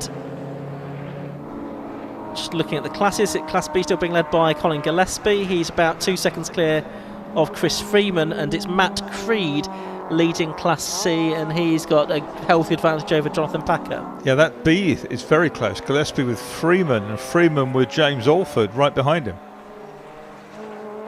Yeah, then Liam Crilly as well, who's lapping faster than Alford. In fact, he's lapping faster than all of those Class B drivers ahead of him. But he's running out of laps to try and get back ahead of them. Of course, Liam Crilly was leading Class B in the early stages of the race. Number 77 being lapped there, that's Finn Jones in the second part of the race in that Golf, having taken over from sometime Castle Combe saloon car racer Rob Ellick. 29 Matthew Weymouth just having lapped him. There's the car in the background pursuing him, the white Seat Super Copa of Tony Rogers. 3.52 seconds was the gap between them at the start of the lap. It sort of stayed pretty much static from where it was on the previous circuit. And I've only got 4.5 minutes on the official clock left to go. There's Finn Jones, that car running in 24th position, the VW Golf.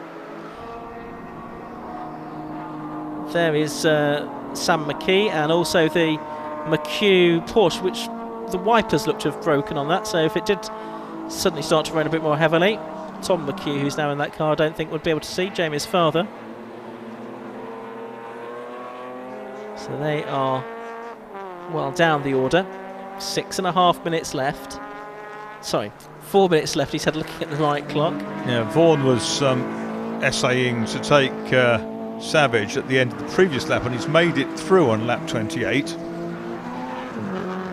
Okay, so that's an exciting little subplot there for 5th and 6th. Meanwhile, about, what are we? 8 seconds up the road, the gap has gone out between Weymouth and Rogers. So Rogers has got a couple of slower cars ahead of him at the moment. There he is in the number 48 car. I don't think he's going to be able to make it through in the closing stages of this race. Marston's still ahead by 5.5 seconds. It's been sort of 4 or 5 seconds for quite some time over David Gardner. There's the Sam McKee car, number 36, taking it over from Dan Trent for this second part of the race, and of course it's going to be lapped by the Seat. Where's Sam McKee running at the moment? Just trying to scroll down my screen to check on his progress. And for some reason he's not appearing on there, or either that or I'm missing him. Oh, there we go, he's in 33rd position, Sam McKee and Dan Trent. There is Weymouth. Yeah, Gillespie's under massive pressure in number 15 for the Class B honours, because Chris Freeman was within a fifth of a second of him in 4, and Crully's only a second behind him. Yeah, so the Class B battle, if we can try and pick that one up, that's the 15 Porsche and the 4 Honda Civic and the 12 BMW, because those three are very close together now, so we'll try and see if we can pick that up on screen in a moment. For the minute, here's Matthew Weymouth as we are going into the last couple of minutes of the race. Weymouth and Rogers 3rd and 4th, but about half a minute, half a lap behind these two. It's going to be Colin Gillespie hanging on to Class B. Back marker being lapped is the Kiefer Del Piero BMW 116. And these cars making their way down to Village Corner at the moment.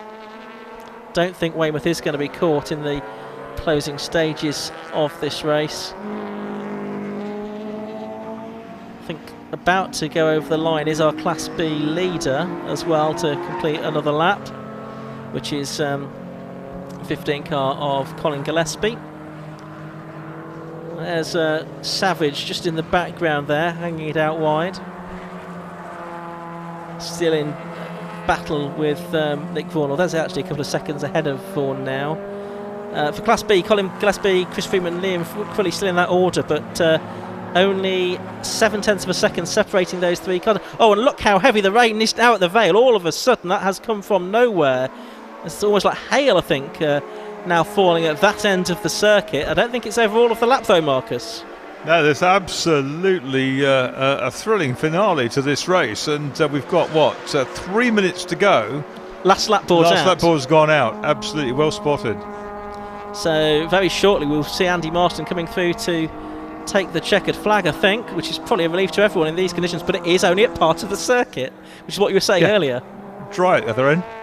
And that's half a mile away. No more than that. Yeah, exactly. Well, Rogers is trying hard to reel Weymouth in. That's front-wheel drive Seat against rear-wheel drive BMW, isn't it? So it certainly is. So that's for 3rd and 4th positions up the road and almost reaching the checkered flag. In fact, the checkered flag, you can see, has gone out now to the race winner. So it's Andy Marston that's taken the checkered flag to win the race here. And second is going to be over the line. There he is, the number 65 car of David Gardner. And this is the battle for the lead in Class B. Going into Abbey Corner, you can see that Colin Gillespie there in the Porsches lost out there.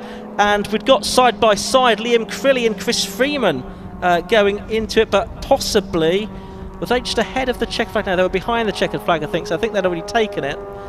And very heavy rain now at that end of the circuit. There's Matthew Weymouth, only just going to take 3rd place in the end from Tony Rogers, as the conditions changed drastically towards the end, and it does now look and sound absolutely horrible out there. Feel for our camera crew all of a sudden out there in these conditions, Marcus. Not much fun for the marshals either. Absolutely not. The drivers, at least in this race, all have roofs over their heads. Some of them you can see getting the orange flags out to say thank you to the marshals. I'm not sure the marshals will be there to notice it at the moment, because I'm sure they'll be sheltering as well.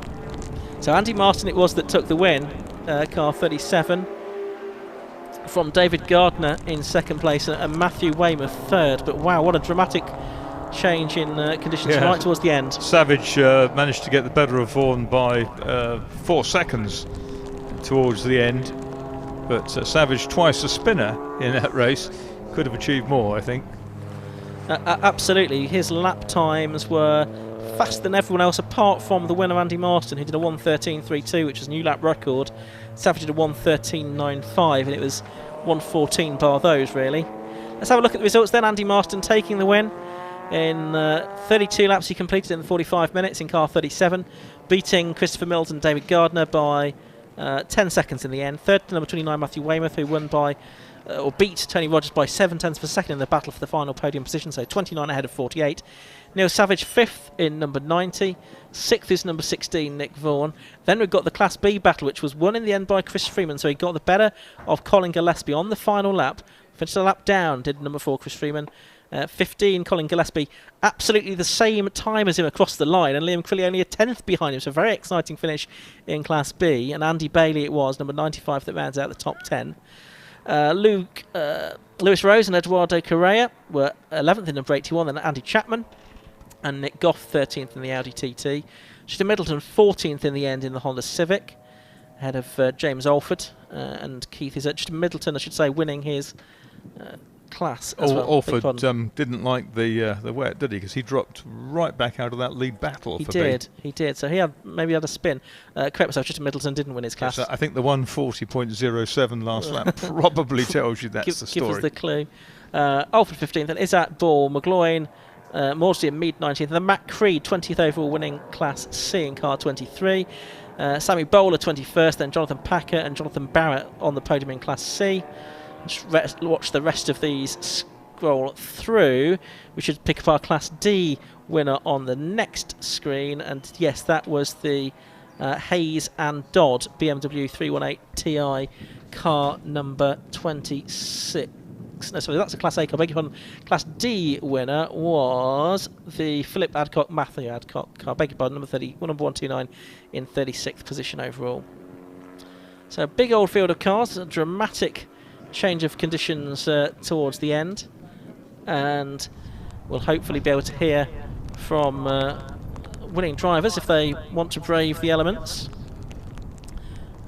and we'll try to bring that to you in just a moment. Still 5 more races to come here at Silverstone this afternoon. Next up we'll have the RLM Racing Bikesports Championship. Yeah, the second half of the double header for each of those rounds is going to be markedly different to the first. Let's head down to the pit lane now, and Josh Barrett's there. Thanks, Ian, with our race winner Andy Marston. Well done, Andy. I think you got the lead at the beginning and held on. Yeah, feels like it's been a long time coming. I can't remember the last time we had a win, but car felt mega for the first time. The cars felt mega, so I'm proper pleased. Obviously, you've won these races before, but this is a new car? It's the same car, but we've got different suspension, different body, different engine, different gearbox. It's been a bit of a pig, and today things just seem to have fallen into place, so over the moon. Bits of rain during the race, did any of them affect you? No, I just said to Brett, it's like it started to rain and I lost I had a bit of understeer at the beginning.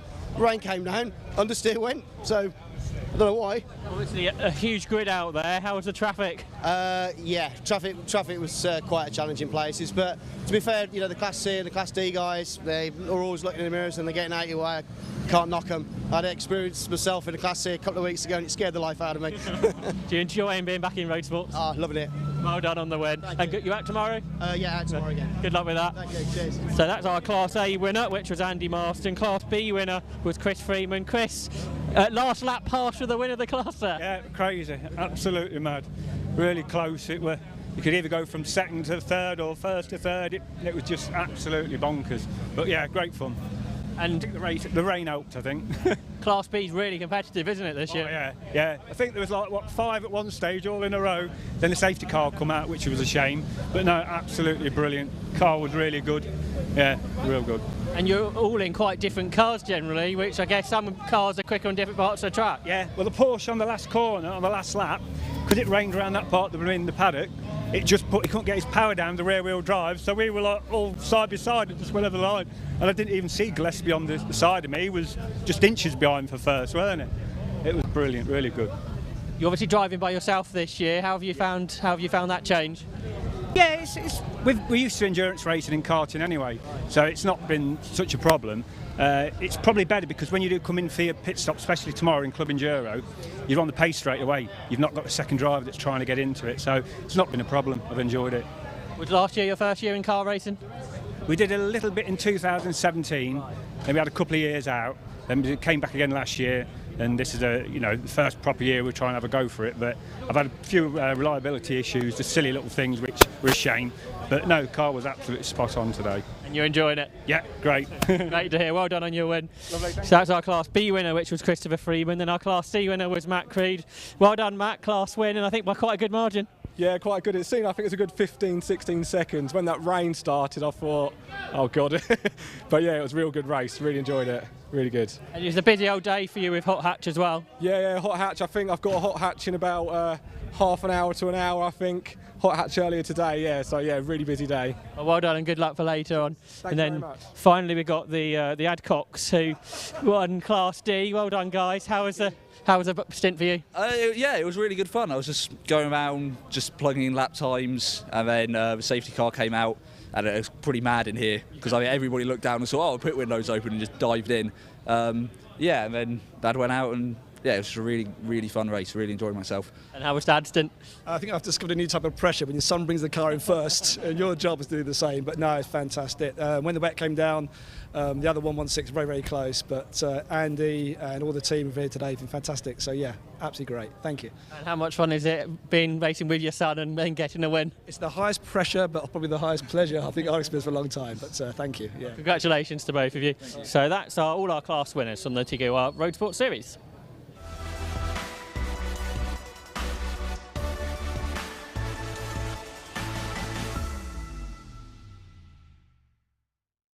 And next up we've got the RLM Racing Bikesports Series. Now with that deluge that we had over, I think eventually all of the circuit during the end of the Roadsports race, I suspect there's been some frantic tyre changing going on in the assembly area to put cars on treaded tyres rather than slicks, although I think it may have stopped raining now, and it's a 20-minute race. It's not going to get going for another few minutes. It might prove to be the case that you actually want to be on dry tyres. We will see. It's difficult to tell from that shot whether the rain is still falling or not over the Silverstone International Circuit. Just a quick reminder of what went on earlier today in the first of the Bikesports races. It was a safety car interrupted race, and it was Joe Stables that won it from Scott Mittal, but a very tight fight between the two of them.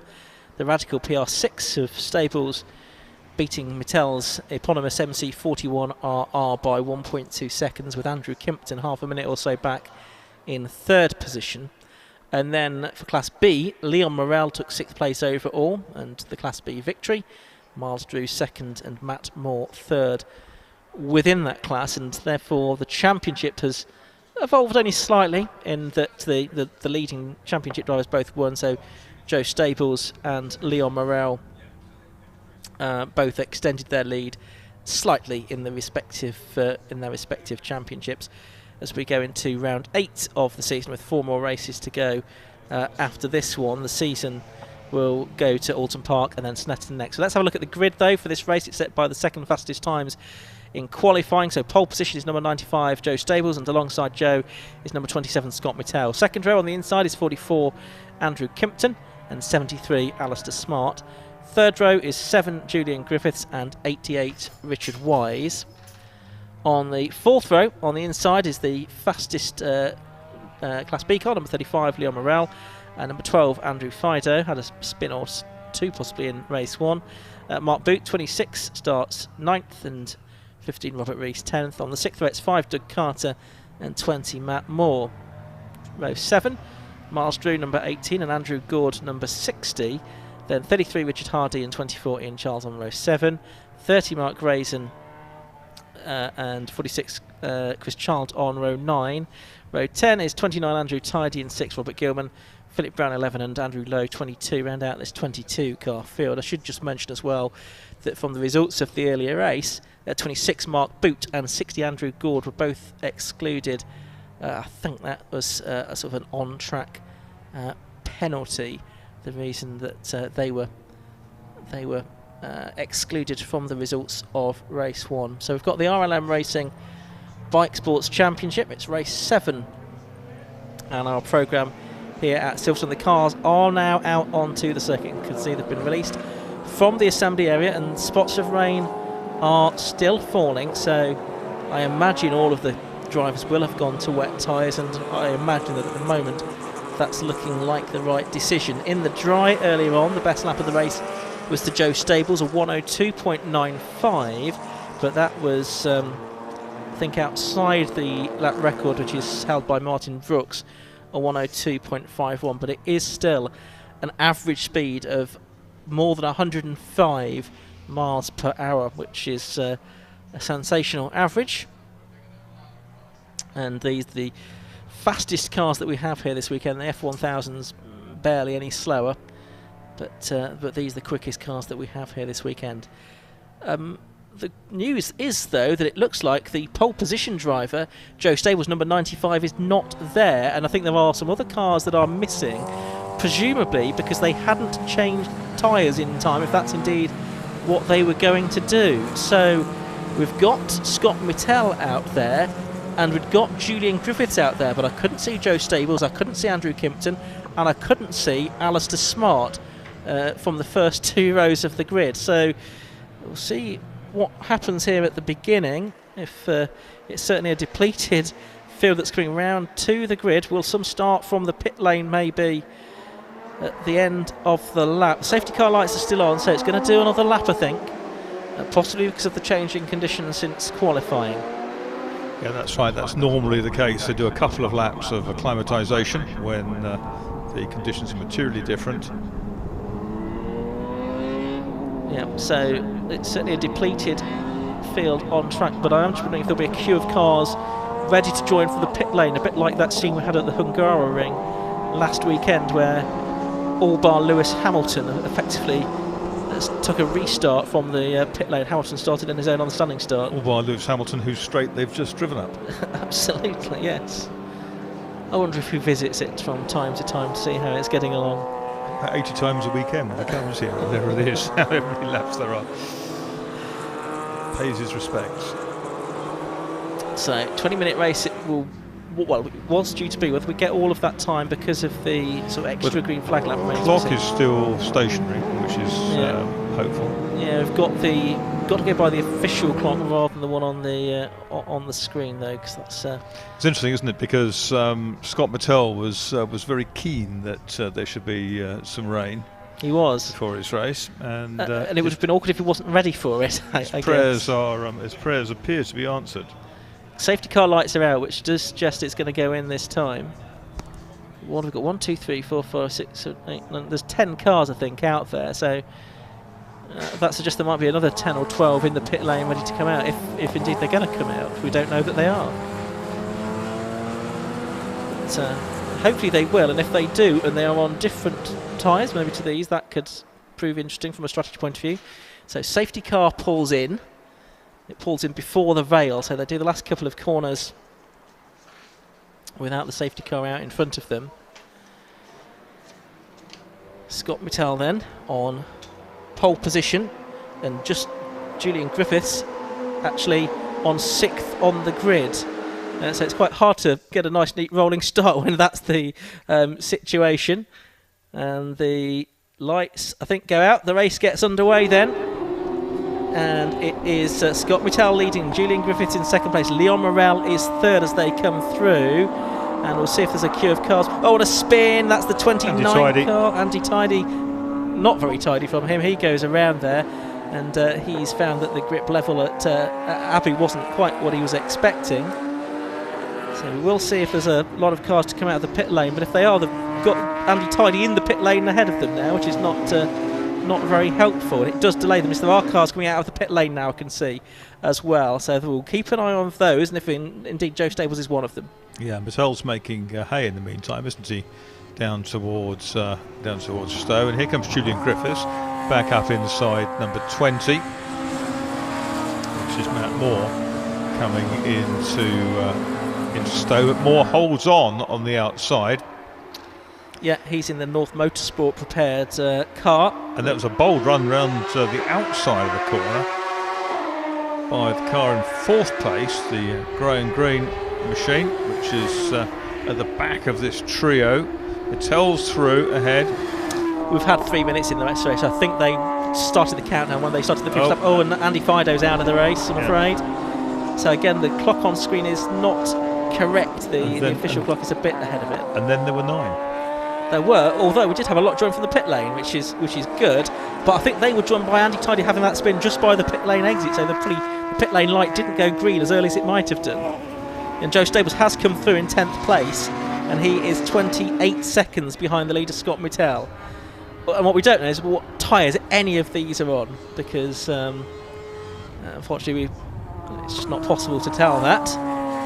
So an intriguing race in prospects. This is 2nd and 3rd. Matt Moore, number 20. He's the Class B leader at the moment as well, ahead of Julian Griffiths. Matt Moore in that number 20 car. He finished 10th in race 1 in the Radical SR3 RSX. He's ahead of the Julian Griffiths car. He was 4th earlier in the PR6. But we saw the pursuit cycling on the velodrome in the Olympics recently, and this race has the slight feel of that, in that you've got effectively the likes of Joe Stables starting half a lap behind the leaders. That's right, we've got the sort of maybe a comparative clock. You can see that he's made any time. So still Scott Mattel pulling away in the lead. He's more than 8 seconds ahead of Matt Moore in 2nd. Key is his lap time, isn't it? 1:05.63 is Scott Mattel's, and we'll see. Stables is in a 1:05.66, so an almost identical lap time. So the gap stays at 28 seconds. So it's a question of how far up the order Stables will get, I suggest. It will be tough for him to win unless the conditions change again during the course of this race. I think as Julian Griffith has gone back into 2nd place now ahead of Matt Moore, and Leon Morel still 4th in 2nd place within Class B for the number 35 car. Leon Morel, another North Motorsport prepared car. Did a couple of events last year and really getting into the swing of things this year in the RLM Racing Bikesports Championship. Third lap in, and very, very consistent Scott Mattel, a 1:03.68 that time through. And that tells you he must be on slicks, mustn't he, to be that close to the pace that he set in race 1. His best lap time in race 1 was a 1:02.98, so yes, that's got to be slicks. And you would think, therefore, that Stables is also on slicks as well. Yeah, it's the lack of standing water which is the deciding factor, isn't it? There aren't any puddles to splash through, so at the end of the day, if you get some temperature in the slicks, you'll certainly be in good shape. I wonder if some did change to wet and then change back again. Yeah, I would think that would be exactly the scenario. That might account for all the cars that started from the pit lane, I suggest. There's the 44 car of Andrew Kimpton now. He's 13th at the moment. He was 3rd in race 1, but he was one of the pit lane starters from this race. And there's 35 Leon Morel in 4th position. That's effectively a battle for the lead of Class B right there, between the 2 North Motorsport prepared cars as well. Leon Morel just trying to show the nose up the inside of number 20. Leon Morel into the Vale that time. But it's Moore at the moment that has the advantage as they come over the line. Up ahead of them, Julian Griffiths is getting away a bit now. Yeah, and Stables' last lap of 5.3. That was 1.7 seconds away from where Scott Mattel was last time through. Not helped by the fact that he's now hitting traffic, yes, which is the back end of the 10 cars that did start from the grid, if you like, and the 9 of which still survived because Andy Fido didn't. Yeah. Julian Griffiths is now 15, nearly 16 seconds adrift. And you wonder what tyres he's on there for. Yeah, so he's doing 1:06.8 in race 1. He was doing 1:04.9, so he's about a couple of seconds away. That doesn't have the feel of wet tyres. No, maybe not necessarily. Side by side again to Stowe, 35. That's Leon Morel inside Matt Moore in 20. that's the Class B lead that's changed around. Morel, number 35, now ahead of 20. You can see the teammates with their similar liveries, albeit different colour scheme, same overall theme. They come through, and Morel up into 3rd position now. It's just about 3/4 of a second clear of Matt Moore now, and Joe Stables is up to 5th. He's only about 6 seconds behind these two now. He's still about half a minute behind the leader Scott Mittal, but just in the background there you can see Stables flying onto the terms with them. Unless the weather conditions change dramatically, he's going to end up in 2nd place, isn't he? I would very much think so. 24 goes past 30. That's for 18th. Ian Charles ahead of Mark Grayson now. Mark Grayson, one of those that was unfortunately, sorry, correction, he wasn't excluded from race 1. He was a non-finisher in race 1, I beg your pardon. He had that big spin, didn't he? And then he lifted out of the gravel. So that's 44 Kimpton then, just ahead of the 22 car of Andrew Lowe. So that's been a change for 11th place, so he started picking his way through the traffic now. Yeah, Andrew Lowe in the car that's dressed like a Tolman Group car. I know that Richard Wise has been out in this race, but only completed a lap. He was a non-finisher in race 1 as well, so that's a great shame for the driver of the 2nd Mittal. It's the ex-Scott Mittal car, with Scott having this new car built for him for this season. I say built for him, he built it himself with his dad, no doubt. Yeah, Stables is right there now with Moore, so he'll probably be through by the time he gets around the timing line again. And Kimpton's made up more ground as well, because he's got ahead of Alistair Smart this lap, so he's got up inside the top 10 now as Andrew Kimpton. That lap was a 107, but he's been doing 104s, so he's been well on the pace in this second race of the day for the Ireland Racing Bikesports Championship, which has been turned a little bit upside down by the rain that occurred towards the end of the preceding race. Smart and Reese now have swapped positions as well, so Reese up into 11th place in the number 15 car. Scott Mittal continuing to lead, another lap in the 1 minute 3s for him, and he's well clear of Julian Griffiths. Joe Stables, I think any moment now is probably going to get up into 3rd place as well. At the timing screens. Yes, Moment Stables now is 3rd. Okay, the moment we're watching on screen, yes, you're right, he's through. We're watching the 15 car and 1 into the pit. I think that's the 33 car of Richard Hardy, who's pulling out of the race on 8th position, unfortunately. So that is another place gain for Andrew Kimpton as a result of that, because Hardy will go into retirement. So 6th car of Robert Gilman, he was a non-finisher in the first race, only managed to complete 9 laps. We've had 8 laps of this race so far, at least we have for Scott Mittal out in the lead. Another lap in the 1 minute 3s for him, a 1:03.78.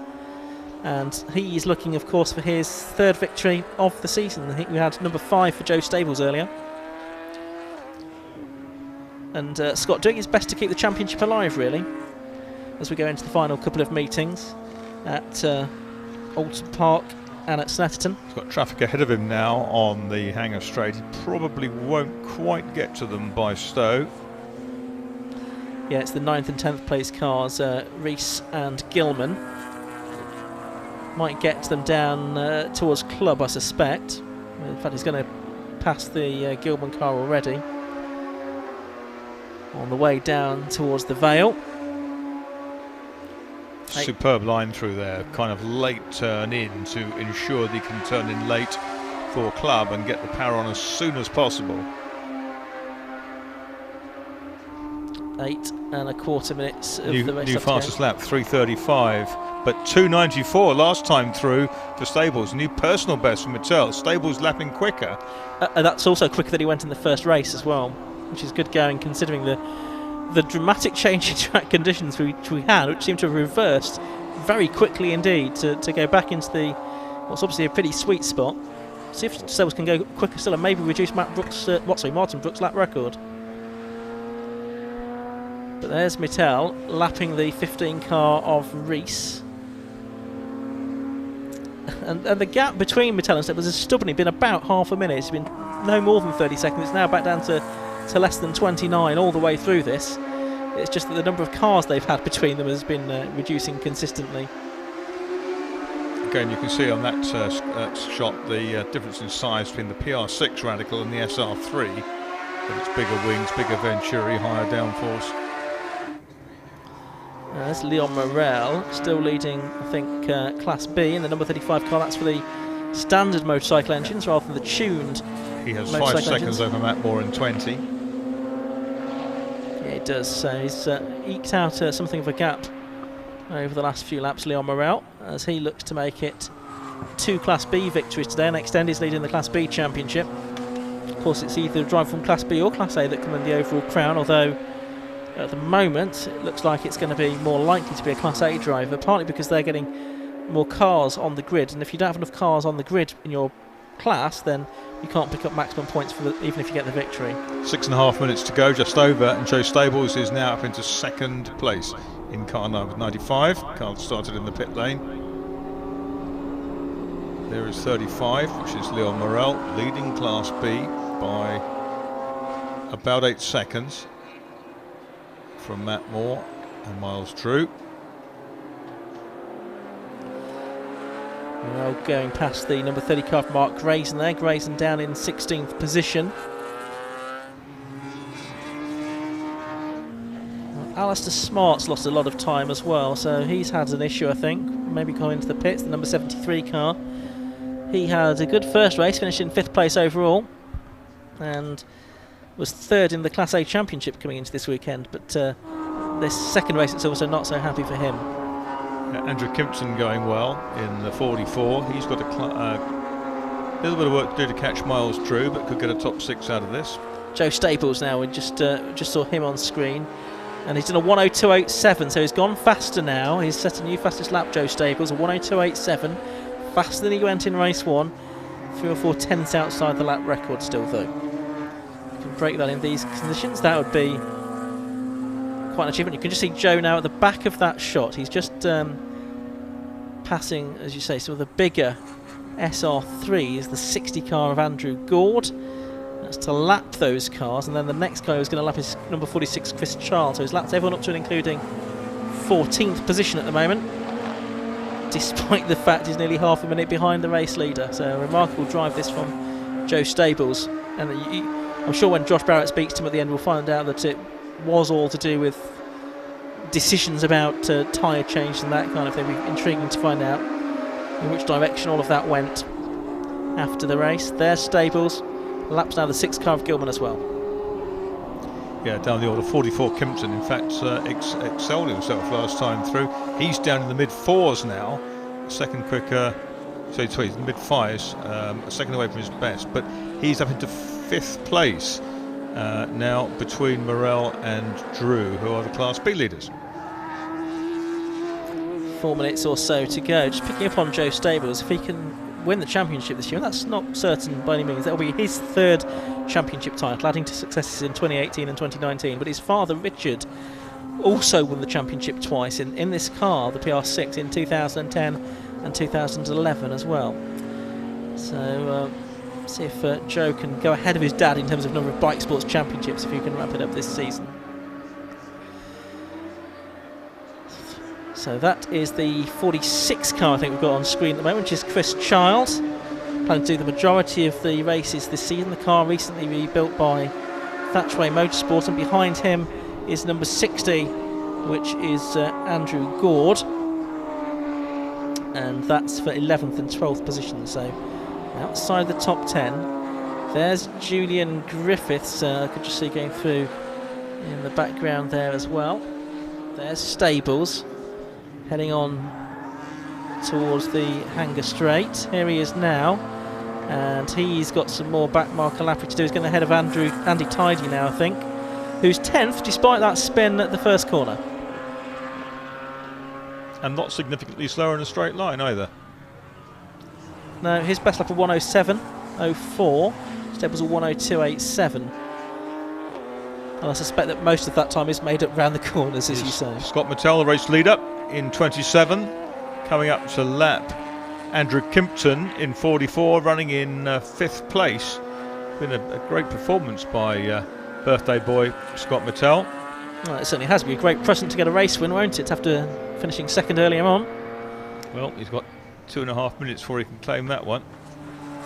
And it will keep the championship alive as we go into those last couple of meetings at Alton and Snetterton as well, importantly. 5 wins to Stables, 3 wins to Mittel it will be if it stays this way. And if Scott can have a stroll, I seem to recall he went well at Alton last time they were there, then who knows, he might even be able to level it up at 5-all and set up a showdown at Snetterton for the final meeting of the season. And there's Mittel over the line again, number 27 to complete lap number 16.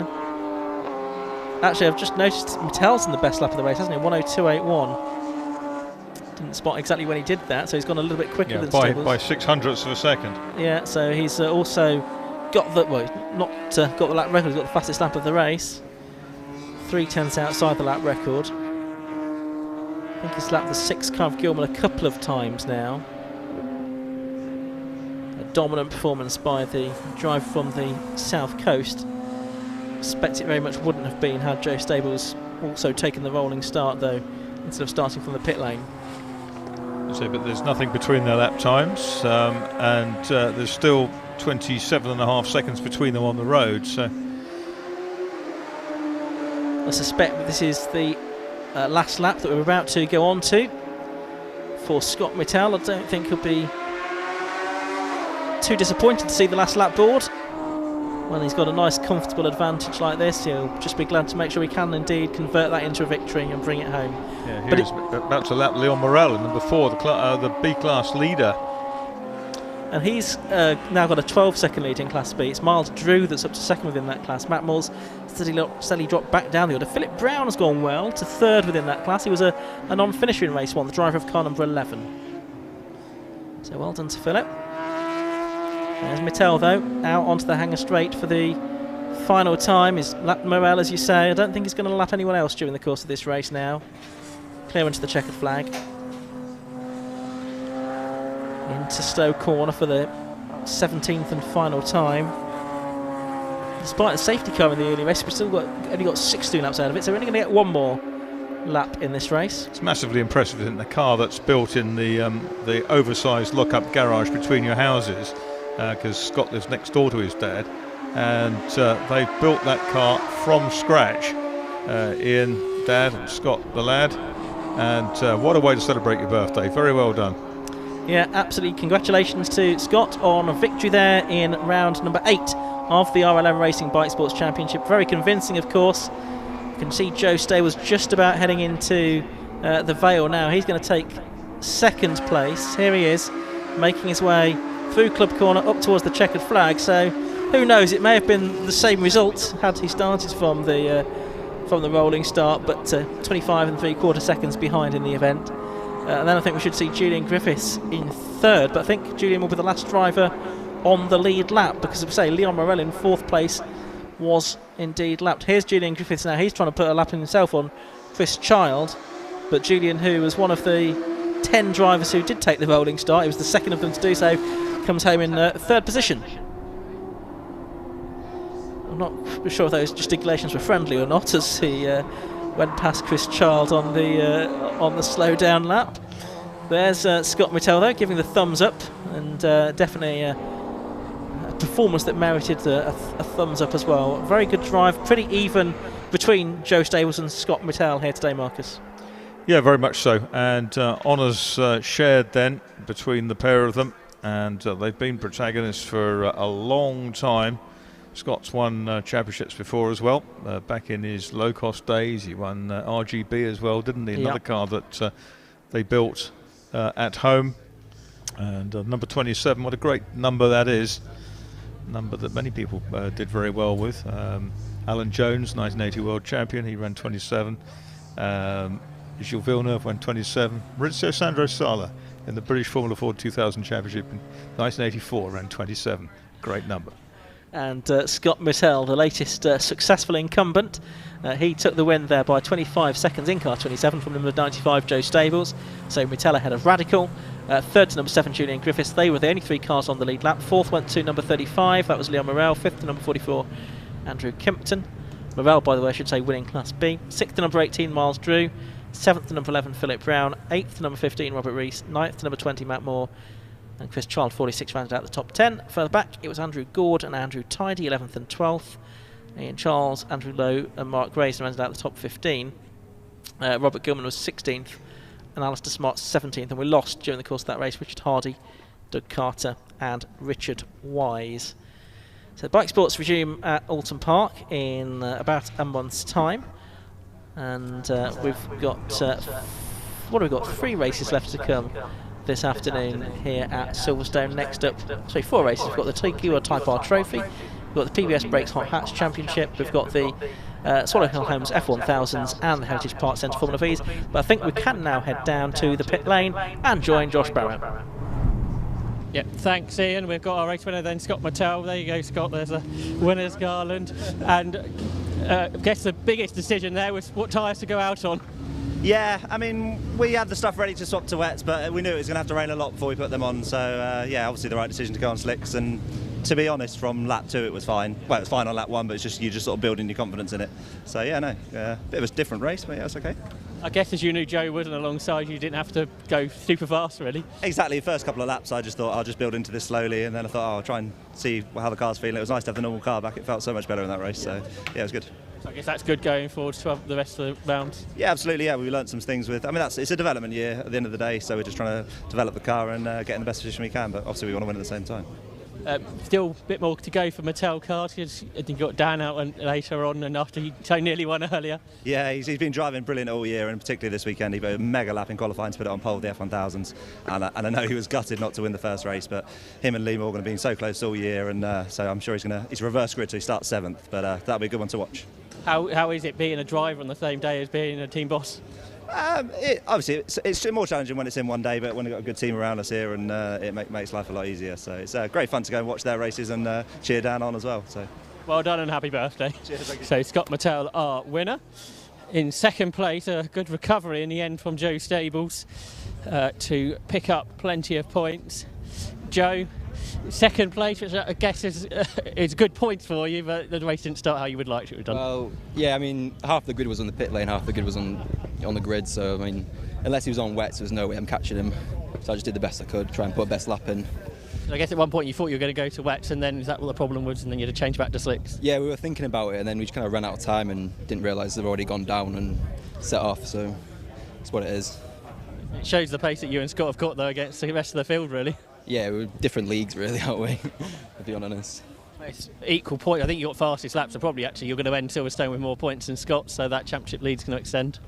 Yeah, not too bad. Then I wanted a fastest lap overall, but it'll have to do. Well, good luck for the rest of the season. And then in third place was Jules Griffiths. Well done, third position. I think that's your third podium of the year. No, I was second at Brands and third at Brands. But yeah, no, it was good actually. I mean, it was a bit of a confusion on the start, obviously. But you know, it was a bit wet at the beginning, slightly down, but it was fine. Just get it home, really. Except for Joe, nobody else got near to catching you. No, I had a little dice with one of the SR3s in the first lap when it was wet, but then as soon as it was a bit of a dry line, I could get past him, and then there was no one there really. Obviously, you've been doing the Bikesports for a while. Are you still enjoying it? Yeah, I think Bikesports is great. Nice people, great cars, very fast cars, and what's not to like? You never thought about doing anything else? No, not at the moment, that's for sure. No, not at the moment, but it's good, thank you. And looking forward to the rest of the season? Yeah, there's a couple more rounds and I'll be there, so see how we get on. Well done on your podium here.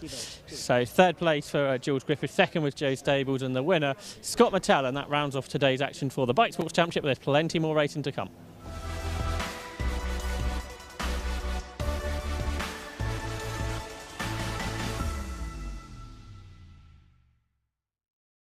Next up, it is the Tegiwa Type R Trophy. The cars already heading onto the hang straight on their green flag lap.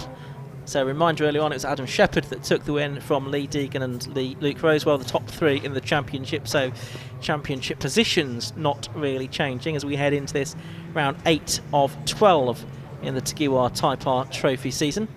See if we can give you the grid for race 2, which is based on the results of the race that we saw earlier on today. On pole position, it is the 117 car then of Adam Shepherd, and alongside him 48 Lee Deegan, 47 Luke Rosewell, and 87 Jack Leese on the second row, 53 Mark Barmer and 28 Joe Jessup on row 3. Fourth row is 5 Jeff Humphries and 42 Nick Garner, 77 Mark Dicken and 70 Travis Coyne on row 5. 83 William Pudsgill and 4 Daniel Chapman on row 6 of the grid. On row 7, Ash Moore number 20 and Chris Sparks 27. Connor Murphy 67 and Samuel Dennis 95 on row 8. Row 9 is 3 Alex Baldwin and 85 Aaron Thornton. 10th row 11 Martin Piccolo and 18 Matthew Duffel. And then it's Matthew Duffel number 72 Chris Stone and 61 Graham Waterhouse on row 11. Brett Evans 16 and Tristan Fletcher 88 on row 12. And then Tim Necklin all being well number 96 on row 9. But the last 3 of those, Evans, Necklin and Fletcher, didn't actually make it to the end of the first race. And we lost Matt Digby after qualifying, unfortunately, so he is not going to be there. But Adam Shepherd in the white car with the purple stripes, you can't actually see them that well from that angle, he takes up his pole position. Earlier on it was a victory by almost 5 seconds over Lee Deacon, and that's been sort of reminiscent of the dominance he's shown so far this year. Coming into this weekend, it was 5 wins from 6, with Lee Deegan getting the other in the opening meeting here at Silverstone on the national circuit. And Shepherd's made it 6 from 7 now, adding or looking to add to his success in the Civic Cup a few years ago, and also the M3 Cup, both of which ran with the 750 Motor Club at the time. Lee Deegan's had success as well, though, in Civics, in the Burkitt Relay race here at Silverstone, which runs again this October. And if you're at the circuit and you'd like to pick up an entry pack, you can do so from Race Admin, by the way. They are available. That's running at the end of October on the Grand Prix circuit. And really you suggest it's between those two, Shepherd and Deegan. But Luke Rosewell, a sort of a newcomer to 750 Motor Club racing, there in 3rd position on the grid. Last few cars coming out the back, and we should then have close to 2 dozen Tegiwa Type R Trophy cars on the grid. Green flag waves at the back. There's the 5-second board being shown by Nina on the start line. And we will wait for the race to get underway. Lights go out then, away they go. Again, it was Deegan that made the better start from the inside line, which is 2nd on the grid, so it's Deegan. Oh, and there's a collision further back, 2 or 3 or 4 cars involved in that. Into the pit wall they go. I can see that one of them, I think, is the 16 car of Brett Evans, and I'll try and work out who the others were involved in that as well. But we've got Deegan leading, but not anymore, because he's gone wide down at Village. Massive lock-up for Lee Deegan. This is surely going to be a stoppage with those 3 cars there and one in the middle of the track. So and lots of debris on the circuit, yes, as well. So we will wait and see what goes on here. But as they come onto the straight, it was Deegan going very wide as well in the background. Adam Shepherd leading. We've got waved yellow, so we've gone safety car. Yes, we have gone safety car by the looks of it. And slippery surface flag as well. Now that could be for small bits of debris. It could be for fluid that might have been spilt as a result of that incident. It went on in the back few rows of the grid there. So we do have the safety car heading out. We had 2 of them kind of spinning in unison at one point, and then one went round into the wall. Yeah, I think it was possibly the 3 car of Alex Baldwin that's the one that's stuck in the middle of the road. And it is pretty much right in the middle of the road, we can see on our screens here. And we've got a red light and a red flag, and that's not terribly surprising, I don't think, with the position in particular of the Alex Baldwin car in the middle of the road. So we will get a restart for this one. So the safety car had picked them up before they got to the line, and that's, I think, because it was waiting there by the pit lane entrance to deal with anything that did happen on the first lap, or something did happen on the first lap. That's right. I wonder whether they'll just bring them round somewhere in the middle of club, I would imagine, and wait for the regrid, because the first few rows will go back to where they were. Yes, it'll be back to the original grid, and of course it has been quite substantially shuffled. In the sort of half a lap of racing that we did get, with Lee Deegan in particular. He's down in about 6th place or something like that. Yeah, because he made that mistake at Village, then he followed it up with another one coming onto the hangar straight. Yeah, he arrived over the brow there and just locked everything up and went careering off wide, but came off the brakes, which was the right thing to do, and restored the steering. And yeah, he's. I think he is sixth in the queue, sixth, isn't he? I think. Yeah. But fortunately for him, he's got another chance of redemption here. He did make the best of the starts. Silverstone Redemption. There's a ring to it, doesn't it? Could be a film. Watch out for that coming to a cinema near you. Yeah, Morgan Freeman to star. So it'll be a little while before the race gets back underway. There are two cars that are in the wall, in the pit wall there, both of which are looking rather second-hand. Yeah, one's certainly movable because the front strut's been pulled out of it by the looks of things. So that's a flatbed job. No, absolutely right. So that's going to take a little bit of time to clear up. The car that was in the middle of the road, I think, that's been pushed onto the grass on the outside of the circuit. And unless that's a different car, I think it is the same one. Yeah, so it might not have been the car that I first thought it was that was involved. But so I can't actually get a clear sight of view on the number. Let's, while we've got this red flag, let's take a short break.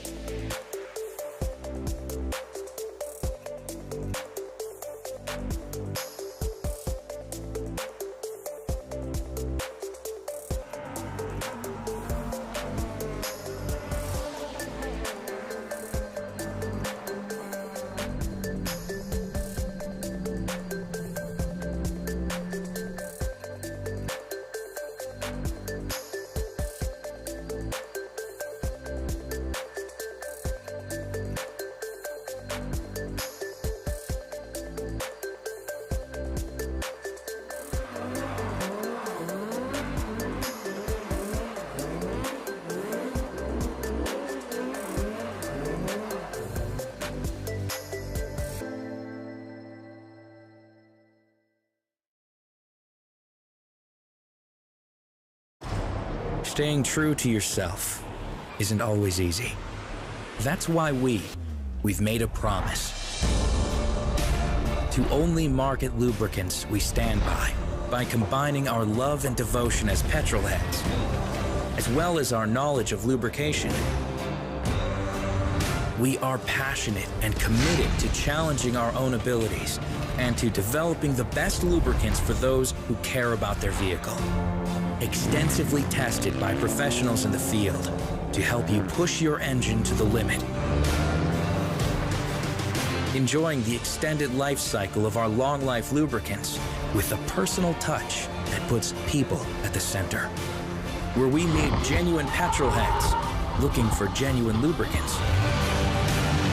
That's where Rimax exceeds expectations.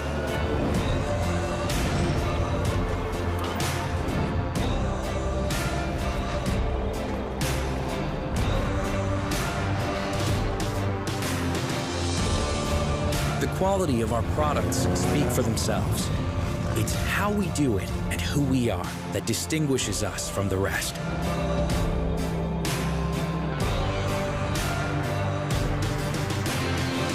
So imagine what we can achieve together. Rymax Lubricants, made in Holland.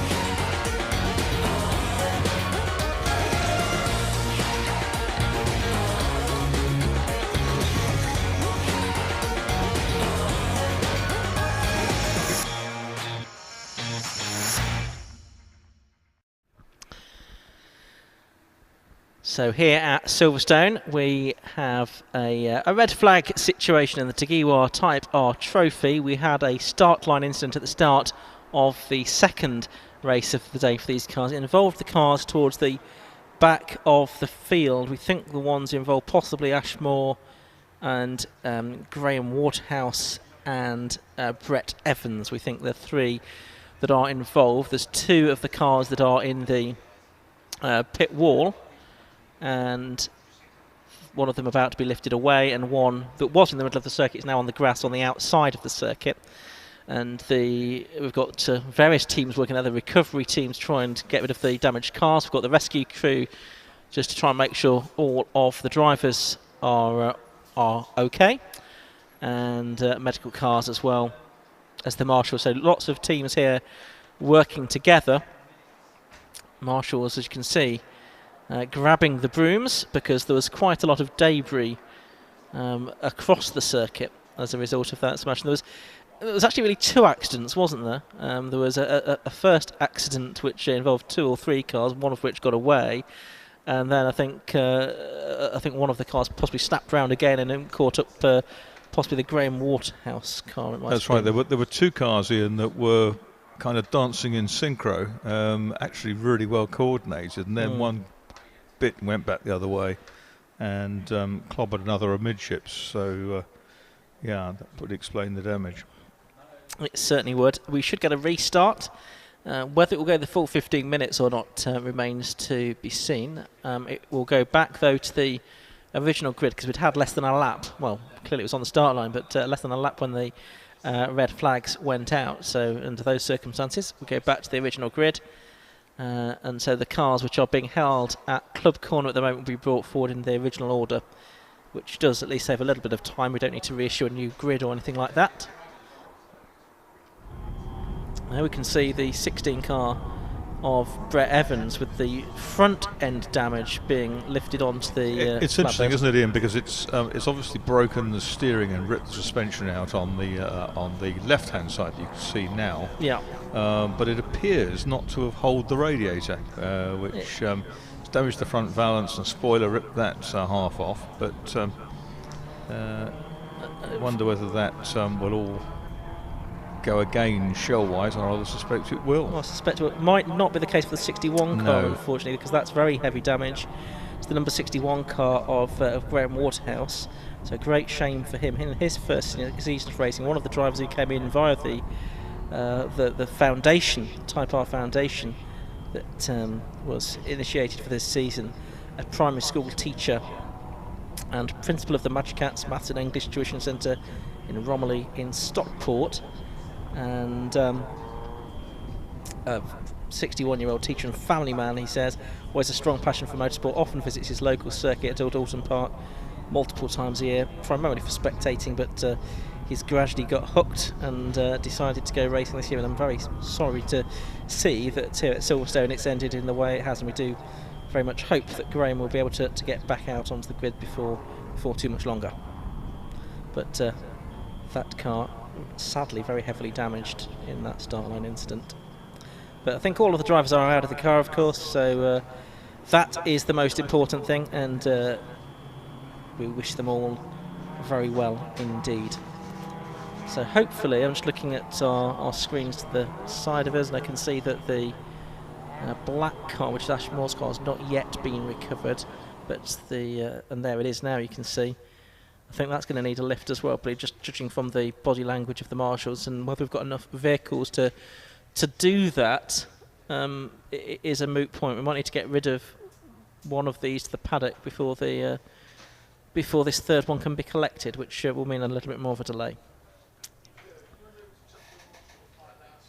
So we have 3 more races to go after this here at Silverstone today. We've got the PBS Brakes Hot Hats Championship, the Swallow Hill Homes F1000s, and the Heritage Parts Centre Formula V Championship as well.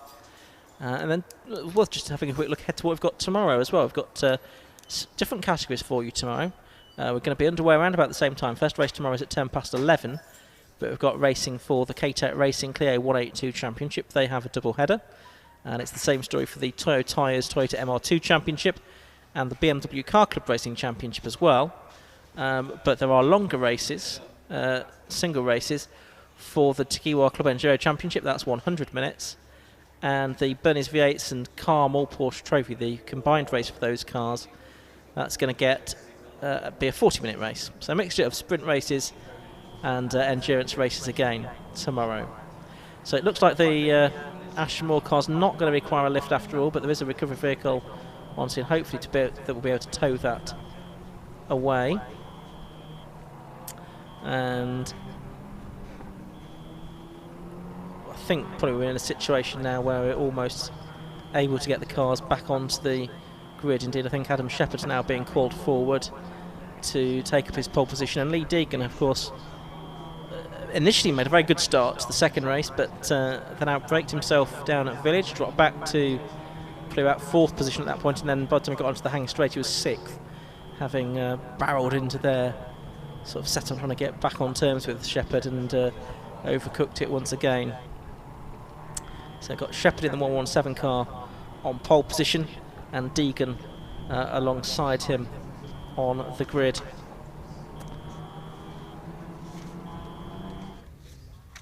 We can see the cars lining up in front of us. I don't think they'll get a green flag lap because we don't habitually have a green flag lap for these cars. Just think about a few of the drivers a bit further down the grid maybe. Number 77, Mark Dickin. He lines up on row 5 of the grid. He's 35 years of age, from Long Itchington, a technician by occupation. He raced motorbikes between 2006 and 2013. Then Rebels on the short ovals up until 2017, and then Hyundais for 3 seasons before coming into the Type R Trophy via the foundation scheme. Another driver out there is Matthew Duffel, number 18. Matt Duffel, the IT man from Derby. His background in autograss racing. A self-built car, but the preparation on that one finished by Area Motorsport, who are one of the teams that behind the cars being brought onto the grid in this championship. We've got Travis Coyne as well on the outside of row 5. 20-year-old student from Nottingham, plays in a band. Some motocross and kart racing, so lots of different drivers from all kinds of motorsport backgrounds in the Type R Trophy this season. The last few rows of cars are coming into position. Now, whether we're going to be having a full 15-minute restart, whether it's going to be a slightly shortened restart, remains to be seen. But anyway, we've gone back to the original grid, and it's going to be Adam Shepherd and Lee Deegan on the front row, Marcus. Yeah, 22 of the 25 original cars on that. So that's all of the ones, bar those involved in the start line incident. Green flag is now waved at the back. The red light's already on, but possibly hadn't been turned off actually from the race stopping incident by the looks of it. There they are, they've been turned off now, but I think they've realised that that wasn't for the start. Either that or they've got terrible reactions. 5-second board will be shown momentarily, I would think.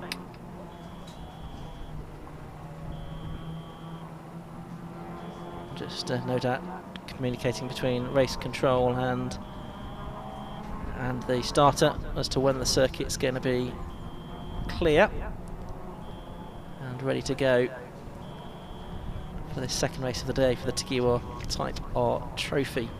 Can Adam Shepherd make it 7 wins out of 8? Well, that's the reason why I've not started, because we've still got the recovery vehicle on second, and that's why the drivers knew that we weren't going to be going racing just yet. So that should pull off, I would think, at pit lane exit. And once that happens, we'll be in a position where we can go racing again for these Type R Trophy cars. Shepherd and Deegan on the front of the grid. Can Deegan make a better fist of it this time? So it'd be good for the spectacle if he does. Last couple of cars on the grid, I think now will be. I'm trying to work out who those are actually right at the back. I think one of them that was off this morning, wasn't it? Tristan Fletcher, I think, and possibly Chris Stone, the other. I'm not sure they should be alongside one another on the grid, but never mind. They're towards the back. Isn't one anyway. the black and green one? Was that? Oh, Tim Necklin. Necklin. Yeah, I think you may be right. Let me see Shepherd and Deegan. Deegan on the second car from the left, effectively. Shepherd on the right. As we are in the final stages of getting this race back underway. All the cars on the MRF tyres. Yep. Which is an Indian tyre company, isn't it? Absolutely, yes. Supported Karun Chantok's father when he raced the Formula 2 Chevron in the Madras Grand Prix at Shalavara. Well, Lee Deegan, of course, has experience of racing in India as a prize drive with MRF a couple of seasons ago. He raced in the Formula MRF single-seater championship. He'd have gone off to the new circuit there, though, here in Gatikotai. Yeah, had a win there, I think, on his single-seater debut as well, against the mostly local opposition. A few stories that came out of that one. So I'm not sure how many other drivers on this grid have got experience of racing overseas.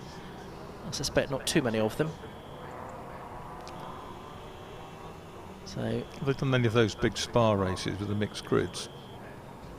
1 or 2 of them, maybe. Maybe 1 or 2. Yeah, 750 Motor Club in recent seasons has gone to Spa, of course, with Club Enduro, but for obvious reasons that's not happened for the last couple of seasons. Hopefully the situation develops, but of course not only is the COVID issue, but also the Brexit issue as well, which has also made taking racing cars overseas more tricky than it otherwise might have been. Not to mention more expensive. Yes, absolutely, absolutely. But notwithstanding that, I mean, and possibly slightly because of that, club racing in the UK seems to be as strong as it has been for a few years in terms of cars on grids. Here, the SCC doing very well as well. It's that appetite, isn't it? I mean, if you're denied something for a few months, then try to come back stronger if you can.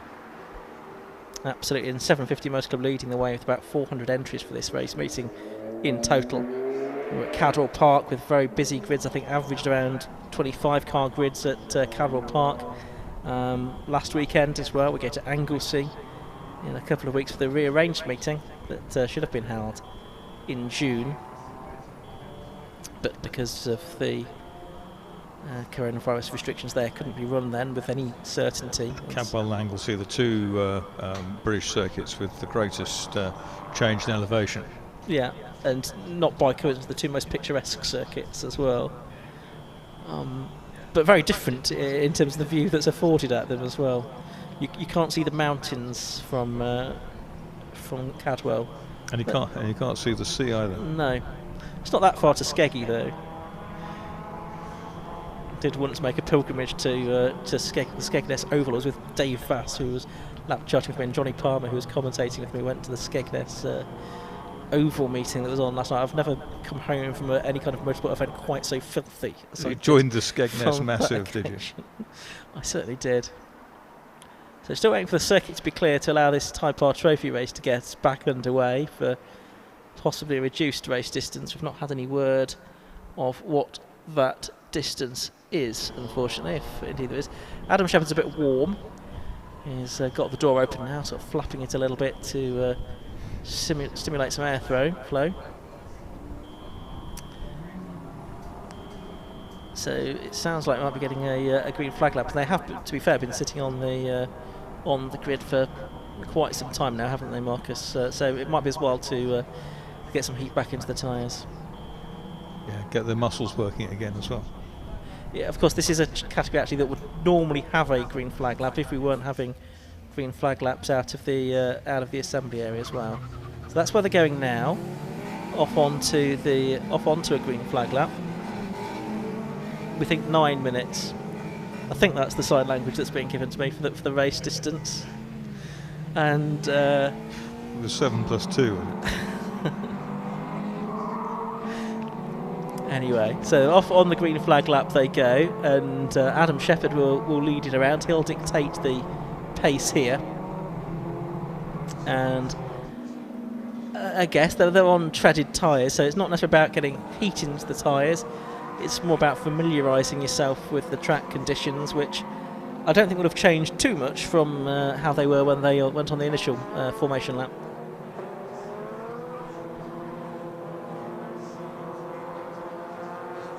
But nevertheless, it's being conducted at a reasonably sedate pace. This one, Shepherd trying to get what heat he can into these tyres. Weaving right and left across the circuit, as are the majority of the drivers following him. These Type Rs, the Honda Civics, these will be approaching 2 decades old now. I think it was the early 2000s the first of this generation of Civics was launched. Watching the cars weave around, you're trying to show that to someone who'd arrived from Mars or a sort of some kind of part of the planet where there was no motor racing. Would be like trying to explain the rules of cricket to people. Well, absolutely. What it is on earth are they doing? Somewhat baffling, isn't it? Yeah, exactly. Like some of the more obscure Olympic events we've been enjoying over the past fortnight. Modern pentathlon. Well, yes. Maybe we should incorporate that into a motorsport element into running that. and shooting or something as a part of one of the sports. Yes, in the same event. But the good news is, of course, we've got breakdancing coming up in Paris in 3 years' time, which I'm sure you're an expert at. Well, I cannot wait. Skateboarding we've had at this Games, haven't we? Where if you're 18 years old, you're over the hill. Past it, absolutely. Yeah. Anyway, back to Civics, back to Type Rs, because Adam Shepherd has eventually made his way back onto the grid to take up his pole position, and he is going to have Lee Deegan next to him on the grid. I think Adam did say he was a bit unhappy with the way the grid was formed here, with the pole position on the left-hand side, because he thought that actually gave an advantage to the second-place qualifier. I think he might have a point. It's like at Brands Hatch, where the inside line, the pole position place on the right, is right in that compression, where sometimes in a Formula Ford you have to line the car up at a slight angle, so that when you drop the clutch, the rear goes down the dip and you go away straight. That's right. Anyway, I think last couple of cars into position, so we should get the green flag from the back, and we should have the 5-second board, which has been shown. The red lights are about to go on then. For 9 minutes of racing for the Tegiwa Type R Trophy, it gets underway again. Lee Deegan makes the best getaway, and he will have the inside line for the first corner at Abbey, or first bend at Abbey, and he'll get the nose in front of his car. It's Luke Rosewell third, Joe Jessup I think in fourth position as they turn their way through. Now down to Village, this is where Lee Deegan got it all wrong last time. Is I think going to lose the lead in any case to Adam Shepherd, who's up on the inside into Village, and he does go through, but Lee Deegan at least this time doesn't make a complete Horlicks of things and stays in second place. Yeah, he's pushing on through the loop now, and he's up the inside of Shepherd, going onto the straight. They're precious close and overlapping, going onto the hanger. Onto the hang straight they go. Gaggle of getting on for 24 Type Rs makes its way down the straights towards Stowe. So Shepherd, Deegan, Rosewell, Jessup, then Barmer, who had the damage to his bumper in race one. That's been fixed, of course. Yeah, Deegan was out pretty wide, wasn't he? One's gone way wide. Great circle route, the pale blue car. That's come back on again, though. Yeah, the driver that's dropped back, I think, at this start is Jack Leese, who started 4th. So Jessop's made his way up into 4th position. He started 6th. I think Leese has possibly gone the other way. Yes, he has. The 87 car in 6th place. Jessup in 4th with the novice cross on his rear window. Yeah, so through to complete lap number 1. I think it's about 7.5 minutes of the race left to go. 9-minute restart. 15-minute was the original mooted race distance. Turning their way through Village. That's Joe Jessop with Mark Barmer, the more experienced Mark Barmer behind him. Mark, who's been a winner in the Clear 182 Championship in the past, switching to the Civics and the Type Rs for this season. Yep, out onto the hangar straight again. The very first 750 Motor Club 6-hour relay, Burkitt relay, the circuit turned through 180 degrees here and ran all the way back up a straight, which rejoined at the old Cops. So they go, as they were before. There's Barmer with his car nose all straightened out this time. So Barmer putting the pressure on Jessop here, almost overlapping there for 4th position as they come into the Vale. They've got Luke Rosewell's number 47 car just ahead of them. Next Formula Ford race goes quite wide there at Club Corner, over the edge of the white line, and indeed over the edge of the painted curb. But Shepherd here at the end of lap 2, his lead is 1.94 seconds over Lee Deegan, so he's pulling away as he did in race number 1. And we saw in race 1 that Deegan unable to do much about him. He didn't seem to have any particular clues as to what he could do during the course of today to get on terms. He was hoping for a change in the weather. Well, that's not come. Yeah, it's tricky this, where the cars go tight right with some interesting camber at Village, and there's cambers all the way, so that the road burrows through that section at the link, and they run pretty wide out onto the straight. Down they come, and Shepherd just drawing away. 1.94 his lead after 2 laps, 1.94 seconds, and that's going out. Oh, a little bit sideways coming into Stowe for Deegan in second. Perhaps turned in just marginally on the brakes, and just flicked the tail out a little bit. They kept control. 3-car battle for 3rd place here. And it's Jessop up the inside of Rosewell this time, and he's gone through into 3rd place. Does he run too wide though on the exit of the corner? Rosewell trying to come immediately back at him around the outside. And watch Barmer on the inside. Barmer's making it 3 wide through Club Corner, and Rosewell closes the door on Joe Jessop. He couldn't get across though to close the door on Mark Barmer. How did Jessop escape from the middle of that? I've no idea. He must be wearing some kind of invisibility cloak or something. He breathed in very strongly, I'll tell you that. He didn't quite draw the sides of the car in with him. It looked like he might get 3rd, but he's dropped back to 5th, and this has brought Jack Leese into it as well, because those three almost fell over one another, didn't they, through Club that time. So Jack Leese makes it a 4-car battle for 3rd position, about 5 or 6 seconds behind the race leader. Jessop's got one of those places back. He goes 4th now. He's ahead of I'm completely lost his name. Luke Rosewell, there we are.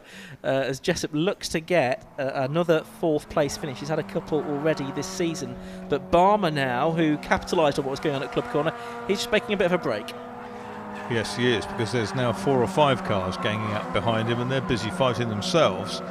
So if he can make his escape again, in fact, it might be 6 or 7 cars in that chase now. Yeah, it's increasing all the time, isn't it? 42, Nick Garner, ex-Clio racer, is there. Jeff Humphries as well, number 5, ex-Stock Hatch champion. Travis Coyne and Mark Dickin not too far behind either. Slightly more calm run through Club Corner that time, with 3.5 minutes of the race left to go. Shepherd's lead, we've only had 4 laps. It's almost 5 seconds. He's done a 1 minute 17.63 during the course of this race. He's gone 4 tenths faster than he did earlier on, so he's reduced his own lap record as Adam Shepherd out in front. And I guess he knew, because it was a shorter race, he had to do it early on. Now, are we going to get a change back here? Luke Rosewell at Village, back up the inside of Joe Jessop. I think he's done it, but it's not completely over yet. Jessop's going to get his nose back in front as they head down to the right-hander at the link. Yeah, he's run really wide again. That's not really helped him, and he was looking very strong in the middle of that sector, but he couldn't quite get the car turned in to go onto the straight. Yeah, that was for fourth. To correct myself, I think I said it was for third because Barmer well up the road down third. But look at this: 1, 2, 3, 4, 5, 6 or 7 cars certainly in this this group. If you include Dickin, there's a change up the inside there behind Jessup. By the looks of things, that's about to happen. Maybe. I think it's still Jack Leese there for the moment, but it's Nick. No, it's Jeff Humphreys that's trying to go around the outside of him at the Vale here. Just backs out of it there because he realised there might be some contact otherwise. 87 Least looked like to capitalise from that, but didn't really do so. And now behind him there's a change. 3 wide going through Club. There's a change because up behind Least has come Travis Coyne in 70. Up into 7th place. Humphreys now right behind him in the black car. Motor Trader from Hampshire. Turning their way through the link, those two. Number 70, Travis Coyne. Started this race in 10th, so he's made up a bit of ground in this one. Getting ahead of Nick Garner, getting ahead of Jeff Humphreys. He's a bit more experienced. Barmer's well clear of these, and Barmer actually is catching Lee Deegan. He was about 4 tenths faster than Deegan on the previous lap, but he's still 2 and a bit seconds behind him. As this battle between Rosewell and Jessup for 4th place tries to resolve itself. They're going to have probably one more lap to go at the end of this one, I'd think, because Adam Shepherd will just about be ready to start his final lap. But look at this, we've still got 1, 2, 3, 4, 5, 6, 7 cars in the battle for 4th place. Rosewell ahead. And that's opened the door on the inside for somebody, I suspect. No one's using it though, are they? It was Jack Leese who was in prime position to do so. Joe Jessup again running wide on the exit. Had got his nose in front. I think he has got his nose in front as they turn into Rosewell up the inside, isn't it, of Jessup? Yeah, Rosewell holds it. Just. So I think we're now going to be working our final lap of the race. 5 Humphreys looking a bit eager towards the back of that group, and he squeezes across the 2 black cars up the inside. 5 is Humphreys. And the other one is Nick 42. Garner. Yeah, and both raced in Clios. And there's a switchback, and Humphreys then went from the outside to the inside, and they're side by side onto the straight, but behind them it's Garner, I think, who's probably got a run on them. Yeah, it was Garner that was the second of cars in that battle. It was Dickin just behind them. Rosewell's broken away from the 28 car now in 4th position. In fact, I think it's the 77 Dickin. There's 72 who's had a spin. Yeah, and that is Chris Stone, but I think the leader is going to be on his way towards the checker flag. Indeed, the checker flag is already out, I can see. It's gone out to Adam Shepherd to take the victory. And Lee Deegan will be coming home in 2nd place. There is Lee Deegan. Mark Barmer 3rd. Let's have a look at this battle for 4th place coming up to the line. It is going to be Luke Rosewell, I think, that gets it. Still to be decided, though, between Nick Garner and Jeff Humphreys. And Mark Dickin involved as well. And the timing screen says Nick Garner was 600ths ahead of Jeff Humphreys, who was 1500ths ahead of Mark Dickin. That was for 8th, 9th and 10th positions. Here's the 88 car. That's Tristan Fletcher, non-finish early one, but he's going to get 17th place ahead of Samuel Dennis. And I think last couple of finishes coming through, Aaron Thornton and Matthew Duffel there. So whole field separated only by about 3/4 of a minute. But superb racing was in that chase group, wasn't it? The leaders were all gone effectively, and once Mark Barmer managed to break free of the chase pack, he was sorted. But the rest of them very, very far from sorted. Brilliant double win then for Adam Shepherd. We didn't see much of him on the live stream in either of the races, really, and that's because he was so dominant, and I'm afraid that's not very interesting to watch. So Adam doing an absolutely tremendous job this weekend, taking his 7th victory from 8 races, and it looks like he's set to record his 3rd championship triumph in a category running at a 750 Motor Club season. Lee Deegan always on the podium this season, but unable to do the business when it matters. So Shepherd won by 8.64 seconds in a 9-minute race. That's quite something.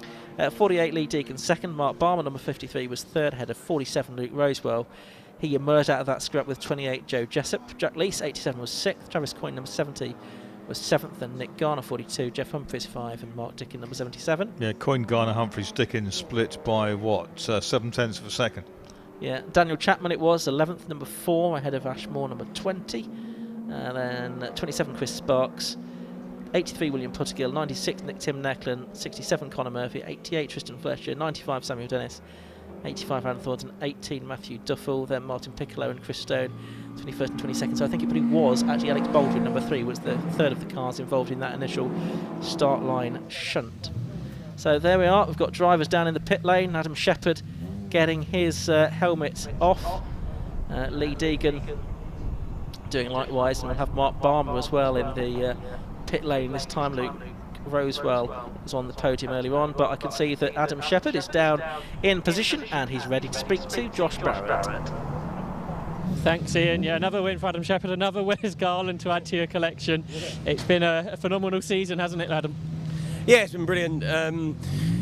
Going away into the Ginettas, something that's a lot faster, coming back into this feels like I'm driving in slow motion. I think that's helped a lot just to be consistent and get straight on the pace. So yeah, kind of won every round bar one this year, so it's been a good season so far. 2 starts in that, and Lee got the better of you both times, but it wasn't long before you were back in front. Yeah, I've been struggling with it against Lee all year with starts, to be fair. It's swings and roundabouts where you have the car set, and he's probably just a bit better than me at launching it. It's something to work on, but yeah, our pace is phenomenal at the minute, so really pleased with that. There's a couple of meetings to go now, so looking forward to those. Yeah, I was. To be honest, I was hoping that one was going to be wet because there's been a lot of talk about the car and it's supposedly so far. So I thought if it had rained, then it would have. We're quick in the wet yesterday by quite a chunk. So I was hoping for a bit of rain then. But yeah, there's a couple of rounds left to go, and we'll see how we go. Would you like to see a reverse grid or something to give you a bit more of a challenge? To be honest, I don't care. Winning's winning to me. So I'm happy driving off like that. It's not always going to go that way, so take it while we can. Well done, great stuff, Adam. So double winner in the Tegiwa Type R Trophy, Adam Shepherd. And second, it's getting all too familiar, isn't it, Lee? Second place. That's it. I keep nailing them starts, but in that one I was fighting an ABS issue the whole race. So you probably saw on the first start. These cars have ABS, and my ABS light was on going into the corner, so I thought I'll brake in a normal place, otherwise Adam's passed me. But yeah, that ABS light was on, so on the restart, on the back straight, I'd done a quick key cycle to try and sort of confuse the ABS, and it seemed to work. It was obviously a lot better than the first run, but I had a really bad imbalance on the brakes because it does 50-50 split rather than having a sort of 70-30 on your braking effort, and it was just trying to turn me every time I braked into like fast corners. It was just trying to turn me left, and we go right mostly around here. So I was fighting the car, fighting some issues, but I'm happy to come away with 2 second places after all the issues we had today, and another clean battle with Adam at the start. I mean, it only lasted 1 lap, but yeah, it was good racing. I guess your previous experience helped with controlling the car in those instances. That's it, yeah. I come from dirt racing, so we're used to slipping and sliding around, so I was hoping these clouds were going to come down, but it wasn't the case. It seems to be the case. Everyone wants the rain, it just doesn't turn up. I know, I can't remember the last wet race I had. It just seems like we just keep getting dry races, but yeah, it's probably going to rain now when we get back into the pits. So. Well done on another podium position. So Lee Deegan second again, third. First time on the podium today for Mark Barmer. Well done, Mark. You seem to read that situation well to get into third place. Yeah, no, I could see that they were going for a move where there's not normally an overtake, so just backed off and let them sort their little squabble out themselves, and then just pick up the space where I needed to. It's quite a lot of experience you've got perhaps compared to those guys. I don't really know what the guys have done before. I mean, one of the lads has got a novice cross on the back. I don't know what Luke's done previously, but yeah, I sort of realised that they were going to knock each other about, so I'll just back away and let them do it. You obviously raced Clios before. How do you find these cars compare?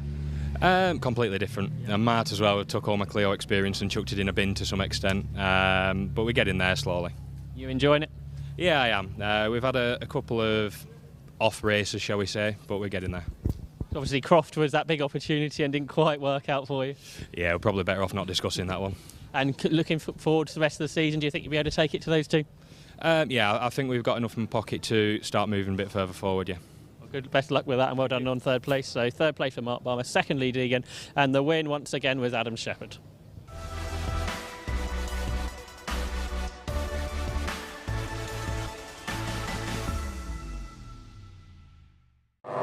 the second race of the day for the PBS Brakes Hot Hatch Championship.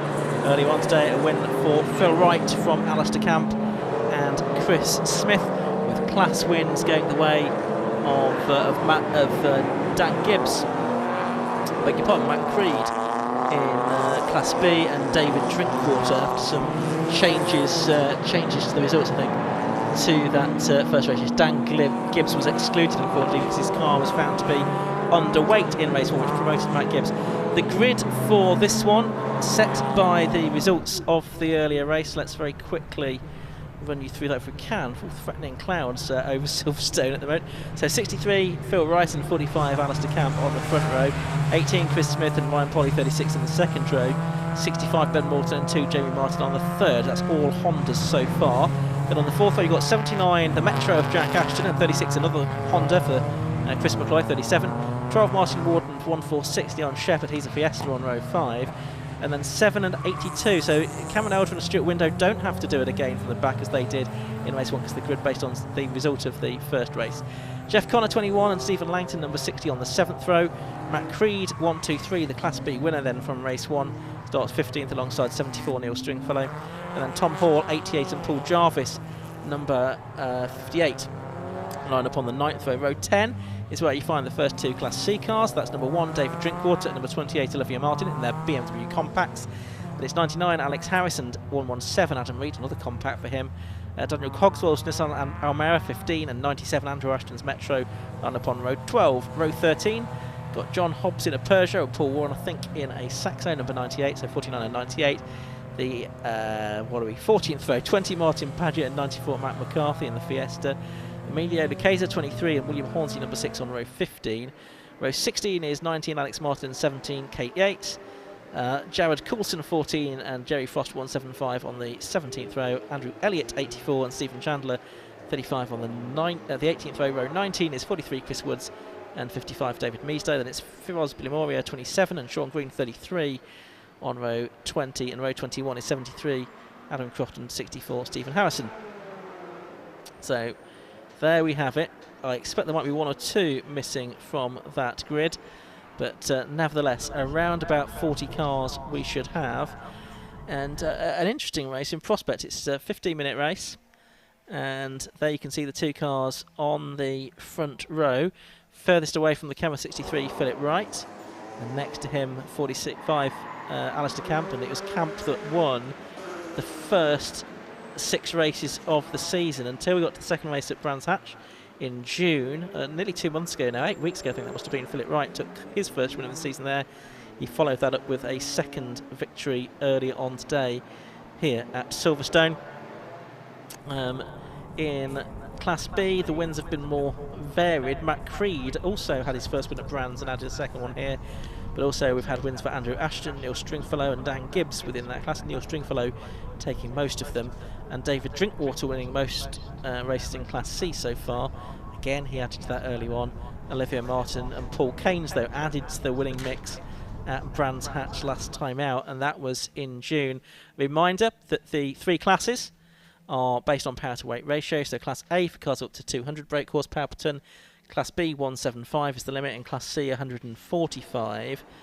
And they can run on any Motorsport UK List 1A, 1B or 1C tyre. It's a 14-round championship. This is round number 9. As things stand now, it is Alistair Camp on 119 points in the lead. I've got 1 car that's stopped on the green flag lap. It looks like a Peugeot, doesn't it? And that, I think, is the 73 car of Adam Croft, which I think was due to start towards the back anyway, but that will be pushed off to a position of safety. But yeah, we've got Alistair Camp on 119 points, then on 113 David Drinkwater from Class C, then Phil Wright on 103 from Class A, and then I think 4th is the first of the Class B drivers, which is Neil Stringfellow, another Peugeot 205 driver, but one who's having slightly more fortune than is Adam Croft, unfortunately, in that number 73 car, which is being pushed off the circuit behind the barriers. So I think once that's done, we'll be able to get the race on the work and see the green flag is being waved at the back of the grid. So racing about to get underway for 15 minutes here at Silverstone. Red lights go on, and out they go. And it's a pretty even start by the looks of it between the front couple of cars. It looks like Chris Smith there in the red car is going down the inside, trying to get a place away from the two leaders as they make their way down towards Village for the first time. Yes, it's Chris Smith that's got into the lead, and Jack Ashton in the Metro has made an excellent start as well. He started 7th on the grid. He's up to 3rd place now, and he's splitting Phil Wright and Alistair Camp for the moment at least. I think Camp's going to get back to him as they go through the link. But a tremendous start that from Jack Ashton, from 7th to run in 3rd place briefly. But Chris Smith has made the best start of all in that number 18 car that lined upon 3rd position on the grid. He's got through into the lead. Phil Wright, the race 1 winner, is in 2nd place. And Camp is 3rd. Jack Ashton, though, is trying to come back up to him now, up the inside into Stoke Corner. So a tremendous start to the race. Yeah, that little Metro's absolutely flying, isn't it? And while it might be overpowered in a straight line, and it is, it's very, very late on the brakes. It's so light. And he turns in someone who's gone very, very wide, if not off, on the approach to the exit of Vale approach. And a little bit of... yes, 2 into 1 won't go, and Ashton finds himself out over the curbs on the outside. But Chris Smith, great start, 3 abreast into Abbey, and he's made it through. Yeah, and it's Ryan Polly with the wide elbows going into Club Corner. Then you've got the Ben Morton Integra in 6th. That's Chris McCloy's number 37 Civic, just ahead of Cameron Elder. Of course, he was at the back of the grid for race 1, along with Stuart Window. Elder's come through 9th, and Stuart Window only 20th. So Stuart didn't have a good start this time, so he's got a lot of work to do all over again. Looks like we've had a change because Phil Wright has gone through and Alistair Camp has followed him. So Chris Smith from the lead within the first couple of corners of lap 2 has dropped back down to 3rd position. Ryan Polly 4th, Ben Morton 5th, I think is the way of it as they head along the Hanger Straight. So it's the 2 drivers that have done the winning so far this season back out in front, right ahead of Camp. Yeah, that's right. Smith is still in 3rd. The little Metro is hanging in there, Jack Ashton, number 79. And that is full stroke 5th. 5th at the moment, but one side, look the other side, down the outside probably isn't going to work, is it? No. It's not, but it's not for the want of trying on the part of... Wasn't a bad effort, was it? No, it wasn't. So we've got 3 in the lead group. We've got 4 in this group for 4th place then, headed by Ryan Polly, who was 4th in the earlier race as well. In fact, the order amongst the first 4 cars at the moment is as per the race 1 finishing order, and therefore the grid for this one. And behind Ashton there's Martin with the new shaped, or the newer shaped Civic, which is a much kind of beefier, bulkier looking car, isn't it? And then the Integra hanging in the back of that, which is Ben Morton in 65. Class B at the moment is being led by Neil Stringfellow from Matt Creed. They're in 14th and 15th positions overall. But Polly there in 4th place, ex-Clio champion, leads the way in that second group of cars. But it's Phil Wright, ex-stock catch and racer. Martin Ward, long-time stock catch racer. He's had a biff. He's got some trim trailing, but I think he's had some contact on the door there that's caused that to happen.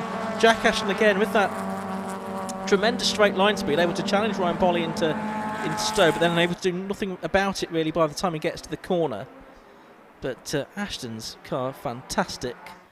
There's the 73 car of Croft being pushed into the garages after it failed to take the start of the race. Here are the leaders, completing lap number 3 now, and that time through Wright is a 1:16.85, Camp a 1:16.84. So Camp does the best lap of the race. The best lap of the early race was a little bit quicker than that. It was a 1:16.57 for Philip Wright in the earlier race, which in its own right was a new lap record.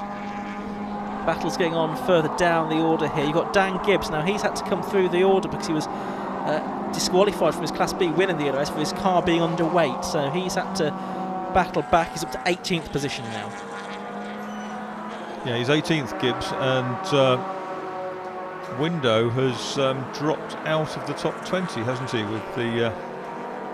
He has. I'll just have a look on my screen to see if I can see where he is in this race, but obviously it's much further down the order than he would have hoped to have been.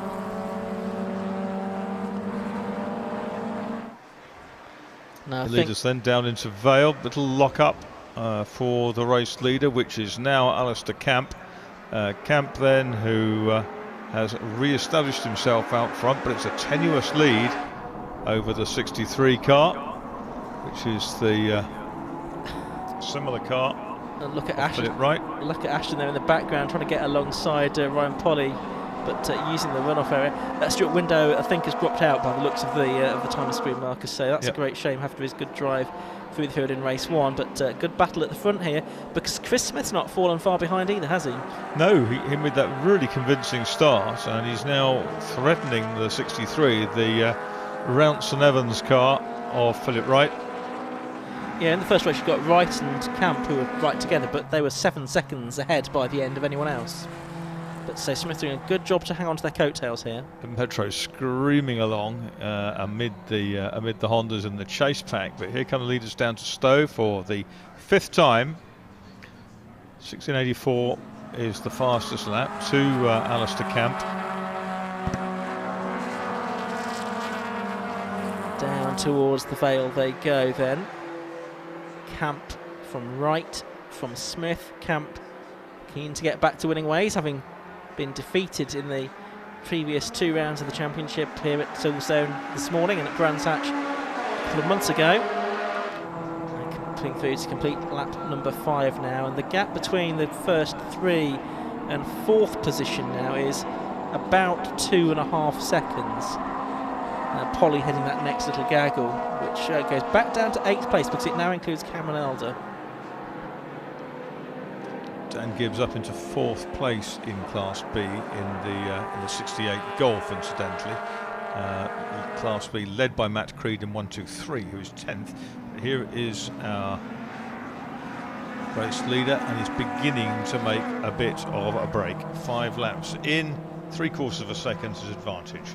David Drinkwater, the Class C leader, has 2 cars between himself and Olivia Martin, who's was second within that class, but Adam Reed has now got ahead of her, looking at our timing screen. So Adam Reed ahead. That's 3 BMW Compacts in the first 3 places within that class in this PBS Brakes Hot Hatch Championship. Down to the Vale come the 3 leading cars again. They've got traffic ahead of them already by the looks of it. Only 7.5 minutes into this race. I suppose we are about halfway through now. Oh dear. That's the end of the Morton car. Smoky demise of the Integra. It had lost a position on the previous lap. Not a good race for Integras. Both of them have gone. They have. Great shame. So there's Smith. Matt Tools, Oakman architecture on his side of his car. And he is in 3rd position, hanging on well to these leading 2. Great, Marshall's going to be rushing. This is on fire now, the Morton car, an engine bay fire. Yeah, I can see that. It's unfortunate to see that. Hopefully the Marshals will be on the scene soon with their extinguishers. Not quite sure how close he was to the Marshals post. Of course, it is a long way from the edge of the circuit to the Marshals post here at some parts of the track. And the Marshals are there now, and it looks like they've extinguished it, haven't they? So once they got there, they were able to put it out very quickly. It's emerging from behind that barrier with the requisite extinguishers, isn't it? Great work as ever by the Marshals, but concern there for Ben Norton for his pride and joy. Oh, and off the circuit goes the number 98 Saxo, and that almost finds the gravel as well. That's Paul Warren. Yeah, the Merckx Works car. 6 minutes to go in this race, and we're watching Adam Reed there. So he's 2nd within Class C. Yellow flags for the Morton car that's off. He's just ahead of Olivia Martin there. So this is 2nd and 3rd in Class C, and then behind them we've got the Daniel Cogswell car, which is the Nissan Almera. He's a Class B car. Class B still being led by Matt Creed from Neil Stringfellow, about 2 seconds between them. Creed's been bumped a couple of places though by Connor and Langton. Jeffrey Connor in 21, Stephen Langton in 60. Yeah, it was a slower lap, but about 2.5 seconds slower lap for Matt Creed that time. So Neil Stringfellow, here he is actually, will be getting on terms with him. Exactly 2 seconds behind he was going onto this lap, with Dan Gibbs another 3/4 of a second behind. There's Creed, that's the track obsession number 1, 2, 3 car, and well, actually it looks like Stringfellow's lost a place to Dan Gibbs in the Golf now as well, so Dan Gibbs has got himself up to second place in Class B. Now, do I detect that Philip Wright is closer to Alistair Camp? 0.71 seconds was the gap a lap ago. It's now 0.51, so yes you do.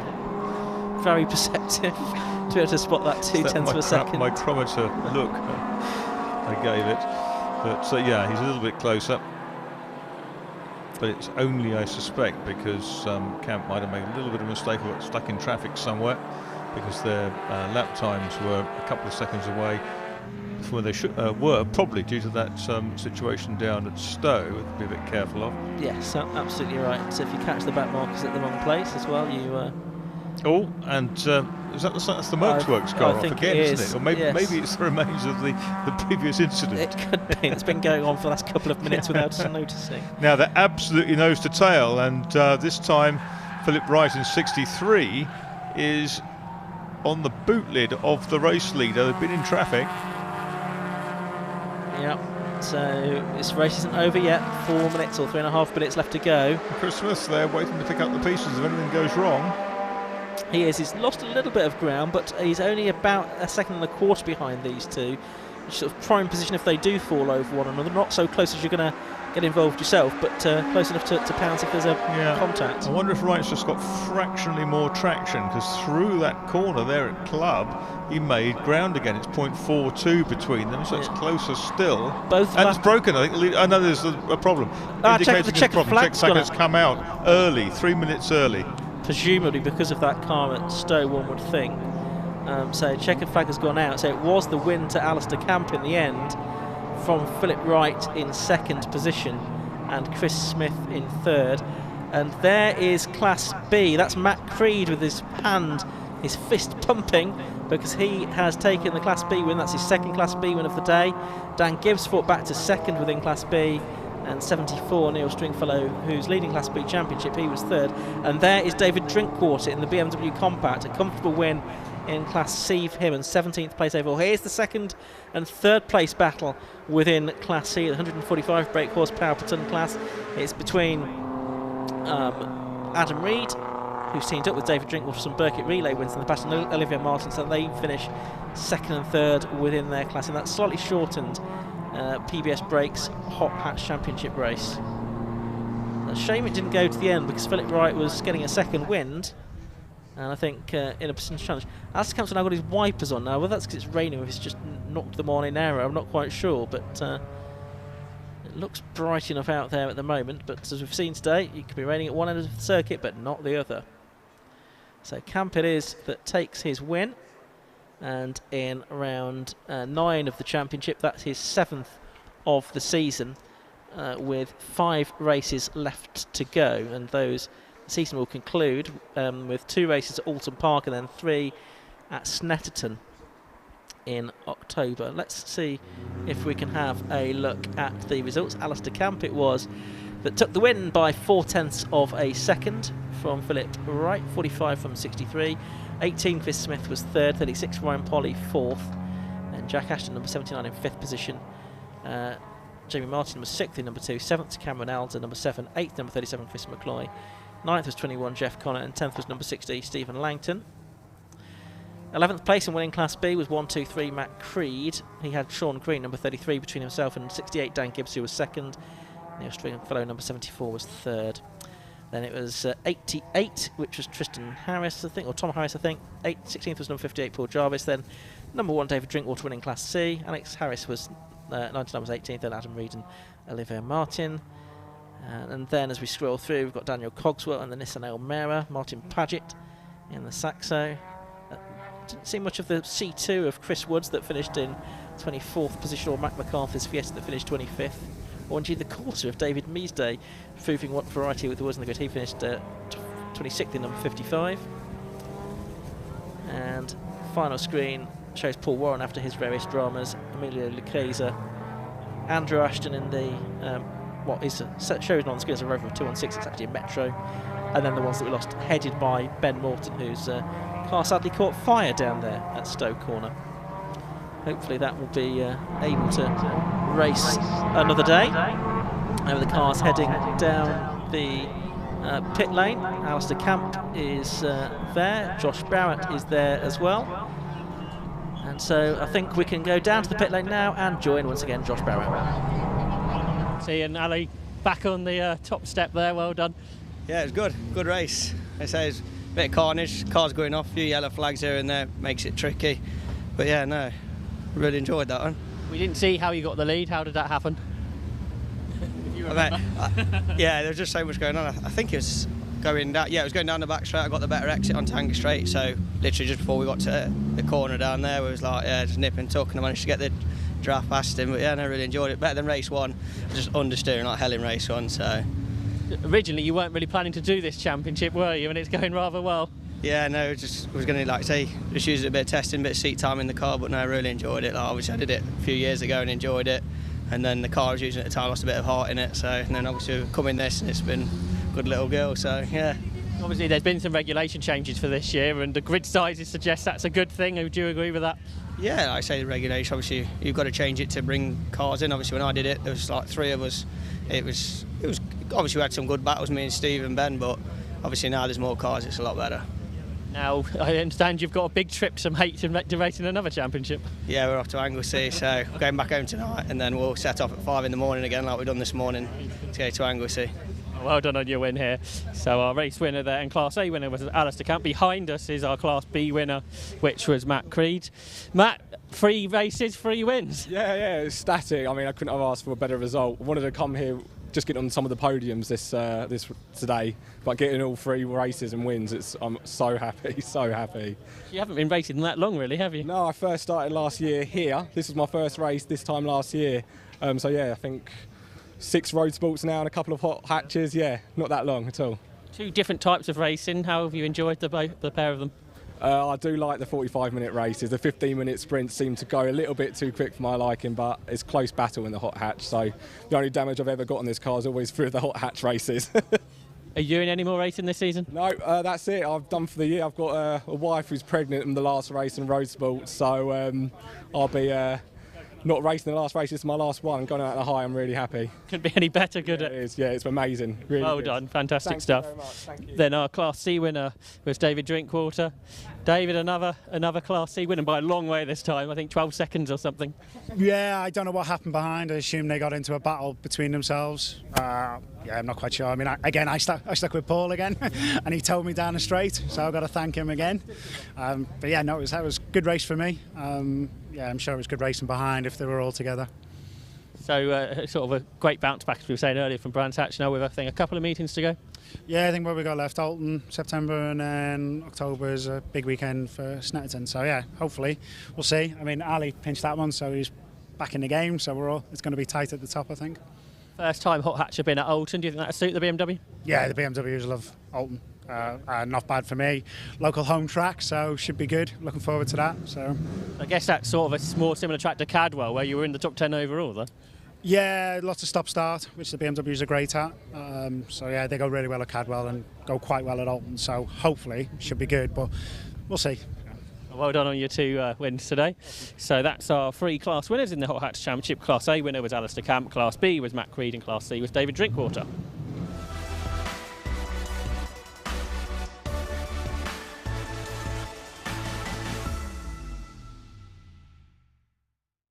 Second race of the day for the Swallow Hill Homes F1000 Championship, and the first race of the day earlier on was won by Lee Morgan, and that has allowed him to close the gap to Elliot Mitchell in the championship. Mitchell started the day with a 25-point advantage, and that's now a 15-point advantage. Mitchell, who started a bit further back on the grid for race 1, finished only in 4th in that one.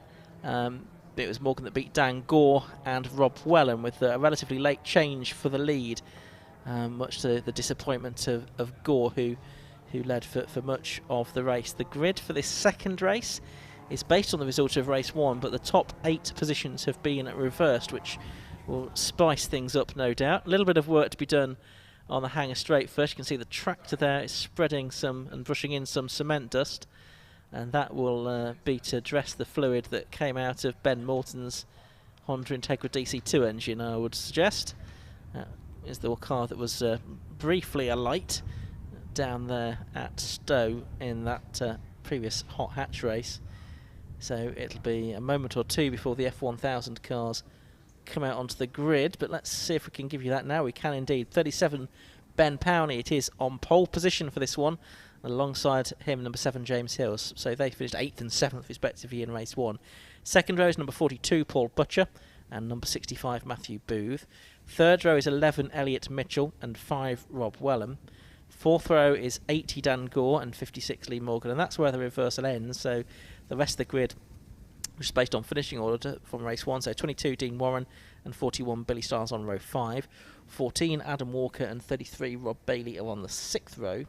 The 7th row, 66 Max Windhauser and 17 Daniel Levy. Then it's 67 Andrew Wheels and 73 Keels Cole. 95, sorry, beg your pardon, it's, I've got a slightly different grid here. No, 95 David Tagg's not going to be a non-starter then, and 1 Dan Clues, then 55 Nikita Abramov by the looks of it, and Eddie Falkingham and Dax Ward 69 and 29 on row 10, and then David Tagg 95 and 60 Jack Tomlin on row 10. 11 even, correct myself. Tomlin was mighty here before, wasn't he? And yes. Really impressed. Yeah, young driver. I think last season was that his first or second season. I think it may have been his first season. He was certainly very rapid, and so he'll be disappointed to be having to go from the back here. Yeah, he's one of the Motorsport UK academy drivers, isn't he? Yeah. So, yeah. He was one of the non-starters for the first race, so I do wonder if we'll see him out for this second race. We had 18 finishers out of 20 starters for the first race. David Tagg's going to have to start further back because of a grid penalty was given for passing the checkered flag twice in the first race, which is something that's generally frowned upon. Looks like the marshals have completed their work down there on the Hanger Straight, so we should have the cars out onto the grids shortly. 37 Ben Powney, it will be on pole position in the Team Sellers Racing car. Sarah Fraser in her notes to the commentator says, if wet, expect him to do well. Well, at the moment it's not wet, but nevertheless he did do quite well in race 1 to finish in 8th position overall. A winner last weekend at Cadwell Park, double winner in fact at Cadwell Park in the Mazda 7 Championship for the low-cost derived cars. And alongside him on the grid is the number 7 car of James Hills. He's part of the Jedi Racing Cars team. At Brands, he flew into 11th place overall. He picked up the most positions gained trophy there. And he had a really strong run there, therefore. 42 is on the inside of the second row. That's Paul Butcher. Got his first podium of the season in the bag at Brands Hatch. And he's 5th in the championship coming into this weekend. But Paul has been racing in F1000 and Formulae Jedi, as it was previously known, for eons, it seems. And he's been runner-up in the championship a couple of times, but never actually won it. 65, Matthew Booth is on the outside of the second row, the 2019 champion. Made his debut there, won races on that debut meeting, chasing Colin Brown to the line in his first race to lose out by only 600ths of a second. Not having such a strong season here. 6th place overall coming into the weekend. And you've got Elliot Mitchell, number 11, Yorkshire based driver in the JFK racing team. Didn't podium at that meeting, so he's a little bit concerned about the pack catching him up, and certainly the way today started, well, that has happened because Lee Morgan's taken 10 points out of him. He's yet to have a pole position since F1000 switched to racing with the 750 Motor Club. And number 5, Rob Wellham, going to be alongside him on the grid. And so he found his winning form at Brands Hatch, and that propelled him up to 4th place in the championship.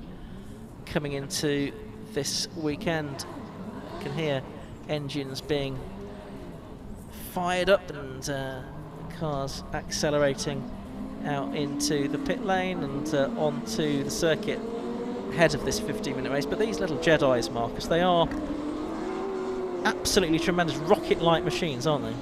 They are. The power to weight ratio is absolutely astonishing, and when you think that at places like Cadwell Park they're considerably quicker than Formula 3 was in the Ayrton Senna era. So yes. Senna, who managed to wreck 2 cars there in the course of a weekend, it wasn't his best place, I have to say. But yeah, for a while certainly these cars in the Formula Jedi guys were the lap record holders. They probably still are. I think they still are. I think Richard Mitchum still has the outright Cadwell lap record. I mean, in the first race, the best lap was a 1:03.73. The lap record for these cars set by Ben Hinchley is a 1:03.01. Fantastic time there. I wonder if we'll ever see that go in race conditions, but that is around about 105 miles an hour and very nearly as quick as the Bikesports cars we saw out earlier, which have a larger capacity motorcycle engine. And more downforce, I would think. Absolutely, yes. Absolutely. Just incredible. I mean, Hinchley was one of those guys who came in. It was a bit of a revelation, wasn't he, for a while? Yeah. Where's he now? I don't know. I think he's disappeared off the radar. One of those drivers that appeared as a relatively, promising young driver, and we've not really seen the problem. If since. you can't raise the finance to go off and do something quicker, and what is there quicker that's within reach of most wallets, then perhaps your career stalls. It's happened myriad times over the years, and it's been the principal reason why a lot of young drivers haven't got further than they promised to do. Yeah, absolutely right. Well, these are fantastic cars. They first built in '84. I remember going over to it's an old dairy premises that they built them in Wellingborough, and there's one just coming down the pit lane. Corbin family are just such enthusiasts. John was a great hill climber, and Fraser's done most of his racing on the circuits.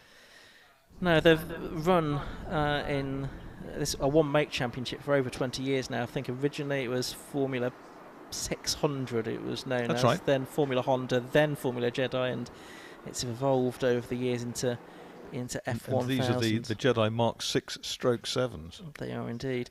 12-minute race we're going to have, I think, trying to make up some time from the earlier incidents rather than 15.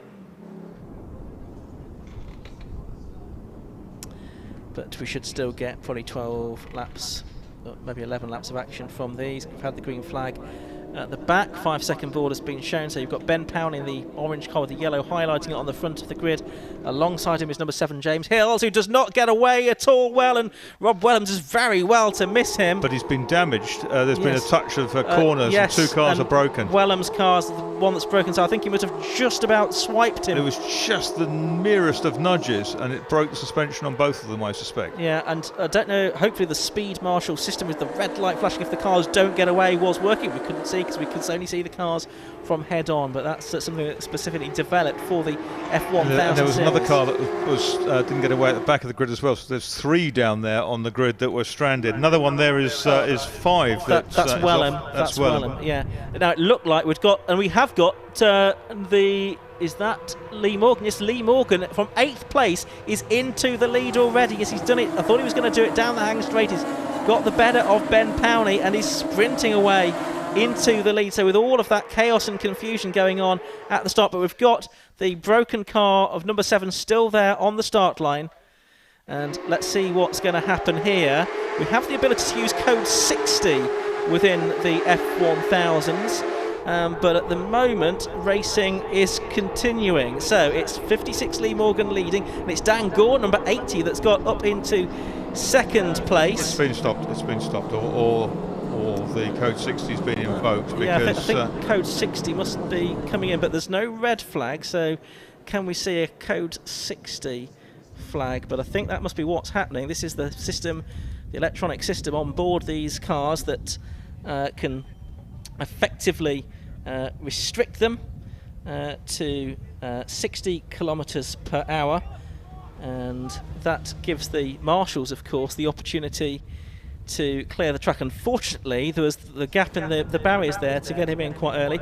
Rob Wellham, that's a forlorn body stance if ever there was one, and there is damage you can see on the left rear of his car, and the right of Hill's car, which makes sense. Wellham did well not to have a bigger accident there, actually, because he didn't have much opportunity to get out of the way. So we're in, I think, a code 60 situation for the moment. Let's hope it's not next 9.5 minutes. Could be for a long time. There's the code. Well, we can see now the code 60 flags are being shown, which is the purple flag with the white cross. And now green flags wave again, so we're going to get racing once more, so they'll get back up to speed. And Dan Gore takes the lead there, so he's quicker off the mark when the green flags go out, and Lee Morgan drops back down to third. Does that mean that Morgan's system hasn't deactivated? Well, it relies on, I think, the driver to press a button to make it happen, so possibly it was just Gore that was the opportunity there, and he's now got a big lead over Powney and Morgan third. Yeah, exactly. We've not seen too much code 60 going on in UK Motorsport. It was introduced a few years ago, but mostly eliminated again. But F1000 trying to reintroduce it here with the systems that they run on these cars, allowing the speeds to be restricted to 60 kph under those caution conditions. So, at the end of lap 2, it's number 80 Dan Gore leading, 37 Ben Powney in second, 56 Lee Morgan in third, and 42 Paul Butcher in fourth position. But he has lost out now to Matthew Booth. So Booth goes up to fourth place at the expense of Butcher that time.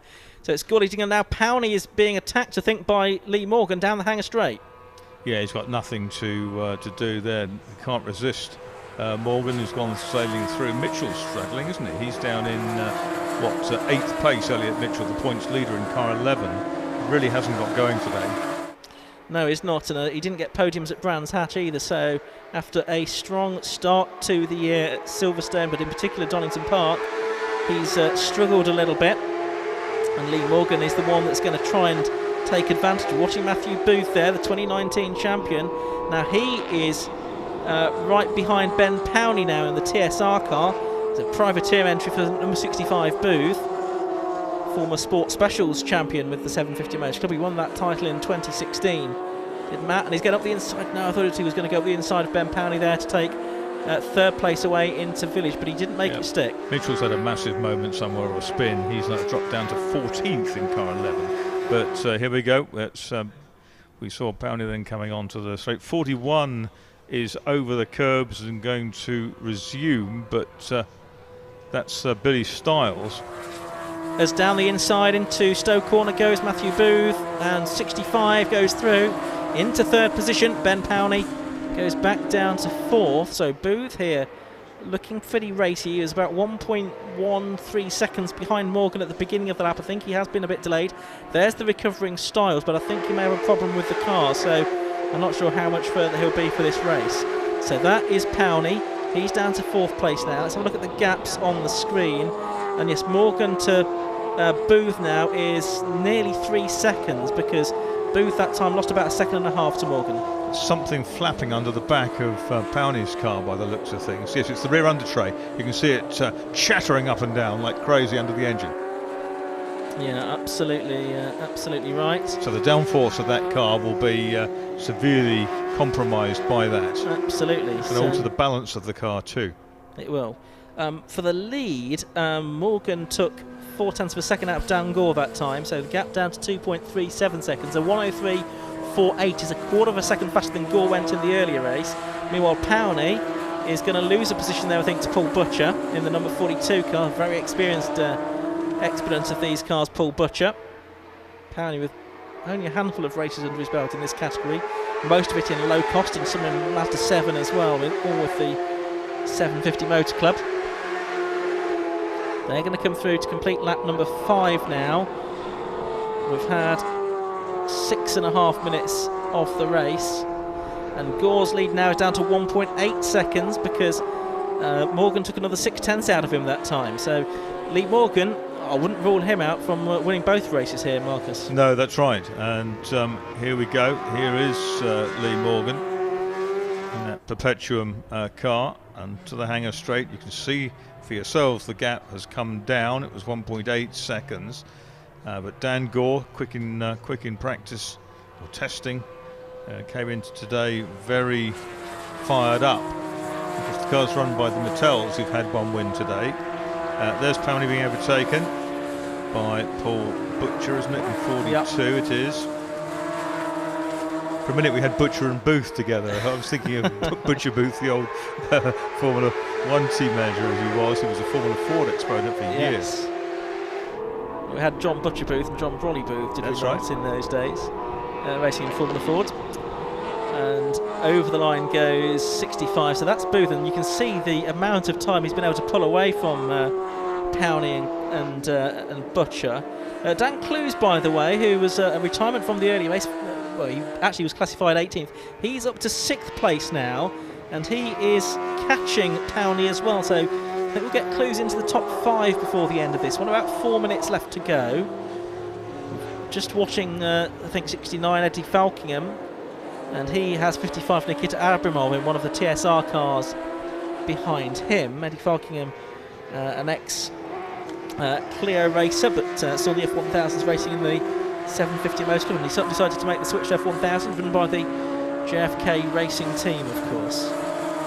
So Max Windhauser, that is, we can see in 7th place, number 66, ahead of 14, Adam Walker. Rob Bailey is about to be passed by Falkingham, I think, around the outside into Stowe, if he can make it.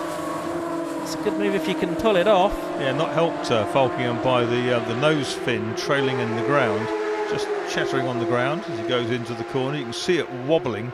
It sustained some damage earlier in the race, hopping a curb, I would imagine. Round the right-hander go the leaders.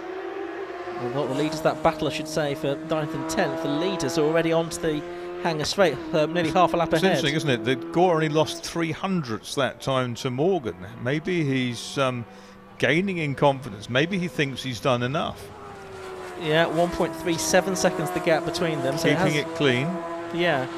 Probably perhaps 3 more laps to go at the end of this one. We'll just have to wait and see how many we get. But Morgan screeching after him, 2nd in the championship behind Michelin this weekend, and only in 13 points ahead of Gore coming into this weekend. So checking the point situation between those two now, there was 18 points between Morgan and Gore. It's gone out, 1.5 now the lead between 80 Gore and 56 Morgan. Gore's done a PB, hasn't he? A 103.85, so he's certainly been given a wake-up call by Lee Morgan, getting larger and larger in those tiny little rear-view mirrors that they have on these Jedis, the F1000 cars.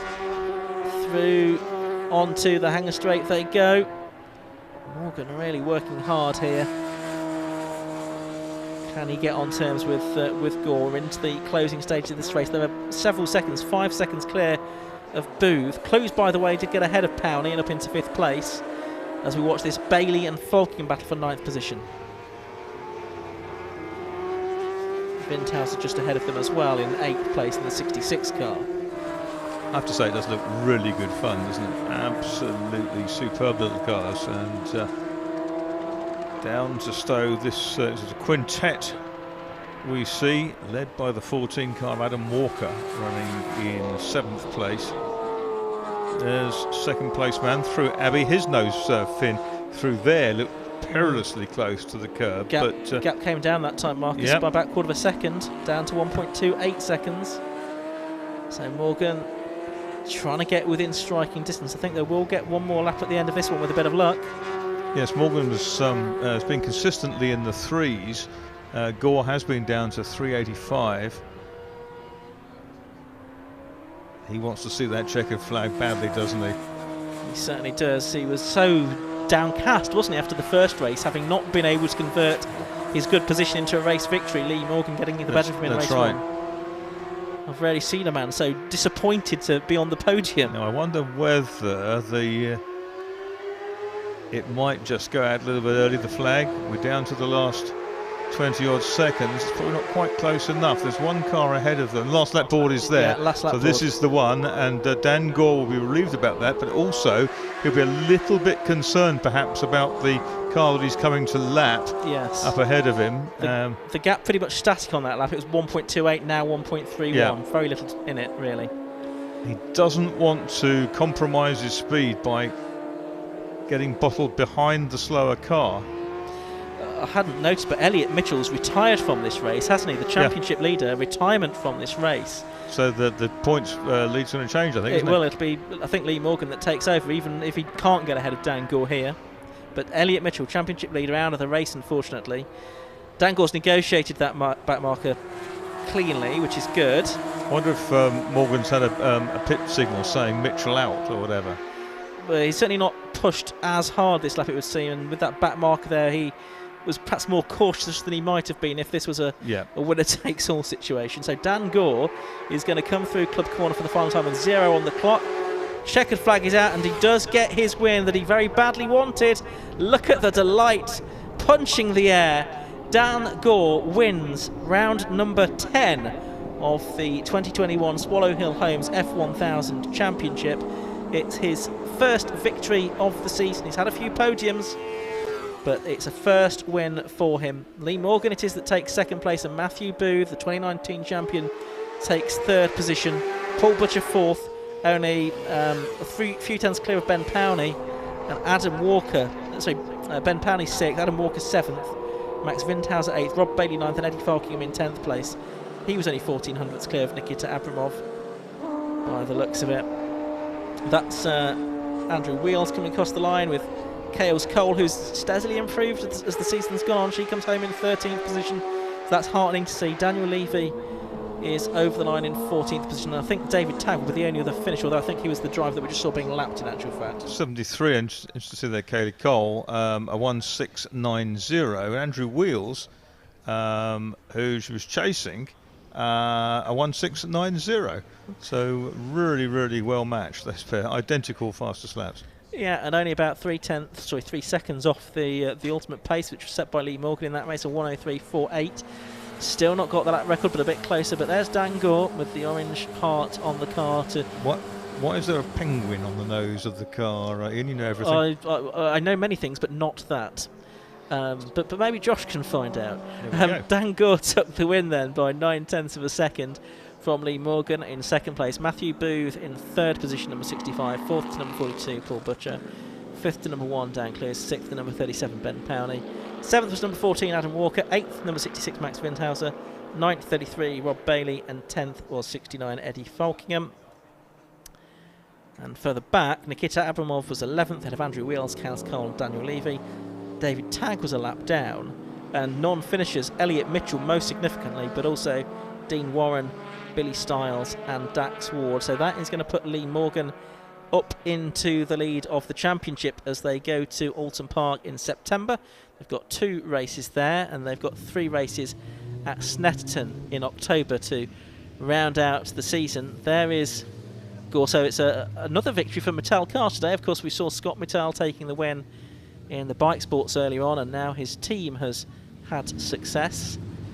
He's also got a penguin on his overalls as well, hasn't he, Dan Gore? So the rest of the cars heading down the pit lane. We'll hopefully hear from Lee Morgan and Matthew Booth as well. But I can see that Dan Gore's got the garland around his neck now, so hopefully we can go down to hear from Josh Barrett.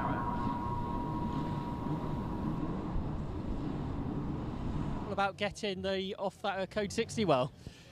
Yeah, it's been a long time waiting for another one of those. Yeah, I thought it was going to be another long wait after this morning. Yeah, the Code 60, I've always said it's a silly system, and I now completely disagree with that. I think it's a brilliant system. Commiserations to Lee, he got screwed by that. So, but yeah, that worked out really well, and yeah, fantastic to win one again after bloody ages.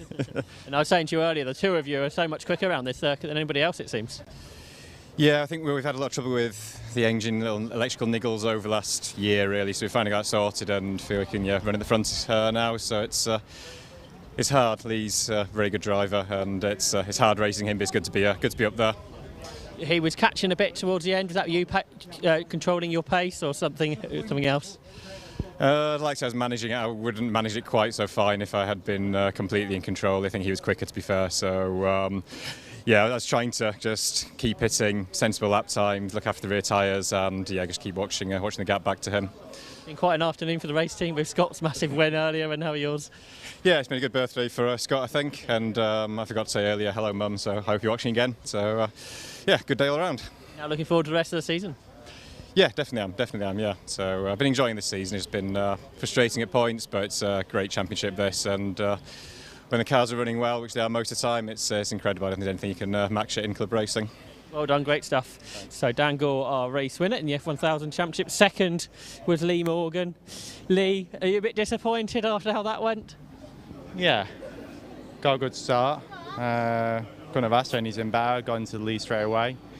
Made a bit of a gap, and then obviously they had the Code 60 obviously for James's car stopped on the grid, so I was busy sort of just making sure I was going the right speed, and I think obviously being at the front you're looking for it, but you don't always expect it that quick maybe, and obviously the rest of them, as soon as one goes, everyone goes, so I think I was sort of sitting duck at the front really. Here's what it is. We still managed second from 8th, so it's not a total loss, but it would have been nice to walk away with 2 wins. Points for the championship, no DNFs, more points than Elliott. So, yeah. Well done. The next race is about to start, so I'll go into 3rd place. Matt, back on the podium after a problem, Brands Hatch. Yeah, it's been a tough one, but I'm glad to be back here. Yeah, we've caused ourselves a few issues this weekend with qualifying and so far down, but I'm glad I've salvaged something from it. Yeah. Well done. Sorry I have to cut you off there because our next race is coming to the grid.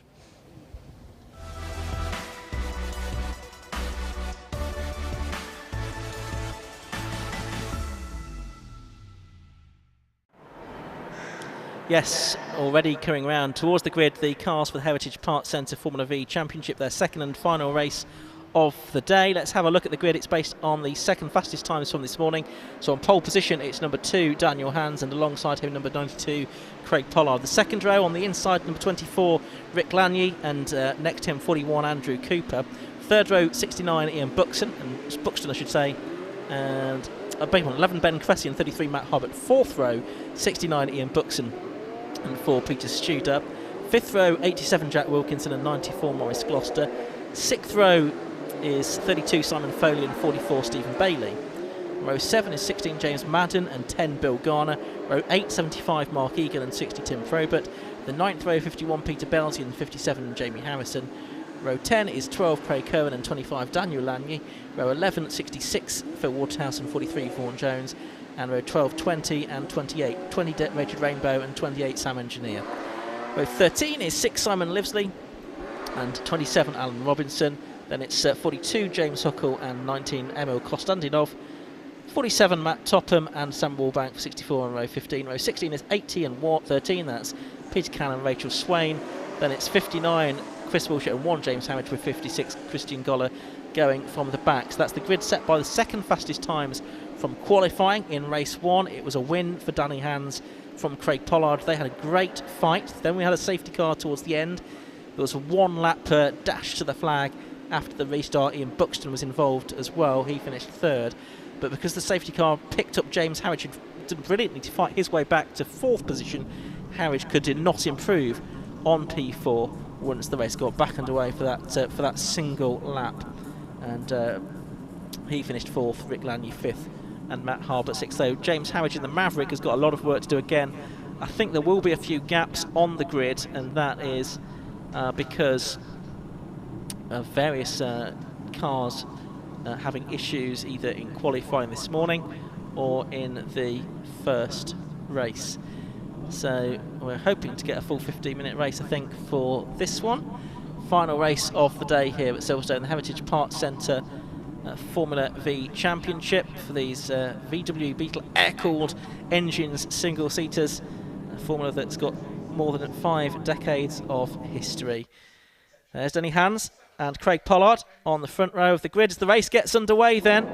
They both make pretty useful starts. Andrew Cooper is a retirement from race 1. He is there this time. He's slotted into 3rd place. James Harwich is already making up places. He's going onto the inside line at the back of the field to try and get through as many cars as he can in this first couple of corners. He made up several places on the opening lap in race 1, but it's Danny Hans, number 2, that leads them, the 2008 champion, ahead of the 2018 champion, Craig Pollard, number 92, as they make their way through the link and out onto the hang straight for the first time. Yeah, a lot of depth of experience in this Formula V field. A lot of previous champions out there, and guys who've been around for donkey's years racing in V. Once they discover it, they stick with it. And side by side down towards Stowe, Hans being overtaken by Pollard on the inside.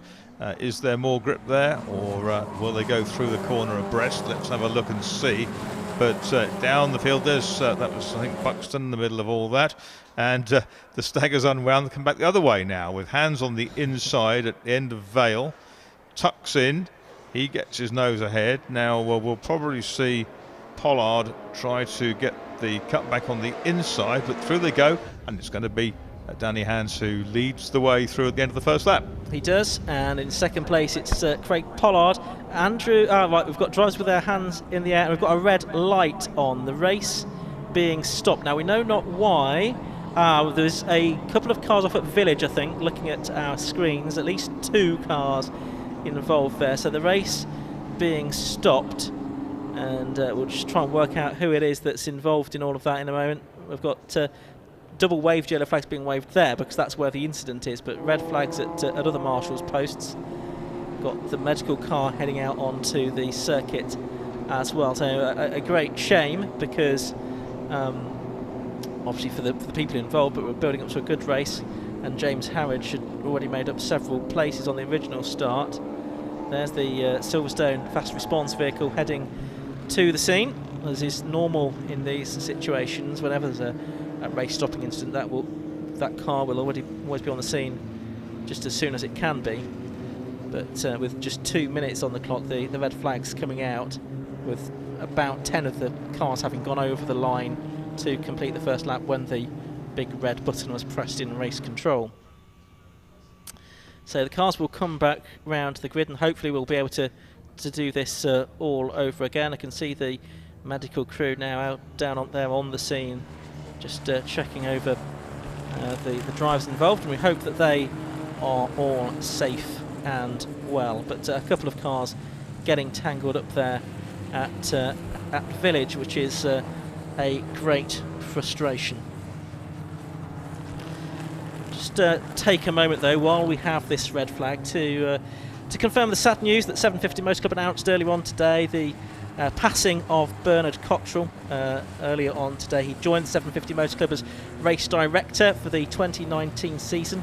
He'd first marshalled for the club in the 1970s as well, and during his period with the club he mentored and trained several new clerks of the course, despite bravely battling leukemia, and he's continued to attend the club's events all the way through the pandemic over the last 18 months or so, and he'll be much missed. He was always decisive and professional and knowledgeable in race control and entertaining company as well, and obviously as well as his activities with the 750 Motor Club in recent seasons, Bernard was very experienced international clerk of the course and official as well. So all of the thoughts of the 750 Motor Club with Bernard's friends and families, many friends in motorsport, and very sad news indeed about the late Bernard Cottrell.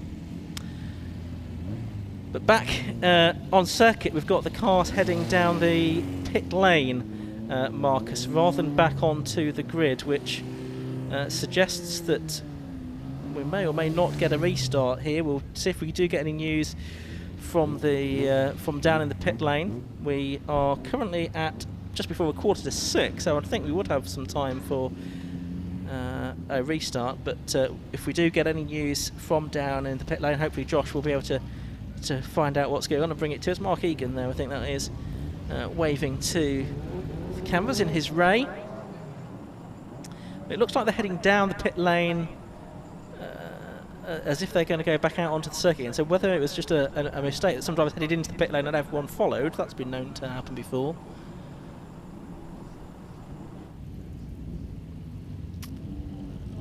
So we'll hopefully get them back out onto circuit very shortly.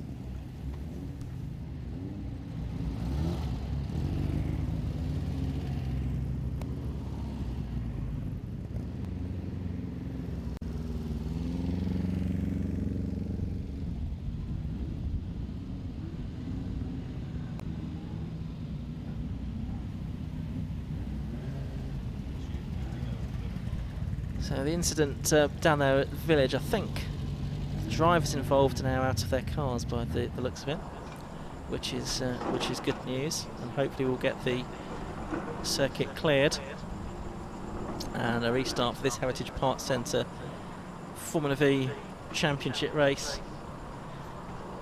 I mean, Formula V, as we've said, has been racing with the 750 Motor Club for more than 4 decades now, and it's all for a large part of that. It's produced some excellent racing. Some very talented drivers have gone through, including drivers who've gone on to race in the British Touring Car Championship. Most notably, Ashley Sutton, who raced in Formula V about a decade ago. He did get some race wins during the course of that season, but he didn't get the championship. I think that was one of the years that Martin Farmer won the title.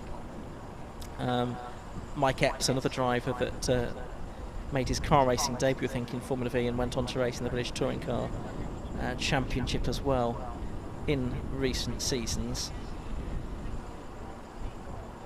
But these days, probably attracting drivers who are not necessarily displaying aspirations of moving up the career racing ladder necessarily. I'm sure some would very much like to, but perhaps realistic enough not to consider that a viable possibility. You can see the cars in the pit lane with the mechanics and team members there to help them out. Here's air-cooled Beetle engine single-seaters. You can see some familiar faces down there in the pit lane. And looks like we will get a restart of some form. We've got the rescue vehicles out on the circuit at the moment, but I'm hopeful that the track will be cleared before too much longer.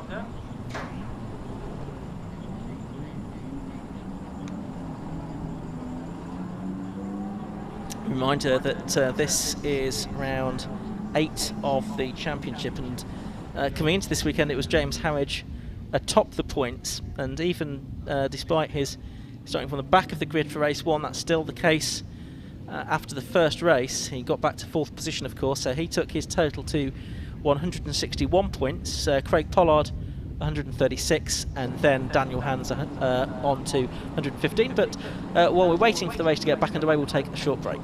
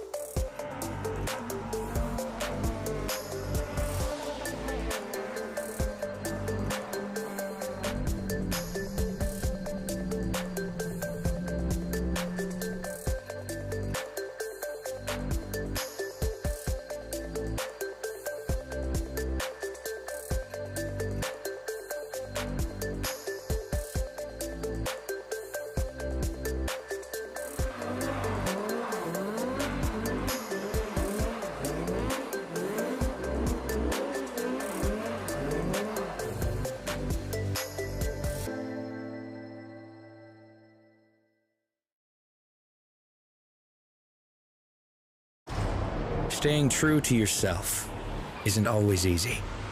That's why we've made a promise.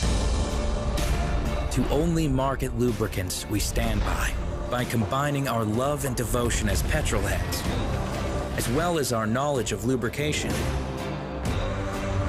We are passionate and committed to challenging our own abilities and to developing the best lubricants for those who care about their vehicle. Extensively tested by professionals in the field to help you push your engine to the limit. Enjoying the extended life cycle of our long-life lubricants with a personal touch that puts people at the center. Where we meet genuine petrol heads looking for genuine lubricants. That's where Rimax exceeds expectations.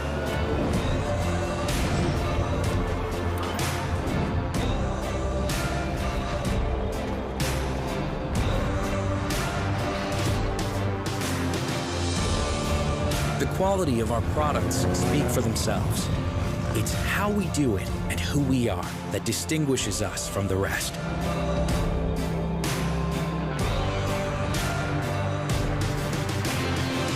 So imagine what we can achieve together. Rimax Lubricants, made in Holland.